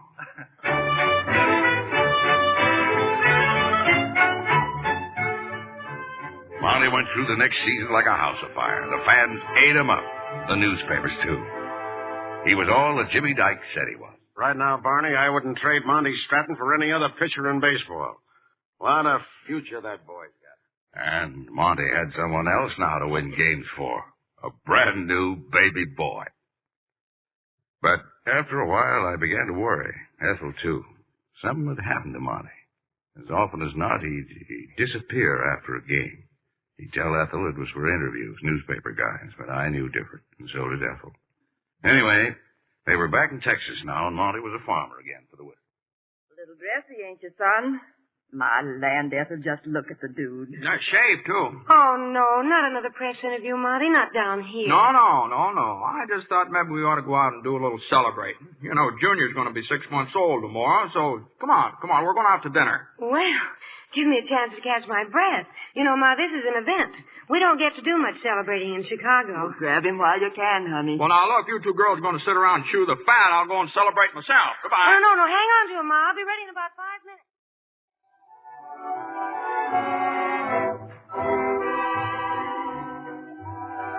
Would you care to dance, Mrs. Stratton? Monty, you're acting very strangely. Ordering champagne and now Well, a fine thing if a man has to plead with his own wife to dance with him. But, darling, you don't dance. You like to dance, don't you? Well, yes, I do. Well, maybe it's about time I learn. Now, come on. Well, you're going to look awfully funny out there. It won't be the first time. Now, come on.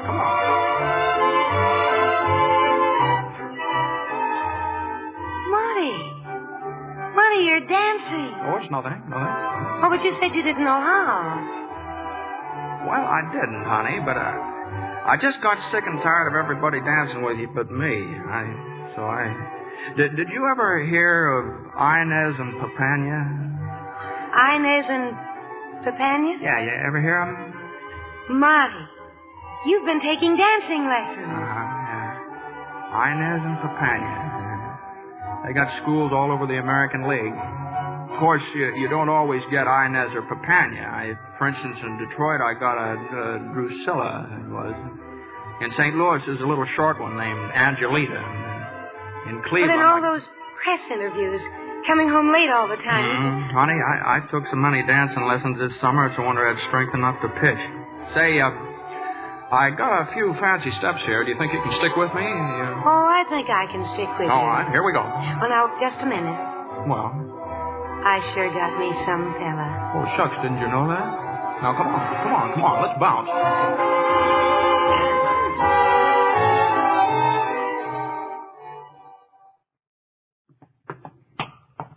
Good morning, Ma. Morning. It was morning when you came in last night. Now, what could you two have been doing all that time? Oh, just dancing. Dancing? With him? Well, sure, naturally. You were dancing? Well, I wouldn't be surprised if we did some more dancing tonight. How about a date, ma'am? Why, sure. Only right now, Ma and I have a lot of canning to do. Now, what about my son? Where is he? Well, now, he's in perfectly good hands. He's helping Ernie feed the chickens. Well, it's a fine thing. I'm practically useless around here. Okay, suppose I get my gun and my dog and we look for a couple of rabbits, huh? Well, if it's all right with the rabbits, it's certainly all right with me. I'll see you in a couple hours, honey. Hey, dog, Hap, come on, let's go hunt.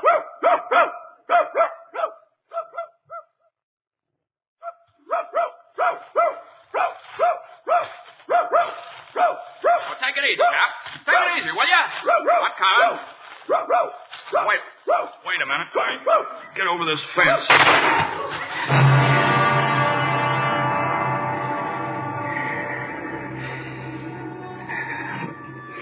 My leg.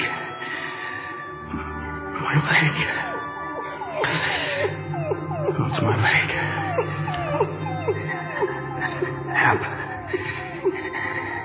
Hap, go home. No, Hap. Get Ethel. Go home, Hap.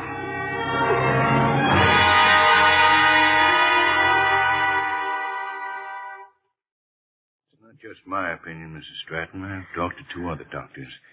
It's his leg or his life. But his legs are his life. The infection is spreading. If we don't operate immediately... Oh, but his leg... He's a ball player. He's a man whose life is in danger. We must have your permission to operate. Please sign this paper, Mrs. Stratton.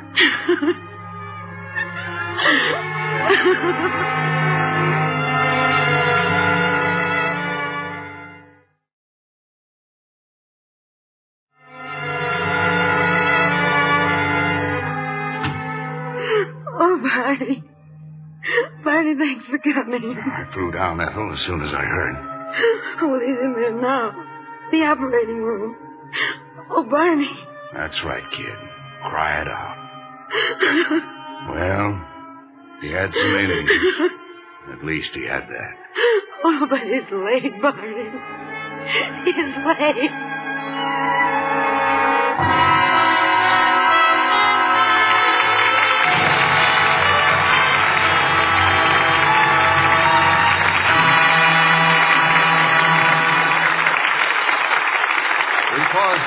station identification. This is CBS, the Columbia Broadcasting System.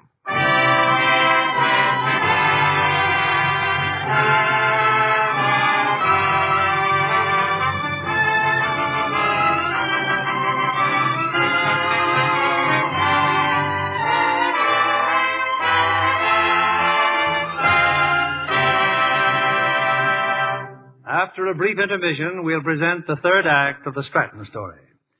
Right now, I'd like to introduce a charming and lovely young star of stage and screen, Miss Pamela Britton. You know you're in good company in your latest screen role in Key to the City, Pamela. I couldn't ask for a better break than to be in a picture with Clark Gable and Loretta Young, Mr. Keeley. Yes, they're at their best in Metro-Goldwyn-Mayer's sparkling new comedy. Working with George Sidney, the director, was a wonderful experience for me, too. Clark Gable is delightful as a happy-go-lucky, two-fisted mayor who falls in love with beautiful Loretta Young, a lady mayor. Just the ingredients for a grand comedy. And when you add Frank Morgan and Marilyn Maxwell, it just bubbles over. Yes, Loretta makes a lovely mayor. You know, I'd vote for her any time. Girls will love her wardrobe, especially a ravishing chiffon nightgown that gets Clark Gable into a very amusing situation in Key to the City. The night he plays a major role in one scene. And I'm sure Lux Flakes play a major role keeping it lovely for the camera. That's exactly what the wardrobe department told me, Mr. Kennedy. I discovered that Loretta Young is just as enthusiastic about Lux Flakes as the studio is. One day in her dressing room, she showed me some gorgeous new slips and nighties she had just bought. Luscious pastels that were really dreamy. We both agreed we wouldn't trust such delicate colors to anything but Lux Flakes. Smart girls everywhere feel the same way. They know that Lux Flakes are far safer for exquisite colors and fabrics. Actual washing tests prove it. Pretty slips and nighties washed the wrong way soon look faded and old. But those washed with Lux Flakes stay fresh and bright as can be 3 times as long. It pays to play safe. Protect all your silk, rayon, nylon, and fine cottons, too, with gentle Lux Flakes care. Give all your nice washables that lovely Lux look. Thank you for coming tonight, Pamela Britton. Here's our producer, Mr. William Keeley. The curtain rises on Act 3 of The Stratton Story, winner of Photoplay Magazine's Gold Medal Award, starring James Stewart as Monty Stratton and June Allison as Ethel.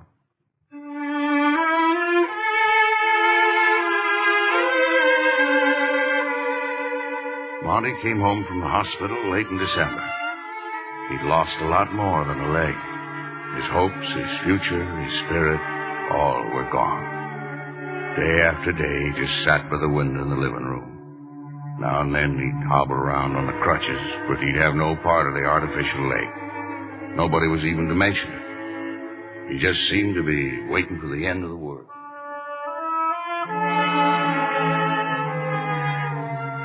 Lots of mail today, Monty. Look, darling, hundreds of letters from people all over the country. Yeah, well, I don't want to look at them. Oh, but if people are nice enough to write to you, don't you think you... Well, if you like them so much, why don't you read them yourself? What do they say? Merry Christmas? Happy New Year? I was straightening things out in the shed, Monty. There's a lot of your stuff piled up out there. Yeah, I know. Oh, why don't you let me get your crutches? We'll go out there and look it over. I know what's out there. Get rid of it all. But there are things you'll want to hang on to, darling. Like this baseball, the one the team all signed, remember? Yeah. Give it to me. All right, now do you believe me? Get rid of it all.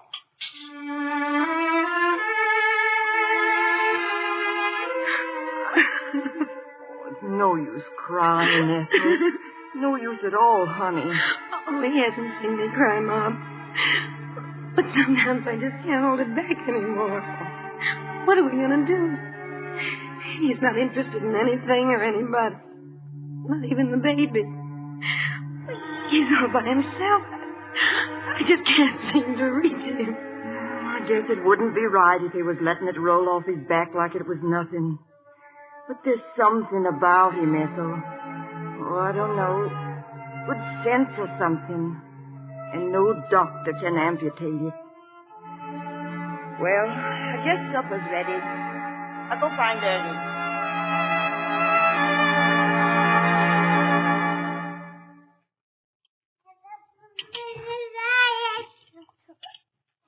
Isn't it past baby's bedtime? What's he doing here? I'll take him up, Monty. Come on, darling. Now you say goodnight to Uncle Ernie. Hey, he said it. He said good night. Regular blabbermouth, ain't he? Well, I'll be dogged. Come here, young fella. Come here to Uncle Ernie. Come on. Come on. Look, Monty, he's trying to walk. Well, darn if he ain't walking and talking all in one night. Oh, Monty, if we could only have a picture of that. His first real step. Isn't it wonderful? What's so wonderful about it? He's got 2 legs, hasn't he? Come on, give me my crutches.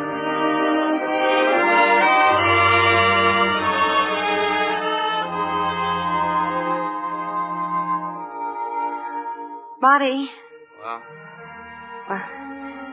Maybe you'd rather be alone. I just thought... Oh, Monty, don't let it do this to you, darling. Please. I don't know. I just came out of doors to look at that road. I used to do 10 miles on that road like it was nothing and then pitch a ball game. Now I can get it. I can hardly get as far as the road, let alone walk on it. You told me once, a man's got to know where he's going. Where are you going, Monty? I guess I'm just not going. Before I could do things, but now Oh, I've made out much worse than you, Monty. You lost your leg, but I lost you. No, but I still feel the same way inside. Oh, I know you feel the same, darling. That's what I've been trying to tell you all these weeks. Oh, give me your hand, Ethel. If I just didn't love you so much. Oh, Monty. Oh, honey. I guess I got a squawk coming, too. I sure wasted a lot of money on those dancing lessons. Oh, Monty. Darling. Gee, I sure got me some gal. Oh, shucks. Didn't you know that?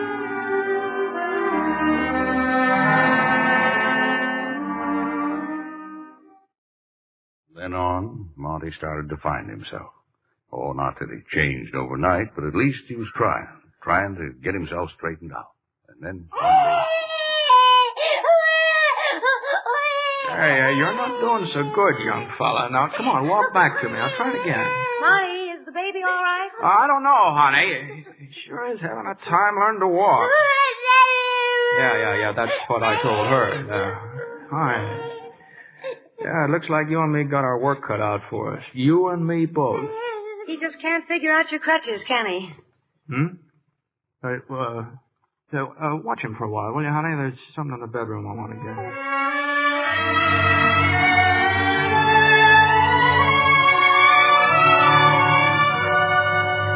Marty. I'll take him now, honey. Junior and I need a little sunshine. We're going out. But, Marty, your crutches. Yeah, I figured it's time I tried out my store leg. Come on. Come on, put his coat on. Come on, now. We mustn't keep Daddy waiting. Please be a good boy. Now, you see these things, Junior? Well, they're feet. Now, those are yours, and these are mine. And they tell me you're supposed to pick them up and lay them down. Okay, now. Let's see what happens, huh?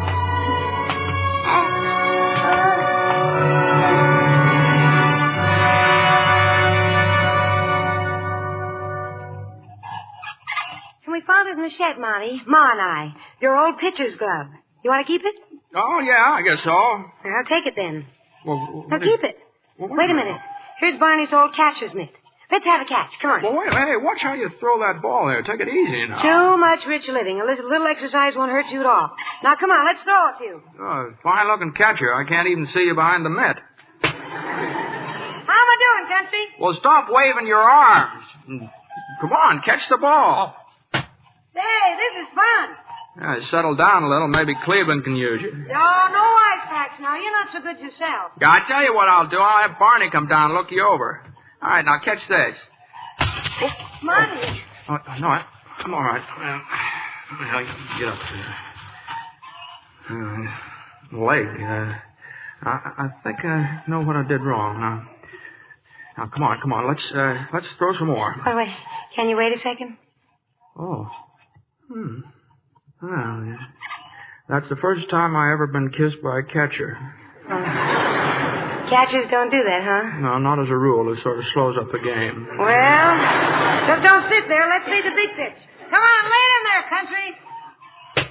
Where's all your stuff? Lay it in there. Hey, let's see the fastball. The fastball? Well, even if I had one, what would you do with it? Well, now, you just throw it and find out. Well, you're fixing to get your head knocked off. Don't argue with the catcher. Now, come on, right over the plate. Oh, okay. Come on, now, right in here, kid. Oh, honey, I'm sorry. Oh, gee, Just help me up. I caught it, didn't I? Well, let me see your hand. Did you hurt your hand? What I am rubbing is not my hand. Oh, yes. You just lost yourself a catcher. Never had a catcher quit me before. You never had a catcher before who was going to have a baby. Well, why don't we just sort... Hey, what? What?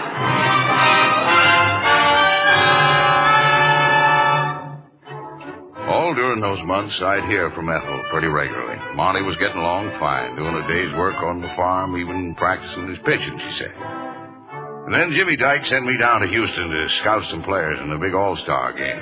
I figured to stop by the farm the day after the game and visit with Monty. But he pulled a big surprise. He was at the game, in the dressing room, in uniform.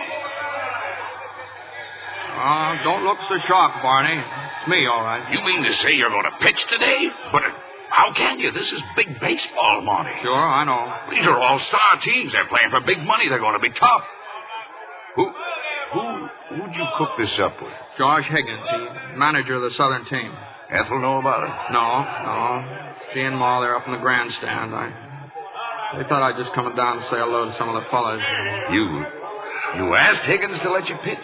I asked Higgins to let me try, Barney. I had to find out just what's what. And I'd better start out the field. Here are the batteries for today's game. The Western All-Stars, Gene Sheridan pitching, R.T. catching. For the Southern All-Stars, Milliken catching. And in his first comeback appearance, Monty Stratton pitching. Ethel had seen me now. I tried to stop her, but I couldn't. She met Monty just as he was limping out of the tunnel toward the field. Darling, why didn't you tell me? I wanted to surprise you, I guess. I got so I was throwing the ball pretty good, and I got all steamed up, and I don't know. Now I'm afraid. Afraid? Afraid of what? You've been beaten before. I keep saying to myself I'm just the same as everybody else. I wanted to prove it. I wanted to show you, only I can't. I just can't go through with it. Monty, listen to me. I came down here just now hoping to stop you. I was just as afraid as you are. But you can't turn back now. That won't solve anything. You're a ball player, country. Well, saying I'm still a ball player doesn't make me one. Well, then let's find out. Well, Do I look all right? Oh, you look just fine. Now go on. Get out there.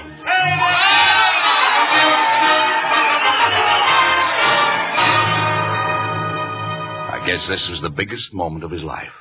A cripple, a man with an artificial leg, trying to tell himself that he wasn't licked, that he still was a big league pitcher, but he just didn't have what he used to. Oh, he's breaking his heart out there, Barney. Yeah, hitting everything he throws. He's looking at us, Barney. Oh. Come on, Monty, boy. Stay in there, kid. Oh, don't let them scare you, darling. You're doing fine, just fine. This is it. Here goes Higgins out there, Mom. How do you feel, Monty? I just can't get any stuff on the ball. Those poor fellas in the outfield are going to be all worn out if this keeps up. Don't let them worry you, fella. Every man on the team is with you. Now loosen up. You're too tense. They can play it your way. What, are you leaving me in? Yeah, I'm leaving you in. You see, I want to win this game. Thanks, Josh. He's staying in, Ma. They're letting him pitch. Oh, watch him now. You just watch him now. He got out of the inning. 4 hits off him and 1 run, and that's the way the score stayed for 3 more innings, 1-0. And then Monty's teammates began to hit. Man on first, a man on second, 2 out, and Monty's turn to bat. A chance to tie the score. Monty Stratton was one of the few pitchers who could hit a baseball. And that's just what he did. A clean single over shortstop. Started off for first base running as best he could. Hobbling. He'd make it all right. He'd beat the throw. But then he fell. His leg went out from under him, and he struggled in the dust, trying somehow to reach the bag. You're out. Josh Higgins is coaching at first base. Monty, you all right? Sure, I'm sorry, Josh. I guess I started my slide too soon. Monty pitched 5 more innings. Pitched like nothing at all had ever happened to him. And the score still was 1-0. In the bottom half of the 8th, the voice from the south started to hit again. 2 outs and 2 men on base, just like in the 3rd inning. And Milliken, the catcher, came up to the plate. And then the Western All-Stars called a little conference. They decided to walk Milliken. But if they walk him, Barney, the bases will be loaded. Now, they know that, honey. Well, and they're walking him just to get at Monty. Yeah, well, that's baseball then. Now, let's see what Higgins does. He's got to take Monty out and put in a pinch hitter. Attention, please. The Southern All-Stars are going to put in a pinch hitter for Stratton. I'd sure like to see you finish this game, Monty. It was just up to me, but every guy on the team has a big stake in this. I think I can get him in, Josh. But we're run behind, Monty. The base is loaded. I got to put in a hitter. Let him hit, Josh. We'll take our chances. You can do it, Monty. Come on, take your cut, boy. Get up there at the plate. Looks like the team wants you to stay in, Monty. Go ahead, take your cut. Attention, please. Stratton is not leaving the game. He'll take his turn at bat. He hit the 3rd pitch. And the stands went dead. They knew he was a great pitcher, but they also knew he couldn't run. 2 men came across the plate, and Monty made a dive for first. Monty was safe. Monty had given his team a 1-run lead. Now all he had to do was to hold that lead. But over on the other bench, the Western All-Stars were listening to the man. Stratton's really pitching. Now, look, fellas, don't try to power the ball. Just get in there and then bunt. No. Yeah, I know. I hate to do this, but we got to get on. Now, go on. Bunt toward the mound. Yeah, and keep bunting. And that's just what they did. 2 successive bunts. 2 men were on base. Well, there goes his ball game, Barney. They're bunting it right out from under him. Oh, it just don't seem right. They know he can't run to the ball. And there's nothing we can do about it now. 2 on and nobody out. They're talking to him. Mr. Higgins is the catcher. Well, he went 8 full innings. Not bad for a guy with 1 leg. Sure looks like they're all going to bunt, Monty. What can we do about it? Well, I'll just have to get off the mound quicker, that's all. I know what to expect now. That's good enough for me, Monty. Stay in. All right. Play ball. Play ball. The 3rd batter bunted, too. Only this time Monty nailed him. But the other 2 men advanced. 1 out now. A man on second, a man on third. And they crossed him up again. They started swinging hard. No more bunts. Even a long fly ball would tie up the ball game. But Monty struck the batter out. Just 1 more man to go, and he'd win his ball game. But this 1 man was Big Johnny Lindell, the power hitter of the league. 1 man to go. Just 1 man. Monty took his time. He looked around his outfield, the runners on the bases, and then burned that ball across the plate. There was a line drive, a scorcher between the mound and first base. Instinctively, Monty dived for it, sprawling out on the grass. He couldn't hold on to it, but he had knocked it down, and he crawled after it, and Lindell went racing down the baseline. There was no time to get to his feet. Monty threw the ball as best he could. Lindell was out. The game was over. Monty had won. And now his teammates were picking him up, carrying him off the field. And Ma just sat there. You couldn't tell what she was thinking. Not unless you knew Ma as we knew her. But in Ethel's face was the whole story. In Ethel's tears, and in Ethel's smile.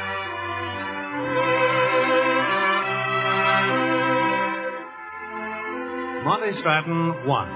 Not just a ball game, he won and is leading a rich, full life. He stands as an inspiration for all of us, living proof of what a man can do if he has the courage and determination to refuse to admit defeat.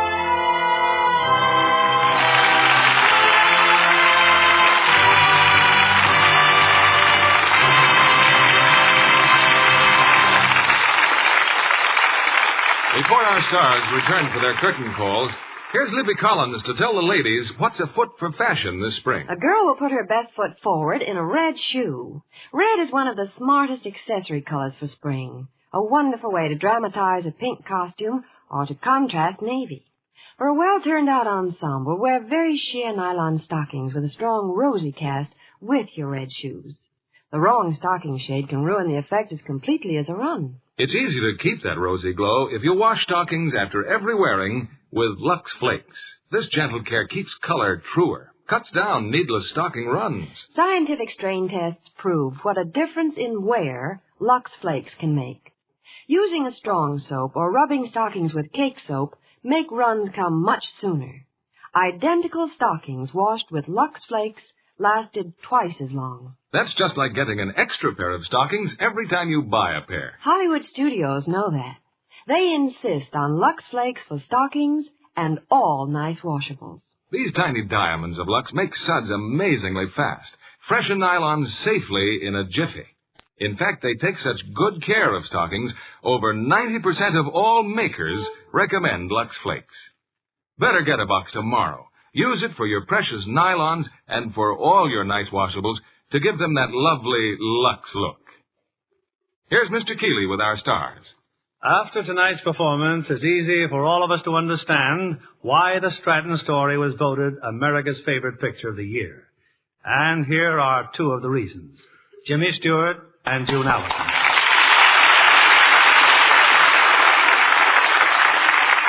Thank you very much, Bill. I think June and I'd both like to tell the audience that we feel very complimented by the selection of the Stratton Story for Photoplay Gold Medal Award. Oh, yes, indeed. We're very grateful to the moviegoers of America.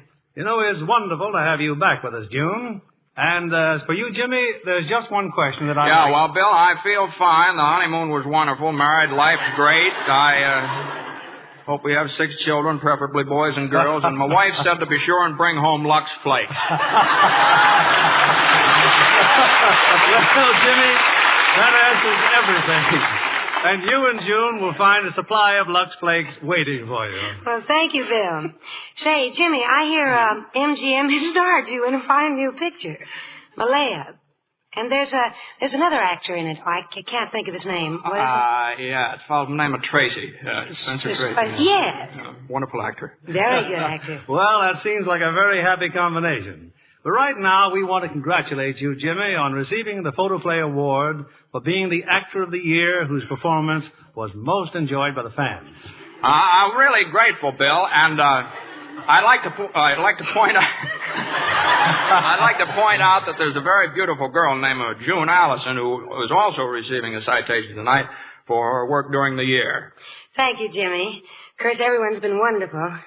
By the way, shouldn't we be leaving for the Beverly Hills Hotel? Yes, right after the broadcast, you'll both receive your awards at the gala dinner there. George Murphy will be presiding as Master of Ceremonies, and most of the big stars in Hollywood will be there. Well, before we leave, Bill, what's the play for next week? Jimmy, is one of the most unique comedies to come out of Hollywood this season. The intriguing drama, A Letter to Three Wives.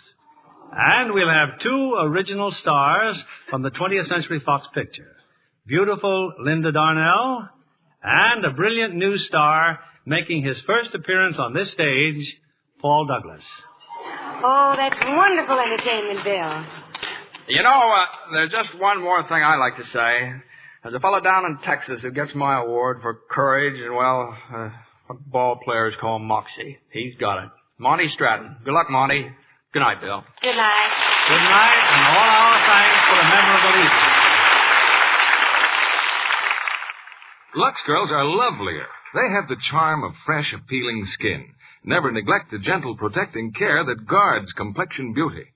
Here's a tip from Jane Wyman, famous screen star.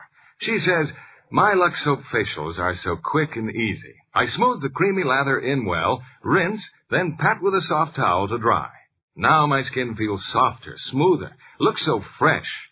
Try Jane Wyman's Daily Lux Soap Care for quick new loveliness. It really works. Actually, 3 out of 4 complexions improved in a short time in tests by skin specialists.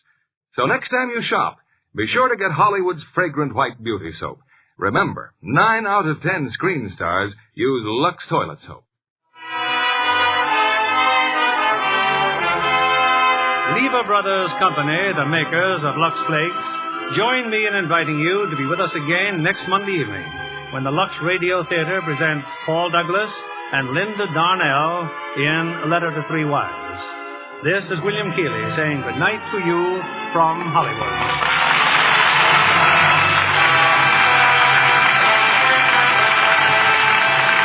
June Allison appeared by arrangement with Metro-Goldwyn-Mayer, producers of Nancy Goes to Rio, starring Ann Sothern and Jane Powell.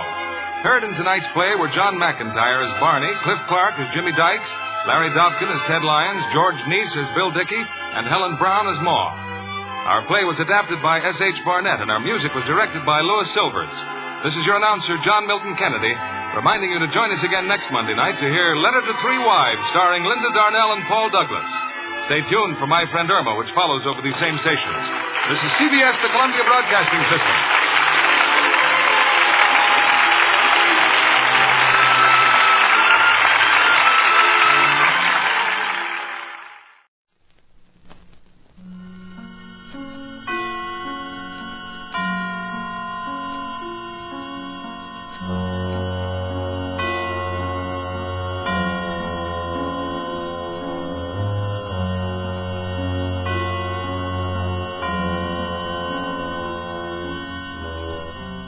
Suspense. The Armed Forces Radio Service brings you another tale starring Mr. James Stewart in The Rescue. A story well calculated to keep you in suspense.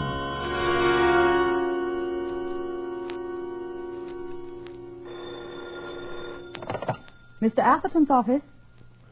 I'm sorry, he's out at the moment. May I take a message? A routine office lie. You protect yourself that way from the world outside. My private office was soundproof, violence-proof. It was removed from the world as a monk's cell, and that's the way I wanted it.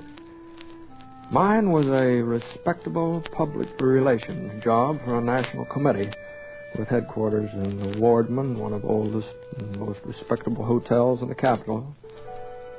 It was a March day of sudden warmth, the kind of pre-spring day you get in Washington. The air conditioning wasn't on yet. The window was open. And it was through that window that the world of violence suddenly came to me, in a way I shall never forget. I was dictating to my secretary. Shall I read back that last sentence, Mr. Atherton? Yes, Helen, please do. Your recent contribution couldn't have arrived at a more timely moment nor in a more timely amount. In fact, it may make the difference between... Good heavens, what's that? Well, what is it, Helen? Girl, she's on the ledge outside the window. What? They're trying to get her back into her room. Don't grab at her, she'll jump. Oh, Mr. Atherton, how horrible. She's going to jump. Here, what are you doing out there? Don't just stand there. Now go back to your room. If you jump, it won't be a pretty death, you know. You'll go right through that glass marquee down there. Oh, Mr. Atherton, I feel sick. Go on now. Now, go back to your room. Come on now. They'll help you. No, they won't. They'll kill me.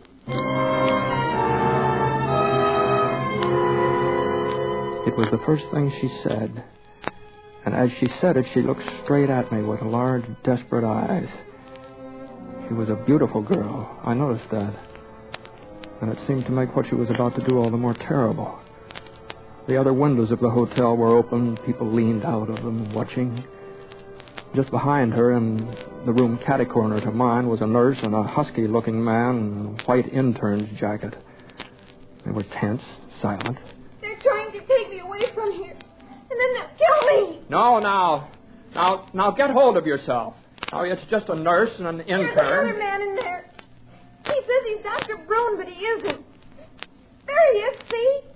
That isn't Dr. Brune. I'm Dr. Brune, and this girl is my patient. We're trying to get her to a hospital, and you can all help us prevent a fatal accident by leaving your windows and removing her audience. He's not Dr. Brune. Dr. Brune says I'm not sick. Oh, please, please. If you'll just stand on your windowsill and hold out your hand, I think I could reach it and get to your room. If you'll try that, sir, I shall hold you responsible for whatever accident occurs. Now help us persuade her to come back. No! I'll jump first. I've warned you, sir. Won't you? Oh, won't you just hold out your hand? Oh, don't you think you could go back to your own window? It's much closer for you. If you won't help me, at least phone Dr. Brune, then you'll know. Call him. Oh, please call him. Oh, look. The doctor, what's he doing? Hey, don't try that. You couldn't hold her if she jumped. Of course he couldn't. What a silly thing to do. Behind her, the doctor suddenly climbed out on the windowsill and reached towards her, as she'd asked me to do. With my warning, she'd moved a few feet along the ledge, away from her window. And that was my responsibility. That involved me. You'll phone Dr. Brune. You will? You will? Shall I get him for you, Mr. Atherton? Well, wouldn't it be quicker just to phone downstairs? I'm sure they'll know. Everything we can. Pardon me. Main desk. This is Mr. Atherton. I want to find out about the girl on the fourth floor, like everyone else in the hotel. We're terribly sorry, Mr. Atherton. The ambulance is waiting at the side entrance, and if you'll just bear with us, I'm sure everything will be... No, I'm not making a complaint. I just want to find out who she is, who the doctor is. Oh, of course, Mr. Atherton. Why, she's just a government girl. Her name is Hilary Sellers, and she and her mother came here last fall. Her mother? Where's her mother now? Well, it's an odd coincidence, Mr. Atherton, but she committed suicide several weeks ago. Oh, not here in the hotel, you understand. And I can assure you today is the first time... Never mind that. Tell me, who's in there with the girl now? Why, that's her doctor and a nurse and... And is his name Dr. Brune? Is that Dr. Brune? Yes, that's right, Dr. Brune. Are you sure it's he? Oh, certainly. You see, he came to take her to a hospital, and he promised there'd be no trouble. And then this had to happen. But I assure you... I sat there for a moment, angered by the brutal indifference of the clerk. Then I stood up and I went to the window. She was still there on the ledge, waiting, quiet and motionless. Did you phone him? Hillary, now listen to me. Now, Dr. Brune is a psychiatrist, isn't he? Yes. And your mother committed suicide, didn't she? Yes. Yes, But now you must face the facts. Now, you're sick, and the doctor is just trying to help you so that what happened to your mother won't happen to you. No, Dr. Brune said it wouldn't. I'm not sick. Oh, but you're proving you're sick by standing out there and risking your life. Now go back to your window. They'll help you.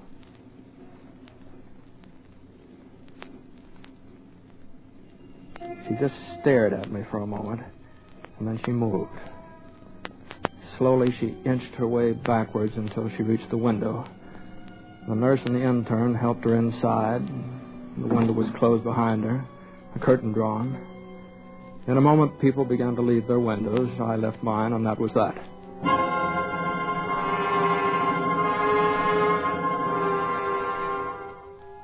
Except that it wasn't. I tried to take up the day's business again, failed. That face, that voice, the tragedy of Hilary Sellers kept intruding like a bad conscience. And finally, I gave it all up. I dismissed Helen for the rest of the day, and I went down to the lobby for a pack of cigarettes. And then I found myself heading down the hall, irresistibly drawn to the side entrance. At the side entrance stood the ambulance. No one was about, and after a moment, I hurried back into the hall. And there, as I passed the elevator, I saw what was now the last thing in the world I wanted to see. The doors opened. I stepped back out of the way at a right angle in the hall. I wanted to turn my back, but I didn't. We always cast a sidelong glance at horror. And so I stood there, and I watched the motionless figure on the stretcher, covered by a sheet. They'd given her some sort of drug. The intern carried one end, Dr. Brune the other. The ambulance was loaded with its quiet cargo, and it left. And the thing was over. It was done. But then, I played the fool. I did something I knew better than to do, but I had to. I had to do it. I found a phone booth in the lobby and a phone book. Let's see now. Brune. B-R-U-N-E, Brune. It's Kimball.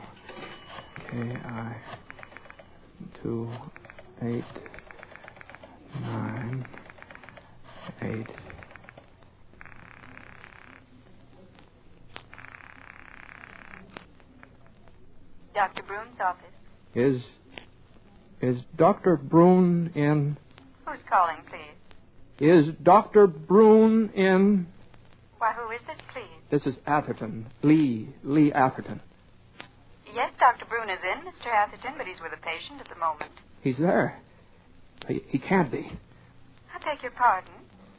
He is and has been for half an hour.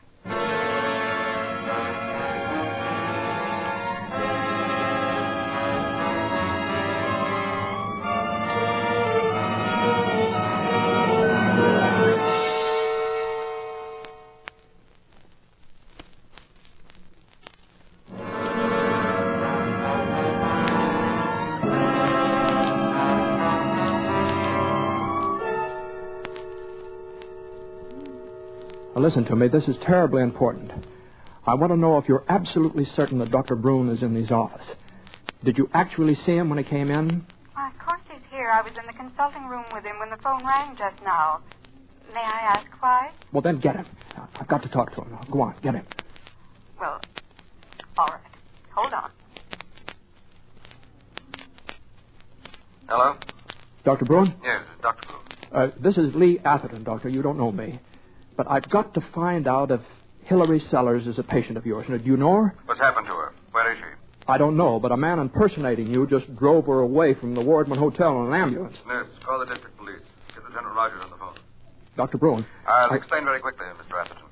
Hillary Sellers came to see me yesterday for the first time. Told me Kurt Radin was treating her mother. Now, Radin is an unlicensed quack. Now, wait a minute, Doctor. I thought her mother committed suicide.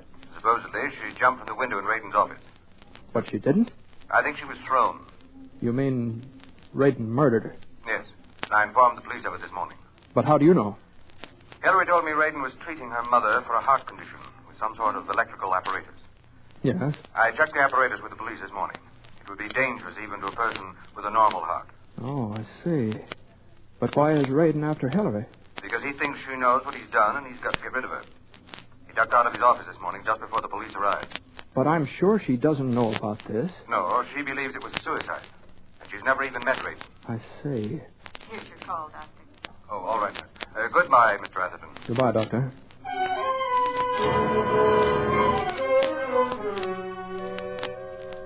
And then I called the police, too. Gave them all the information I had. Found out there was nothing to do but wait. Later, as I walked through the lobby, I passed a woman seated in a chair that faced the elevators. She was utterly nondescript, wearing dark clothes, a black hat, but after I entered the elevator, I gave her a second look through the glass. There was something about that face. This whole dreadful business was discoloring everything.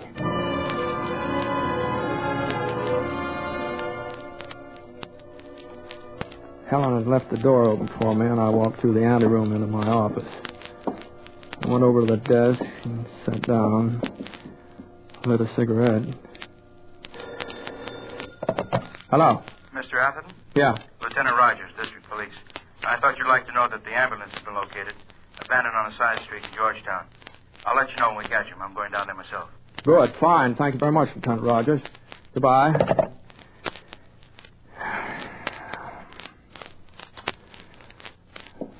And then, again, I did something I didn't want to do, but I had to.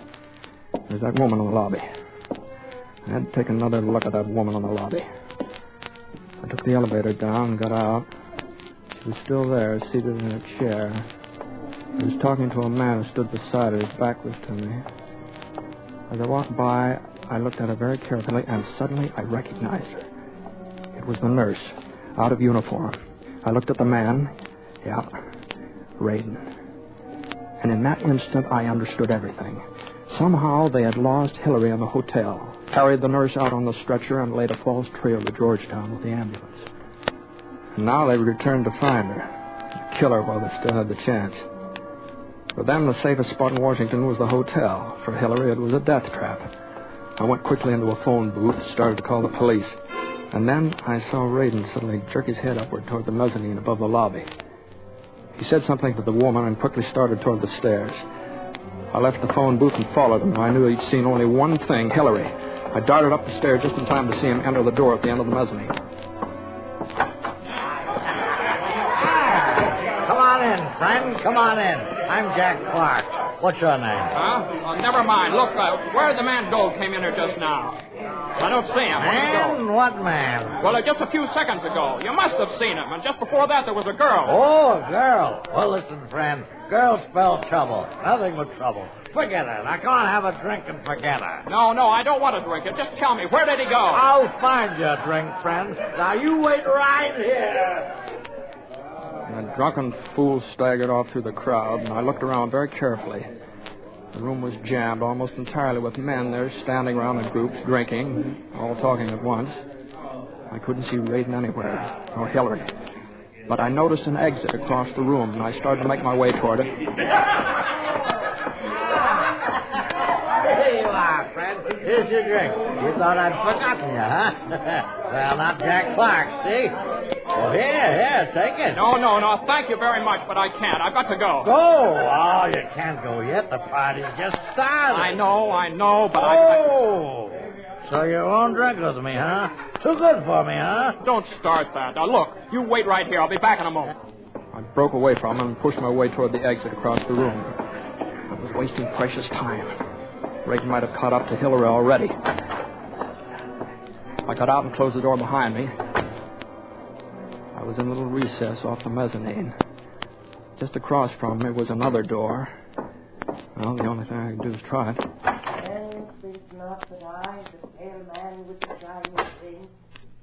Inside, I discovered about 20 women and a sprinkling of small boys seated in neat little rows facing the opposite end of the room.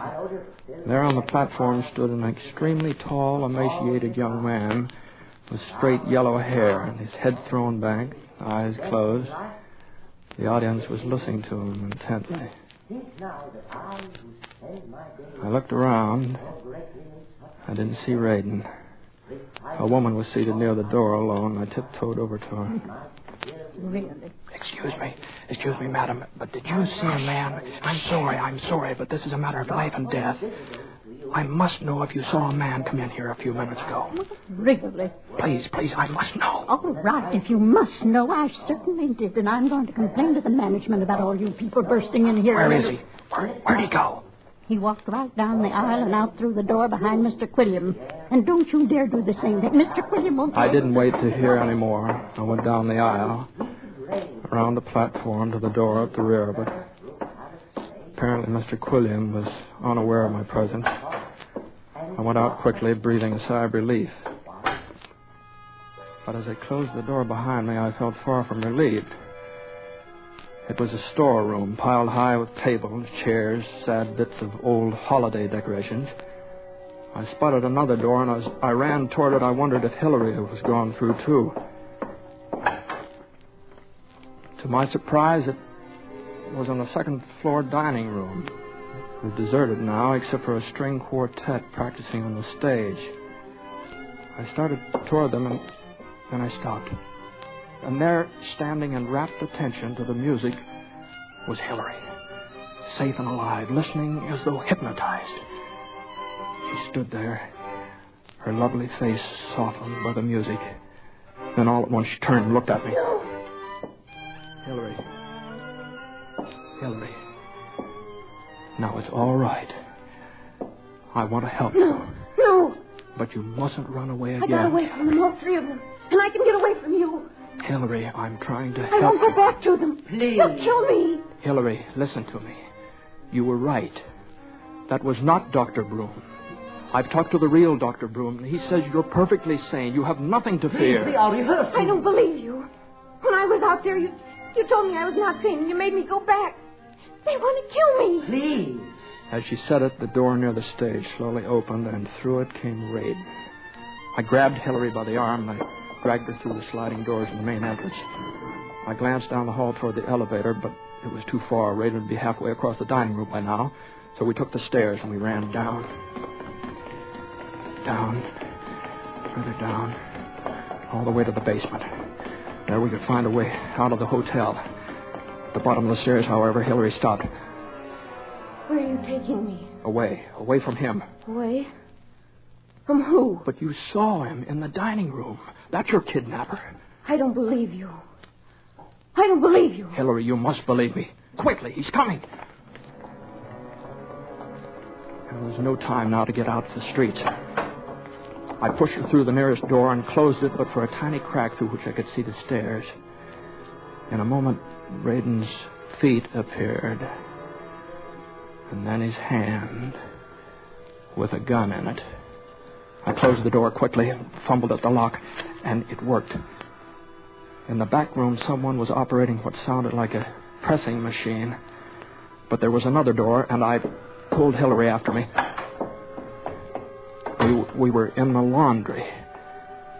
It was deserted, and in its windowless, unlighted dusk, I could see the huge white shapes of the washing vats.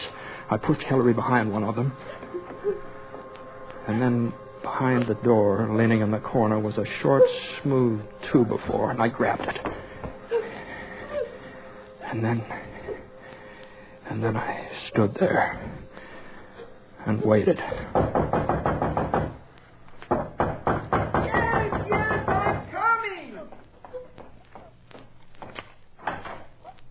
I'm sorry, sir. I didn't know it was locked. Where is she? There's nobody here but me. Don't lie to me. I saw them. But, sir, I'm all alone here.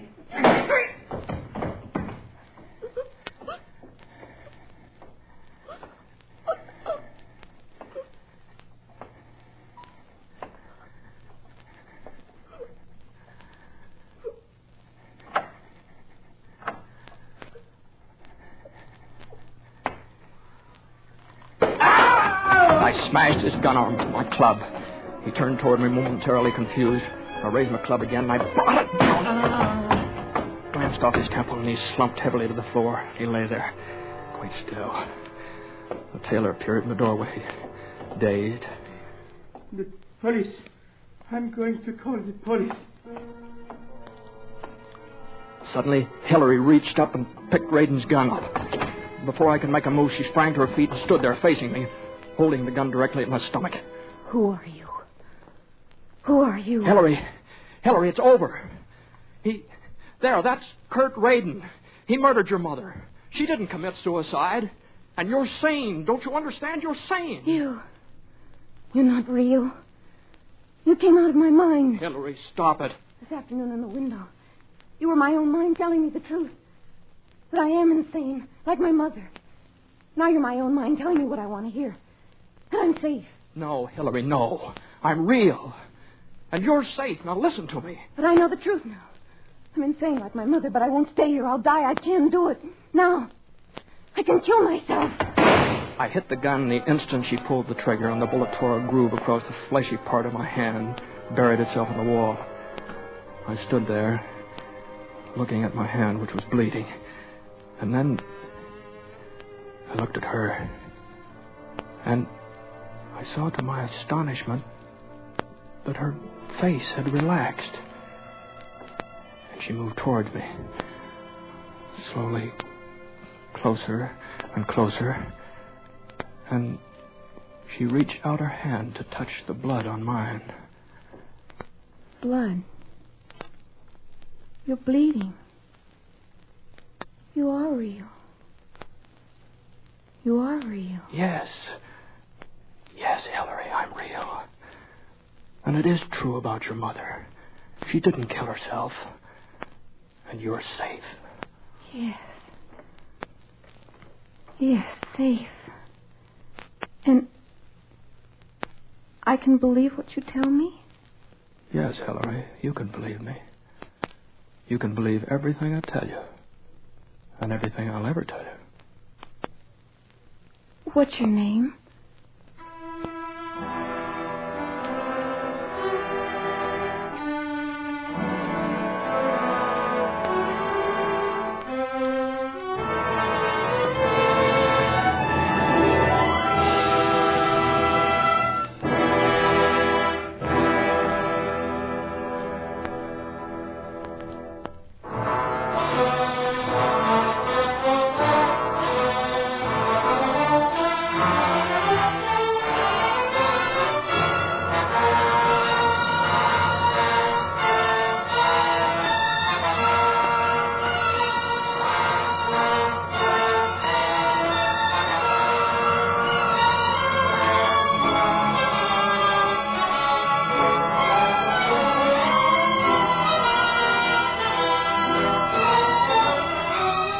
is the United States Armed Forces Radio Service.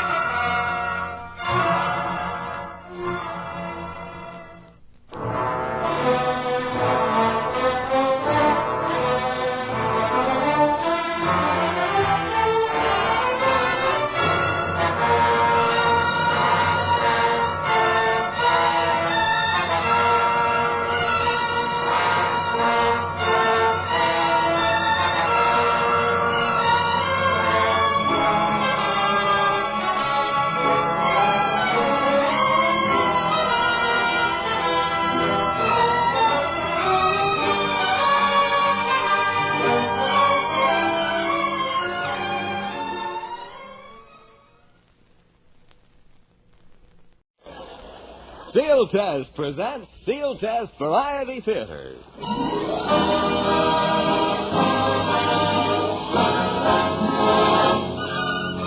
Yes, it's Sealtest Variety Theater, starring Dorothy Lamour, Eddie Bracken, and our special guest, one of Hollywood's brightest stars, Jimmy Stewart, with Henry Russell in the orchestra and the singing star of our show, Dorothy Lamour.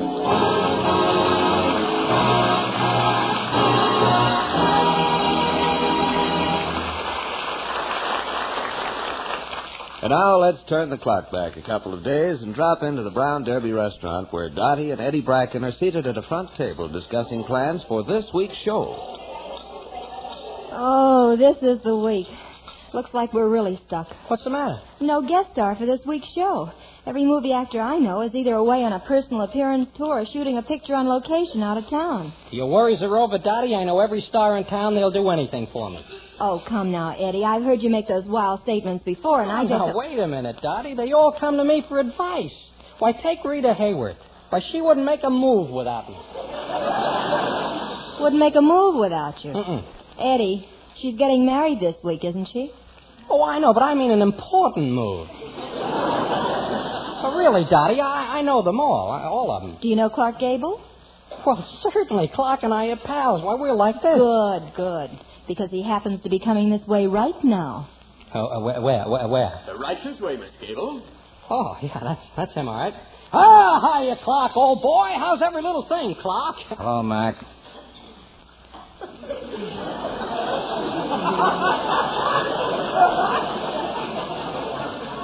See that? But he called you Mac. Yeah, you know, he always gets me mixed up with Fred McMurray. Oh, Eddie, why did you stop boasting? Why don't you stop belittling me? You know, I'm telling you, I know them all. Well, here comes John Garfield. Well, he just happens to be one of my oldest friends. Hiya, John, old boy. How's the kid?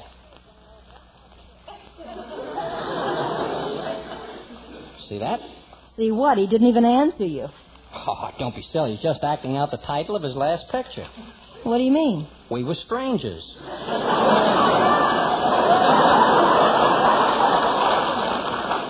Yeah, you know them all right. So you still doubt me? Well, now you hurt my feelings. Just a minute. Look who's coming along now. Get a load of this. Hello, Spencer, old boy. How are you? Well, if it isn't Eddie Bracken. Hi, Eddie, old pal. Haven't heard from you in a month of Sundays. Call me sometime, huh? Will do. Well, Daddy, how about it? Who is that? My bookmaker. That's Billy Howard, you know. Bookmaker. I don't think you realize how serious this is.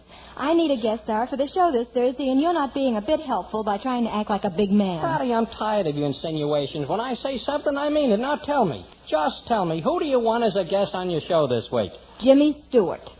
He's out of town. Are you sure? Well, certainly I'm sure. And what a shame it is, too. If there's one guy who'd do anything in the world for me, why, it's Jimmy. Just our lucky. He had to be out of town. Eddie. Huh? Look who's sitting at that table. Which table? The third one down. It's Jimmy Stewart. Dottie, that's not Jimmy Stewart. That is Jimmy Stewart. Ridiculous. In the first place, he's out of town, and in the second place, Jimmy Stewart's got a beard. A beard? Oh, so you want someone with a beard? Well, I can get you Gabby Hayes. That's all I have to do. I just Waiter. Huh? Oh, waiter. What is it, Miss Lamore? Who's the man sitting at that table? Gabby Hayes. No.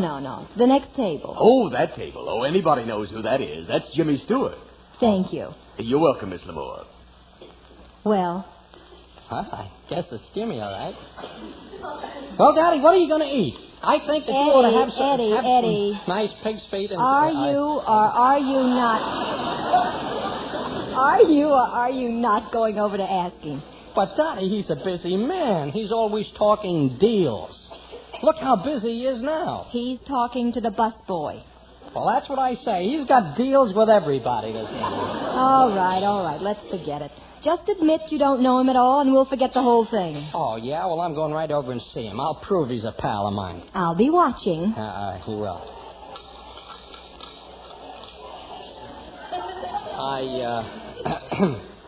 Excuse me, Mr. Stewart. Oh, I've been looking for you, waiter. Where's my coffee?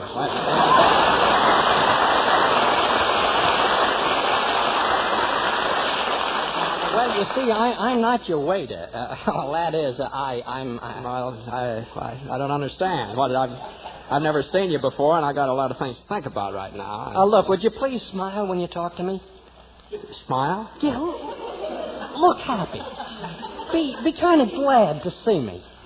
Kind of glad to see you. What do you want? What is this? Well, I know we just met, and would you mind being my best friend for a few minutes? What is this, a restaurant or a Lonely Hearts Club? Please, this is very important to me. Now, look, I'm going to say something, and then you're going to laugh. I will? Yeah. You want to bet? Please, I'll say something now, and then you laugh, all right? Under one condition. What's that? You stop being my friend. Sure, anything. Now, here goes. Say, I got a new pair of brown shoes. How was that? Fine. I'll be right back. Hey, Dottie. Yes? See that? See how friendly Jimmy and I are? I'll be right back. Are you back again? Look, I'm going to say something else, and you laugh again, huh? All right, but let's not make it so funny this time. Well, here goes. Next week, I'm going to get a pair of black shoes. Well, so long, Jimmy, old pal. Remember what I told you. So long, pal. Friend. Old pal, old kid. Well, Dottie, I guess that made you change your mind. Yes, it did. He certainly seemed glad to see you. How'd you make out? What'd he say? Oh, he'll be glad to do it. I told you the guy would do anything for me. He'll call you tonight. Eddie, I apologize.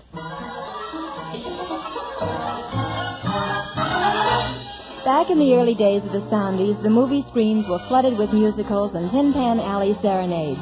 One swell tune from 20 Million Sweethearts, which lived to become a hit again, is I'll String Along With You.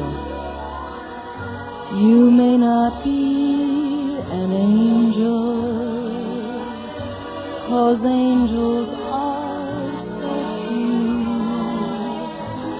But until the day that one comes along, I'll string along with you. I'm looking for an to sing my love song to. And until the day that one comes along, I'll sing my song to you. For every little fault that you have, say, I've got 3 or 4. The human little fault you do have just make me love you more. You may not be an angel, but still I'm sure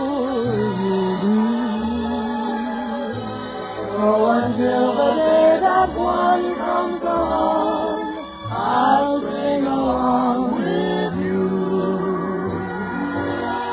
For every little fault that you have, say I've got 3 or 4. The human little faults you do have just make me love you more. You may not be an angel, but still I'm sure you do. Go until the day that one comes along, I'll string along with you.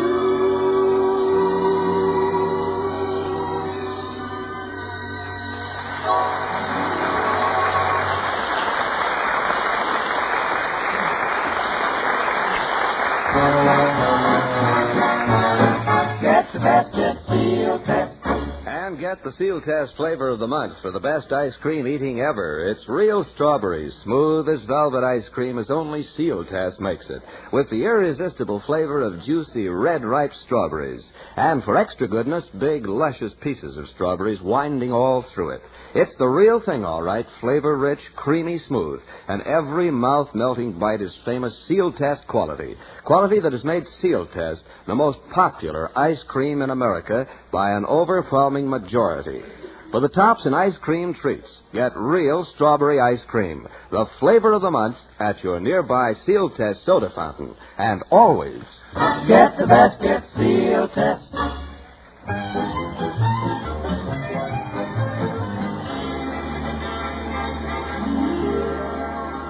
Next day, same time, same place. Dottie and Eddie having lunch at the Brown Derby. A fine pal you've got. I might have known I couldn't depend on you. Dottie, after all I've done for you, what's the matter now? It's your good friend, Jimmy Stewart. He never called me last night. He must be out of town again. Oh, let's not start that again. But here we are, and I still don't have a guest star for this week's show. Oh, that's Jimmy all over. He's such an absent-minded guy. You know, one time Look, I don't care if he is your best friend. The next time I see him anywhere, I'll give him a piece of my mind. I'll tell him what I think of him. Oh, no, Dottie, no. Look, you got him all wrong. He'll probably still call you. Maybe he'll call you here. I'm sure he knows you're eating the Derby every day. Dottie, I know he's going to call you any minute. I doubt it. Oh, I'll bet you he calls you. Excuse me, Dottie, I got to get a pack of cigarettes.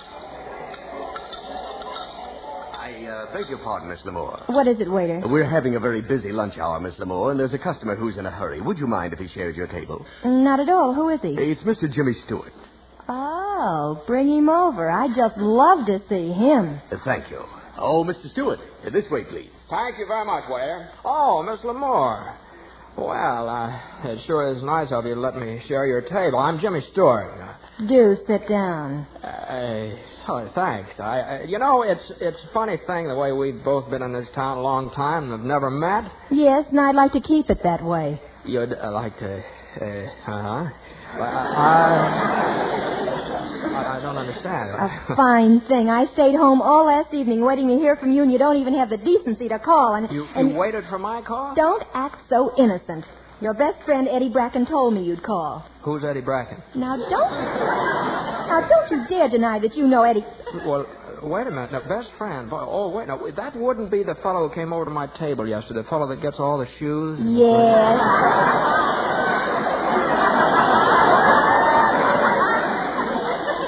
Yes, and you promised him you'd be on my radio show this Thursday. Well, now, look, I'd love to be on your radio show, but believe me, I never saw that fellow before in my life, and he didn't mention your radio Mr. show. Moore, there's a phone call for you. I'll plug the phone right in here.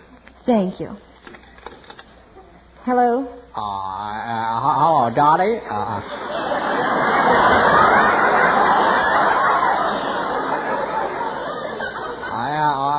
Is this you, Dottie? Well, yes, who is this? This is Jimmy Stewart. Jimmy Stewart. Oh. Oh, yes, of course. Hello, Jimmy.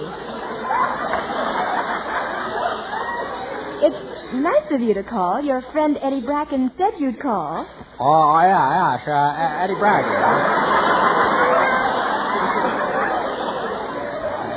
He He's a fine boy, salt of the earth, you know.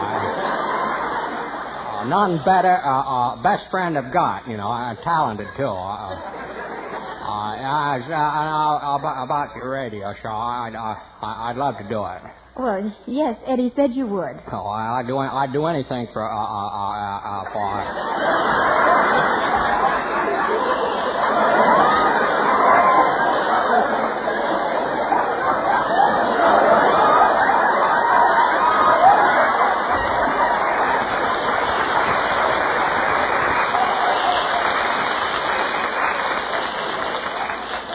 It's a fine boy, you know.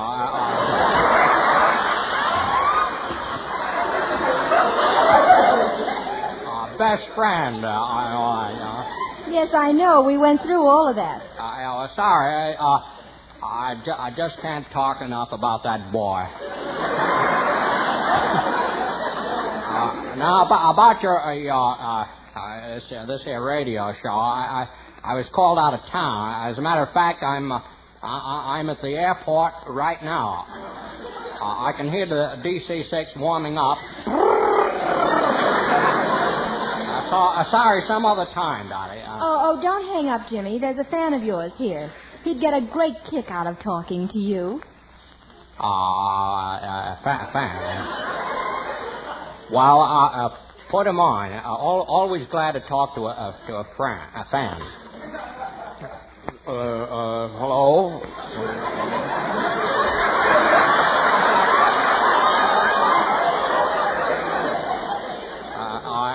Yes. I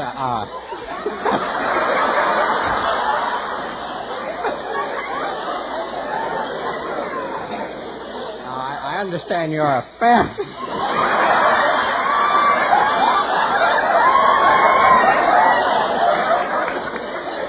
I hope we have time to get through with the show, too. What'd you say? I'm a fan. I'm a fan of yours. Oh, I see. Yes, I make a point of seeing every picture you're in. And what are you doing these days? As a matter of fact, I just finished a picture, you know. The Stratton Story. Are you in that one too? I say, your voice sounds familiar. That's funny. So does yours.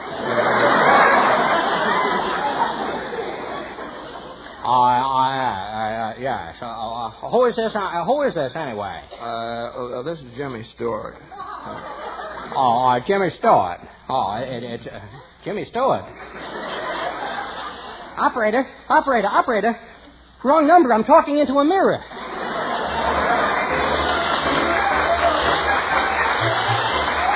Song hit that didn't originate in Tin Pan Alley, but whose lyrics were composed in a veterans hospital by Stanley Rashinsky, a patient. We all could take a tip from Powder Your Face with Sunshine. Powder your face with sunshine, put on a great big smile, make up your eyes with laughter. Folks will be laughing with you in a little while. Whistle a tune of gladness. Gloom never was in style. The future's brighter when hearts are lighter. Smile, smile, smile. Whistle a tune of gladness. Never was in style. The future's brighter when hearts are lighter. Smile, smile, smile. Smile, smile, smile.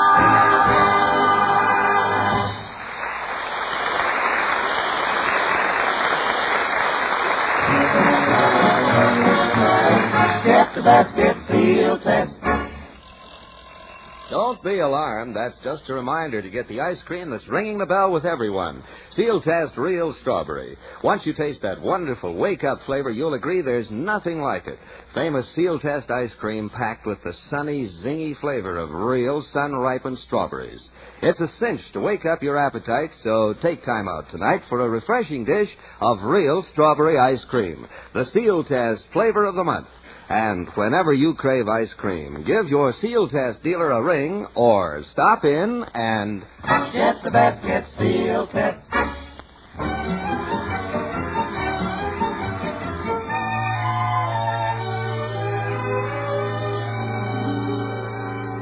But, Daddy... I'm telling you I'm through. But I'll never be able to believe a word you say again. I can't imagine why a grown man should go around saying that he knows people he doesn't know and keep on getting into trouble. But Jimmy Stewart didn't even know anything about it. I was never so embarrassed in all my life. Now, here's your hat, and now go. But...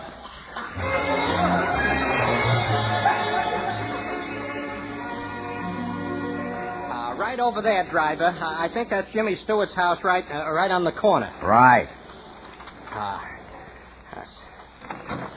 That'll be $1.85. Yeah. Oh, here you are. Thanks. Say, do you really know Jimmy Stewart? Do I know Jimmy Stewart? Why, he and I... Why don't you mind your own business? Gee, I hope he's home. Yes, what can I do for you? Jimmy, look, you gotta help me. No, thanks. I don't need any shoes. Jimmy, please, look, let me explain. Daddy's got me in the doghouse, and you're the only one who can help me out. All right. Now, come on in, Eddie. Oh, gee, thanks. There, now, what do you want me to do? Look, I know I was wrong, and I'm sorry. The only way we can straighten this thing out is for you to do her show this Thursday night. Well, Eddie, I offered to do it when I was having lunch with her at the Derby, but after your phone call, she was so embarrassed that she just dashed out of the place, left me sitting there with the check. Why don't you call her up and tell her I'll do it? Oh, it's no use. She'd hang up on me, Jimmy. Please, you call her, huh? Here's the number right here. Okay. Oh, swell. It's nice of you to do this for me. Oh, it's all right. No, I can... Hello? Hello? Is that you, Dottie? Yes, who is this? Well, this is Jimmy Stewart. I called... Look here, Eddie Bracken. I told you I never wanted to talk to you again, and I meant it. Well, Dottie, this is really Jimmy Stewart. Stop it, Eddie, and for your information, you give the worst impersonation of Jimmy Stewart I ever heard. Goodbye. Well, you see, she didn't believe it was me. I thought it was you. Well, as a matter of fact, you did yourself pretty badly that time. Oh?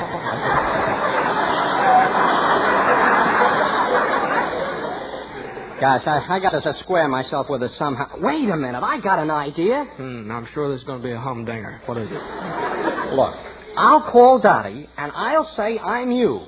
And when she hears me imitate you, she'll realize that it was really you and not me who just called me. You. Her. Oh, yeah, why, she'd know the difference in a minute. Sure. And then she'll call you back and apologize, and then you can tell her that you'll be on her show. Oh, there's no question this will work. This is bound to work. Yeah.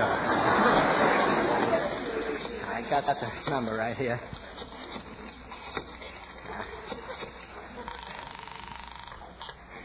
Hello? Hello, Dottie. This is Jimmy. Jimmy Stewart. Oh, Jimmy, I'm so glad you called.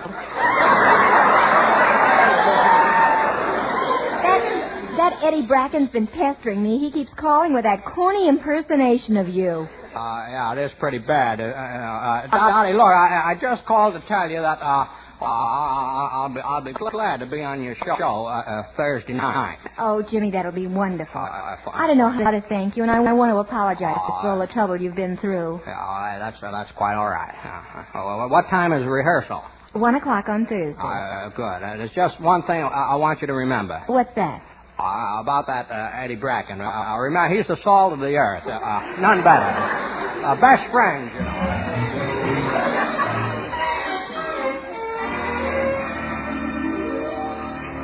Hello, Dottie. Am I in time for rehearsal? Right on the dot. Hello, Jimmy. Hello, Eddie. Well, Dottie, what do you have planned for the show? Well, I've been pretty angry at Eddie for what he did, but after thinking about it, it gave me an idea for the show. She gets all her ideas from me. Where do you get yours from? Quiet, Eddie. Quiet, Eddie. Here's what I thought we'd do. Let's reenact everything that happened while we were trying to get you for the show. Eddie going to your table at the Derby, those phony telephone calls, everything just as it happened. Then we can all get very angry at each other. Oh, that's a pretty good idea. Eddie, see who that is, will you? Oh, sure. Hello? Oh, yeah, sure. So there's, just a minute. It's for you, Jimmy. Excuse me, Dottie. Hello. Yeah.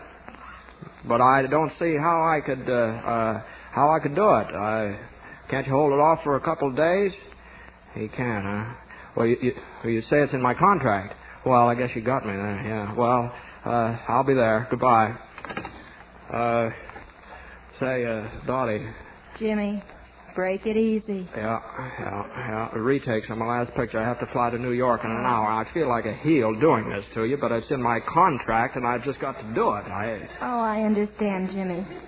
Maybe some other time. First week I'm back, I promise. I have to get right out the airport now. So long, Dottie. Goodbye, Eddie. So long, Jim. Oh, fine. What am I going to do now? The show is tonight, no guest star. Now I'm really in a hole. Dottie, what are you worried about? What am I worried about? What do you think the sponsor's going to say? Dottie, relax. Relax? But I haven't got a guest star. Who do you want? Just name it. James Mason, Gregory Peck, Ronald Coleman? Oh, no. Here we go again. There is no...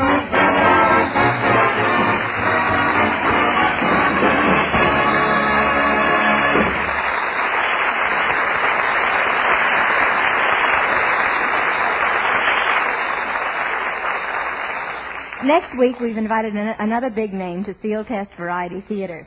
So if you'll stay with us for just a minute or so, we'll tell you about our All-Star Thursday lineup.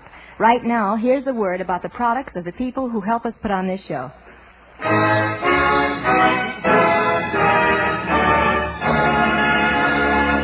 Of all the food we eat, more than 1/4 is milk and milk products, so rich in minerals, vitamins, and calories. Most mothers will tell you they depend on milk more than any other single food to help keep their families healthy and strong.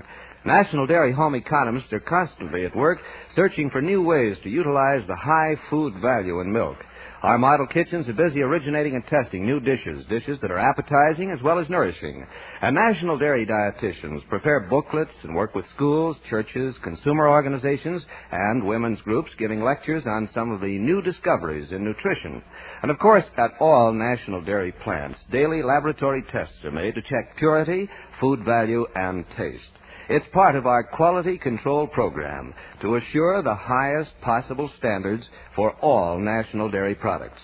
Day after day, the search continues for new ways to improve our service to the public to keep the costs low and National Dairy products high in quality, the best.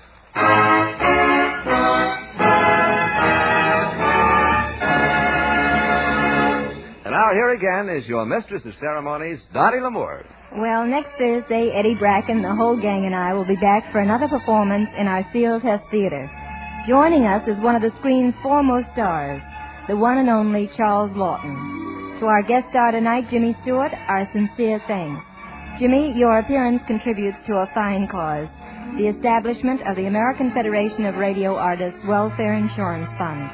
And now, folks, on behalf of Eddie Bracken, Frank Nelson, Henry Russell, the crew chiefs, and all of us, this is Dorothy L'Amour inviting you to be with us again next Thursday at the same time. In the meantime, we'll be thinking of you.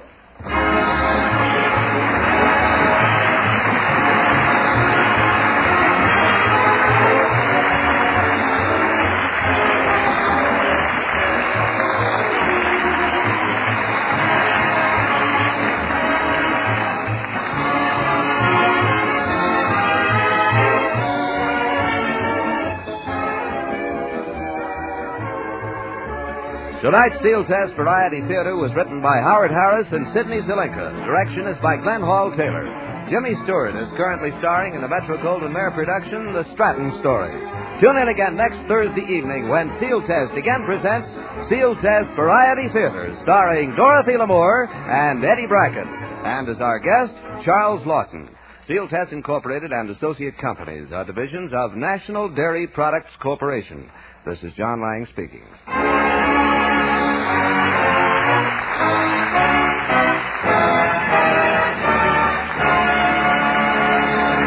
This is NBC, the national broadcasting company.